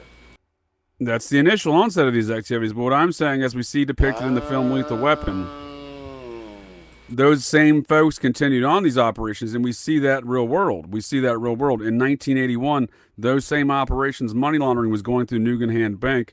Nugan, he apparently commits suicide once the bank fails and all this stuff gets found out, these drug running operations, right? Then John Michael Hand, he pulls the Yayo Bob Evans move and says, I'm not going to jail for murder or drug trafficking. I'm going to go live in Idaho under an assumed identity, right? So when I say he pulled the Yayo Bob, he just skirts all charges. This is 1982? End of the 70s. So as a result of this, the same operation set up a new bank in the Bahamas called BCCI, right? So this is the direct connection to Iran-Contra because it's the result of the failure of Nugan Hand Bank that causes them to set up BCCI. So again, we see that in Lethal Weapon. We see the continued operations of the same trafficking network with the CIA Special Forces folks, which is what we see there literally as depicted in Lethal Weapon. So Martin Riggs is a former sniper from that group of the Military Assistance Command and the Phoenix program, this team of assassins, right? And he goes up to war against Gary Busey's character, who's also of that. He didn't know him from the war or nothing. They weren't in the same outfit, but he's of that same program. And the part of that program he's in, these programs are compartmentalized. That program he's in is the program that's dealing this trafficking, all these drugs, and et cetera, et cetera. So, they're battling there in the 90s and late 80s in Los Angeles. That's what I'm saying. These things are depicting actual events in a sense, because I'm not saying that's not actual events that have transpired as Lethal Weapon. I'm saying the basis in which these storylines are based upon are actual events with Nugan Hand Bank, BCCI, this continued drug trafficking network out of Fort Bragg using the same people, right? And these are the people that were part of that Military Assistance Command, which included folks like the Phoenix program, this network of assassins. I gotta be honest with you, JJ. You kind of just rung my bell, because ring. I'm very familiar with the Vietnam trafficking thing and how it went down and how it got taken down. And we've been sitting here talking about all this government activity and Idaho-Contra and all this stuff. And you always make these references, and it just finally clicked in my brain hole, where it's been going on, it's gotten exposed, it continues to go on, and it continues to stay in the shadows. And these wild events are just a result of it. It's almost like we're watching a James Bond movie unfold, and we live in London.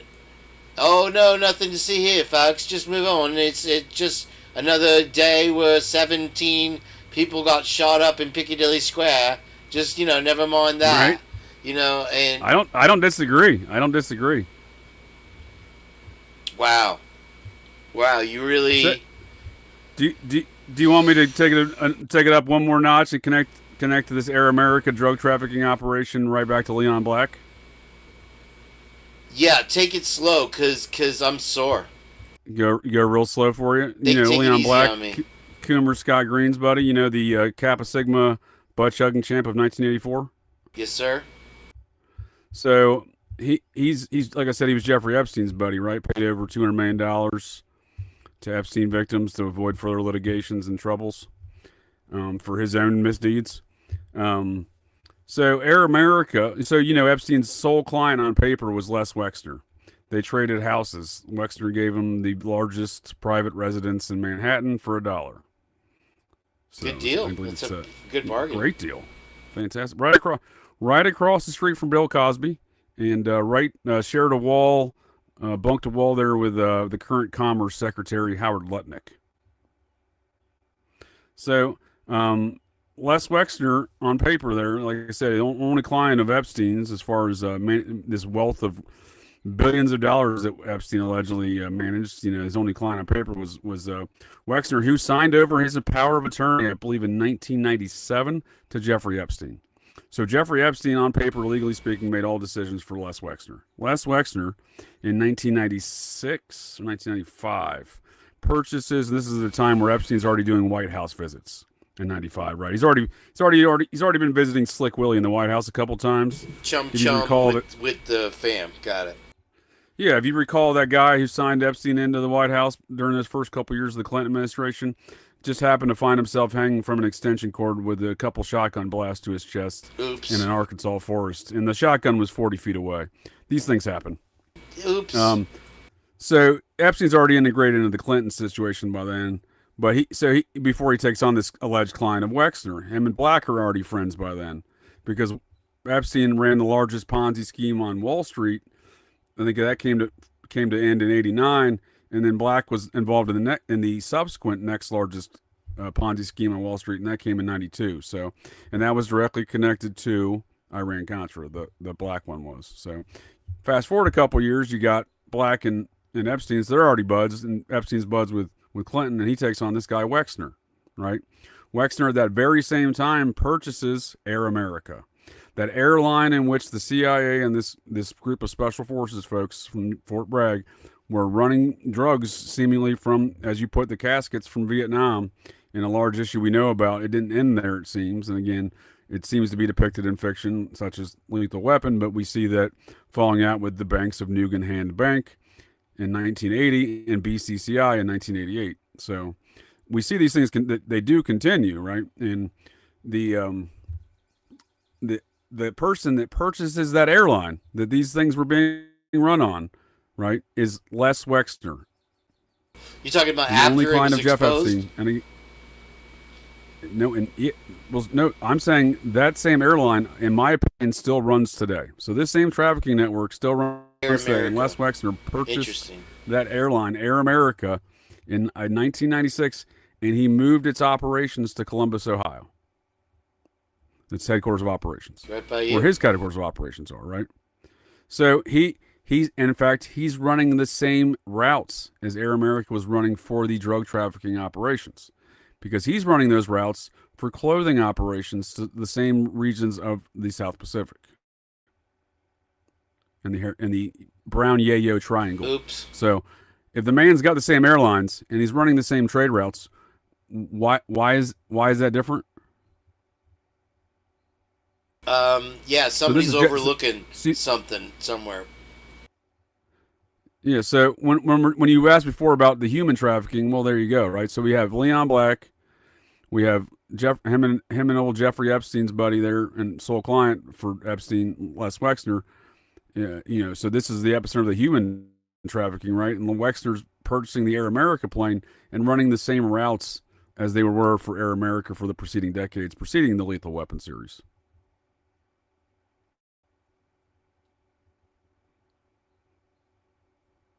Wow. Strange enough for you? You make some connections, and I like how you do it by piecemeal. Here, Twiz, who is this Whitney Webb person? What is he's asking me if you're familiar with Whitney Webb. She's done an extensive study on Jeffrey Epstein. I know one of her researchers from her book, her Epstein book. My dude Ed. Ed and I are good friends. Ed's very all the financial stuff you see in here in Whitney Webb's book. That's courtesy of Ed, and she credits Ed in her book. But when all of these facts I'm reciting to you on Nugan Hand Bank and stuff like this is all stuff I've discussed with Ed over, a few years back, starting a few years back. We've known each other for a few years. But she goes over the same network in there. She talks about Nugan Hand Bank and all this stuff in there. But again, that's, the researcher in which, produces all the information. Do we have a connection to the, what's the name of that bank? Between Nugan and that one in Moscow, was it the BDIC or whatever it was? Yeah. So they shut down Nugan Hand Bank in 80, roll up operations, and start this BCCI bank out of the Bahamas, which is in part owned by the Vatican Bank and in part owned by the CIA. All the officers on the board were CIA. And then they themselves, when they couldn't launder enough money through their bank, then they bought other banks, like F. Lee Bailey's bank there, financial bank there in Centrust Financial in Miami. The one when shit popped off there, everyone was like, why is F. Lee Bailey running this drug running bank out of Miami with the U.S. attorney for the district? What's that about? And that was the bank that owned the largest portion of those junk bonds that Leon Black was selling, $1.5 billion. So that was that 1992 or 93 scandal with Drexel Burnham Lambert. When that fell out, that's what really uncovered this BCCI drug running business, right? Was this junk bond scandal of Leon Black. And the fact that the largest owner of those junk bonds was F. Lee Bailey, Orenthal J. Simpson's attorney. He was this was the year before the OJ, murders. This was 93. He's the reason all this gets found out is because that junk bond Ponzi scheme of Black, it fell out. And when it fell out, they realized this bank owns all these shares of all these, owns all these junk bonds, 1.5 billion, which was like 35% of all this Ponzi scheme bonds they were selling. And when that happened, they realized, well, who owns this bank that not Alan Dershowitz, that F. Lee Bailey and the U.S. attorney for the Southern District of Miami is running. They're the co-directors of the bank when this happens, when shit hits the fan. And they realized that's owned, 28% of this bank is owned by BCCI. And then they're like, well, who's BCCI? BCCI, turns out, that's, the next iteration of Nugan Hand. So it was the CIA Vatican-owned bank out of the Bahamas. Connected to BCCI, they owned a portion of another bank in the Bahamas. BCCI did, in the same fashion, right? In the same fashion, they owned 28% of that Miami bank, right, that was run by F. Lee Bailey, right, and had all the junk bonds, right, of Leon Black. In that same fashion, they owned a portion of another bank. That bank was owned, and still is owned today, by a fellow by the name of John Chalopin. He's a creepy French fella who invented Inspector Gadget, and who in 2020 went into business with Sam Bankman-Fried to purchase a small rural bank in Washington State called Farmington State Bank. Okay. They would later rename it Moonstone Bank and start doing a cash for crypto scandal that the feds have since covered up. So it's literally a step-by-step, no Corky situation here. Those are the direct connections from Iran-Contra to Idaho-Contra. Unbelievable. What in the blank? Andy Ruler, welcome in. Nice to see you. And again, back to Whitney Webb's work. Again, she does some good work. And as far as these financial matters go, I highly recommend folks interested in these subjects go check that out. Because again, a lot of what I'm discussing now have been crafted in the conversations with her researcher, Ed Berger. So Ed and I did a significant amount of mushrooms at Serpent Mound with our other friend, Steven Snyder, a.k.a. Recluse.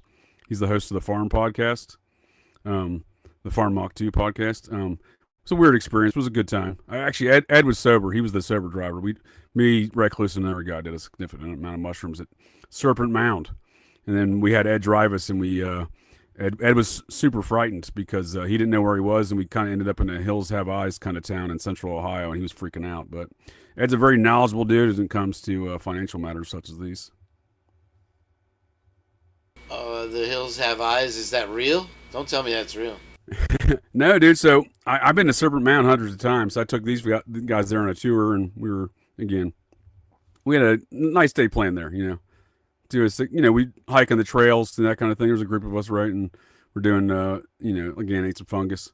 Good times. Nonetheless, when we leave there, I drove us there. So when we leave there, I'm obviously not in any position to drive. So Ed's driving us back, but I'm giving him directions. And the direction I took him out of there, they had done a construction and we had to do a detour. So we do a detour and we find ourselves in this small town about 5 miles away from Serpent Mound, which is in kind of rural, almost south central Ohio. It's the largest effigy mound in the world. It's a huge, what they call a serpent, I would argue otherwise, a serpent-looking mound that is a few thousand years old, and it is constructed by folks who have a vast understanding of mathematics and astronomy that we don't understand today. But nonetheless, we're leaving there. We go on this detour because of the road construction. We end up in this little town called Belfast, Ohio. Never been there. It's about 5 miles away from Serpent Mound, 10 miles away. And I think Highland County. Not a county I'm familiar with either. And we see what's called a Knights of Pythias Lodge. So one of those, it's like a Freemason lodge, but, you know, or an Oddfellows lodge, but it's something called the Knights of Pythias. But it's this old rundown looking building, but it looked like it was still in use. Like they were still using it for a lodge. So we, you know, all of us being interested in history and secret societies and whatnot, we all pulled over to go get a photo in front of the lodge, right? Well, we stopped by we park over at the little mart, the little town mart. It's just like a one stop sign situation, right? You know, it's about 100 meters away is the little town mart. We park there, walk over there, take a photo. Immediately, the locals started getting restless. So I see an old lady sitting next door to the lodge on her front porch. I give her the old, you know, the old Appalachian greeting, you know, howdy, man, how's it going, you know? And she just stonewalled me, dude. She mead mugged me in response. I'm like, what the fuck? All right, well, it's that kind of town, is it? All right. So we take our photos in front of the lodge and we go about our business. We walk back over to the mart, go inside, have a nice conversation with the two young gals working there, buy a couple, you know, refreshments and snacks and whatnot, and that kind of thing. And for some reason, Ed was really into wanting some sort of Amish pastries. Pancakes? So he was definitely getting, pies or pastries. And we're an Amish country, so he was asking directions to the best Amish pie stand. So we got, the ladies inside were nice. They gave us those directions. Nice. We go outside. Literally, the town is formed up around our car. I'm not making any of this up. Reckless has told this story in his podcast, I know for sure. And he, so we just, you know, there's literally like, they're just circled around our car. So we just kind of walk through there and just get in our car. And I'm like, I said, guys, don't even make eye contact. Don't say a word. Just get in your car and let's just keep moving. And that's what we did. We have no idea what we did to piss these people off, but when I say the hills have eyes, I'm just saying, like, these folks came out of the woodwork, man. I'm not exactly a local, but I'm not from around there either, you know? You know, I feel like I've been in that such situation almost any time I've tried to assimilate in a small town type setting, and it's a barrier, and no matter what you do, they use it against you, yeah. We had like 6 people there, dude. They were all standing around outside their cars. 2 of the cars all had tinted out windows, dude. I don't know what we stepped into, but you know, I said, like, I wasn't trying to negotiate. I even told the guy, I said, just don't make comments, don't make eye contact, get in the car. We're out. Leaving, you know? Peace. You know, just ignore them. Just ignore them. That's awesome. Listen, I have a question for you, JJ. And nope. I don't know if I expect a Hippler response or not. Got one on deck for you anyway. Go ahead.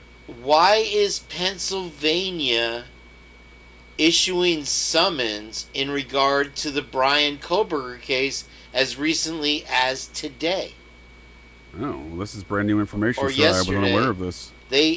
So you have 3, 4, 5 summons. One's for exhibits, one's for people in Pennsylvania, in Monroe County. And I guess Jules of All Trades was looking at this, and Meg P brought it to my attention. Meg P, you're going too fast for me. I'll pull it up though. This is the first I've heard of this.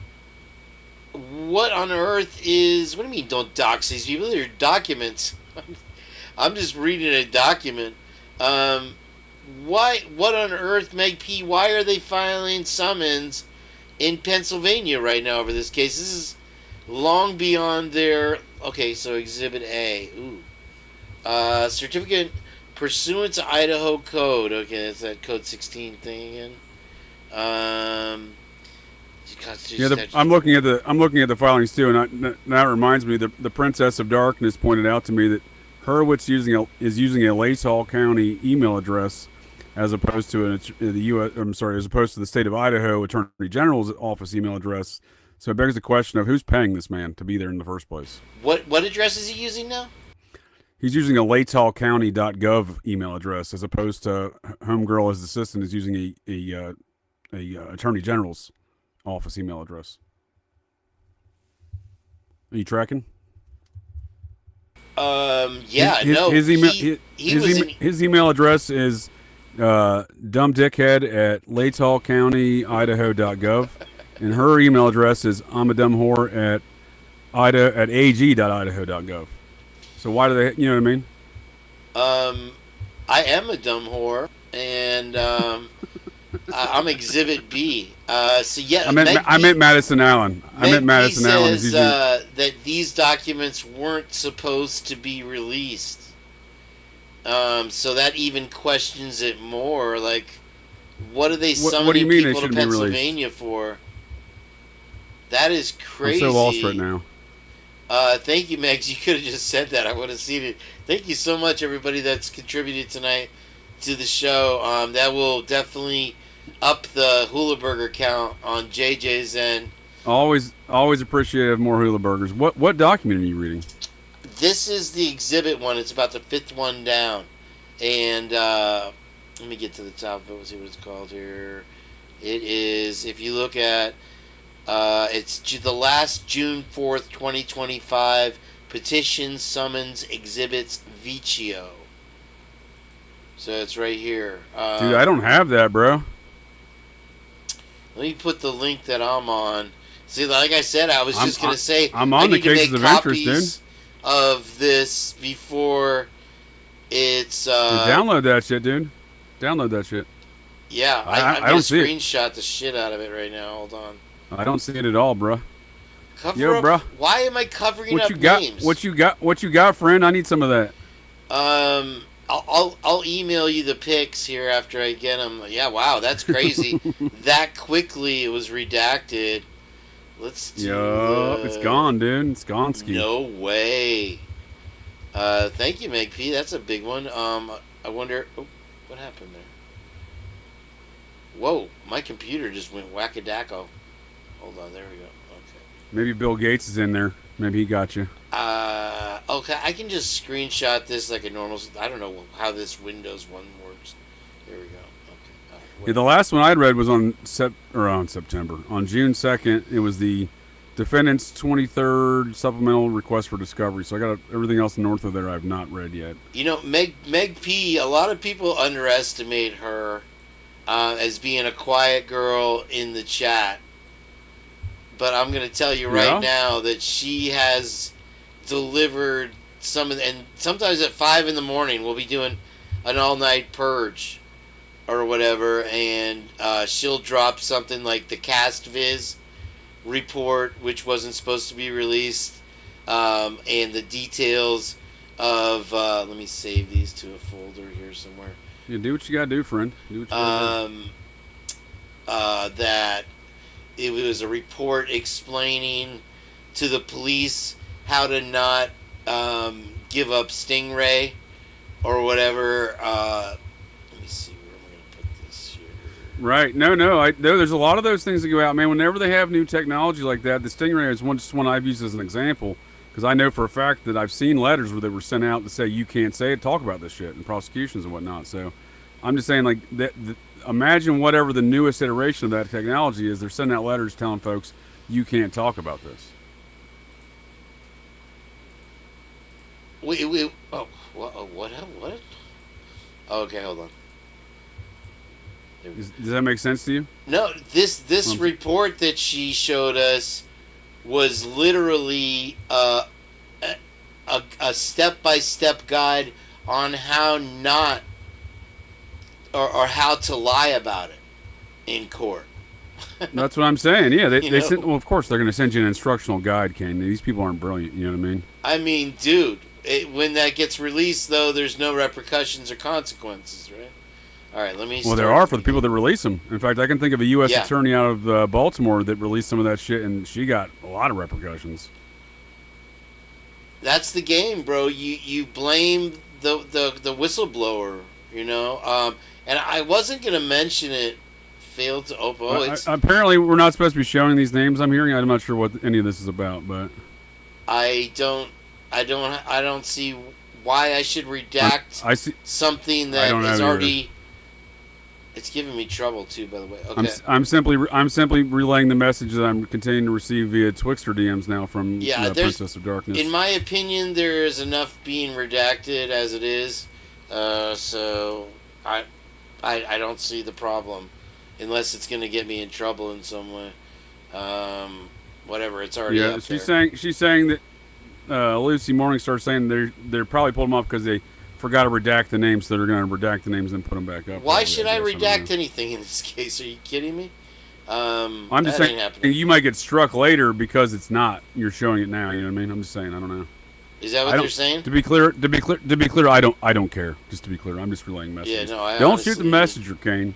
Don't clone the messenger either. I don't think it's a problem. If they want to take me to court over it, good luck. Say, sue me, buddy. Sue me.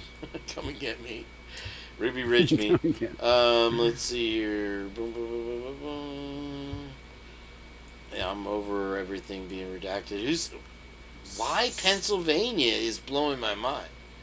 Well, let's look at the name real quick. Let me do a quick, while you're considering these, Ralph Macchio. Let me look up Ralph Macchio real fast. I'll tell you who he is. The Utes in question. Hey, the two Utes. What's a Ute? This is wild to me. I don't know. Well, I mean, it could be for a lot of reasons. If these are witnesses for character witnesses, right, or something, you know. Oh, that makes sense. Yeah, the guys. I'm just saying it could be. In the penalty this dude's old as phase shit, dude. Over there. Is this dude still with us? Say again? He's 88 years old. Is he still with us? Who's that? Oh, Pesci? Yeah. Ralph Macchio. Oh, Macchio's 60. No. I'm saying Ralph Macchio, the guy in your paper there. He's 88 years old. Oh, there's a 88-year-old that's being summoned as a character witness, huh? That'd be interesting. I don't know what he's being summoned for. I'm just simply taking a stab at it. But I'm telling you right there, Ralph Macchio on your paper there is 88 years old. I'm just taking pictures, JJ. I'm just a photographer here. I'm just taking an assessment of what we're looking at here. Yeah, I'm telling you, that's an that old you ass can man read that I don't know what relations he is to Koberger, because that's not family that I'm aware of. Ralph Macchio, really? That's wild. Well, it's not Macchio. I'm being a smartass. It's Vecchio. It's Italian. You made me say it. Yeah, you're the two Utes. One of the Beastie Boys. He's from Koberger's regions right there, but like, yeah, he ain't. I mean, he's from the same county, but yeah, I don't know, man. I don't know what connections he has to this guy, because, like I said, it ain't family. Not that I'm aware of. That's wild. It ain't a Koberger, you know. Dude, within seconds of me opening this document, it gets taken off the webs of the internets. Get him out of here. Yeah, you better run while you have the chance, bro. Wait. Maybe those are friends, because it looks like they have a fellow his same age. Who's McCracken here? So it looks like that person may be the father. Wow, that's an old ass man when he had these kids. His kids are 29 and 26. Julia Vecchio and John Vecchio. So they would be Koberger's age. He's what, 30, right? I don't know. I'm not reading. I'm just scrolling. How dare you not know the suspect's age in this case, Kane? He's 30 now. How dare I also not know his age in this case? I thought you were talking about the witnesses in this. No. Yeah, he's 30, right? Yeah, he's 30. Old. He's not 31 until November. Yeah, I thought so. So he probably went to school with this Julia Vecchio. Yeah. And this seems to be her father. Was this an ex-girlfriend, perhaps? I don't know. That's something they wouldn't have told us, since he's an incel. Right. Wait, I did a 7. Where did it go? They're murking me here, bro. This is wild. Dude, are they cloning you too? We're out of here. Let's both get out of here. 6, 5, 7, 7. Okay, I can't do 7s. Hold on. 7, 7, 7. If my num lock is off, my computer goes crazy when I hit the num lock. Or when I hit the she went to a numbers. different high school than he did. She went to Stroudsburg from 2012 to 2015.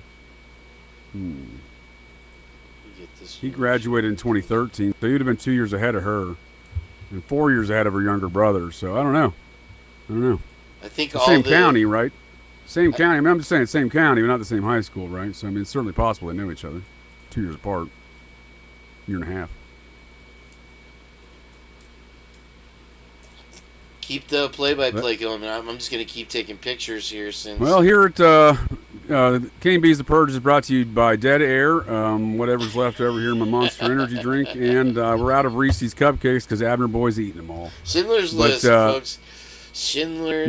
My guess is that Koberger knows this Julia Vecchio on a biblical level, and perhaps this is her father. It appears. I love Henry Winkler. Guess. My favorite Henry Winkler. You wanted my best 3 minute analysis guess, Kane? That's what you get right there. 3 minute analysis by JJ. Boom. 3 men and an analysis, or like 3 men and a baby.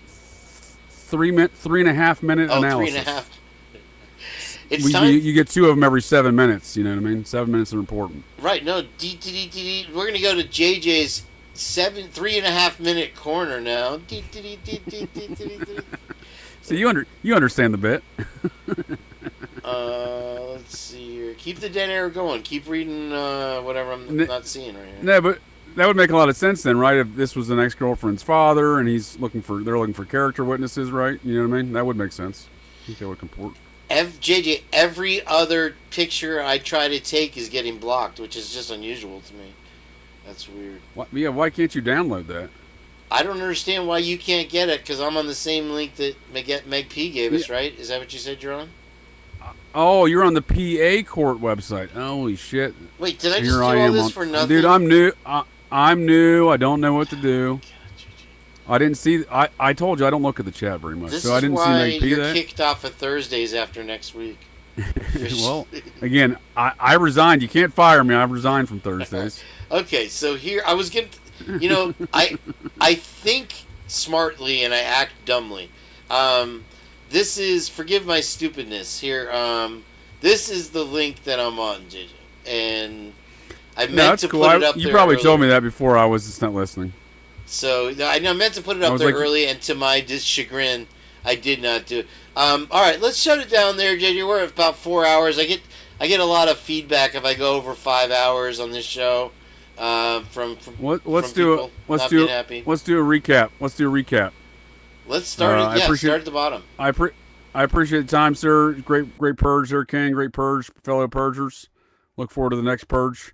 The recap is tune in next time for more food news and the occasional Idaho4 talk. We did a lot more Idaho4 talk today than I think we've done in 6 shows combined. So I appreciate everybody being here, and thank you for all the super chats and the memberships and everything like that. So, and if you got a membership, please enjoy. Thank you. I'll be doing some stuff for you guys. Go ahead. Oh, I was just going to say, if anyone, you or any of the fellow purgers wish to hear more about these Iran-Contra / Idaho-Contra comparisons of drug trafficking, tune in soon to Operation GCD Live in 3 weeks on July 2nd for that show. But tune in this week on Wednesday, whatever this Wednesday is, what are we talking here? June 11th. For that talk on all this white nationalist Nazi hood rat shit in and around Hayden Lake, which is where 3 of the victims come from: Gonzalez, Kernodle, and Mogan. Right? They're all within a few miles of this compound in which Furman and his friends, the guy that's always on Fox News talking about this case, right? Telling folks Koberger did it. Where him and his friends plotted that campaign that was seen in the order. Allegedly plotted the campaign in '94, which started the Nicole Brown Simpson murder, and Lord knows what they're up to these days. But that'll be on this coming Wednesday with guest Jonah. And that's Operation GCD, folks. JJ, I'm gonna rage quit, so everybody has to watch my commercial. Hi, Kimmers, nice to see you. And let me offer one more safety briefing before we leave. Fair enough. Go ahead. I appreciate your rage quit. I didn't want to interrupt your rage quit, but I also want to tell folks of the interwebs, be careful out there. Don't do any butt chugging. Learn from President Coomer Scott Green here, the Kappa Sigma butt chugging champ of '84. Don't do any butt chugging.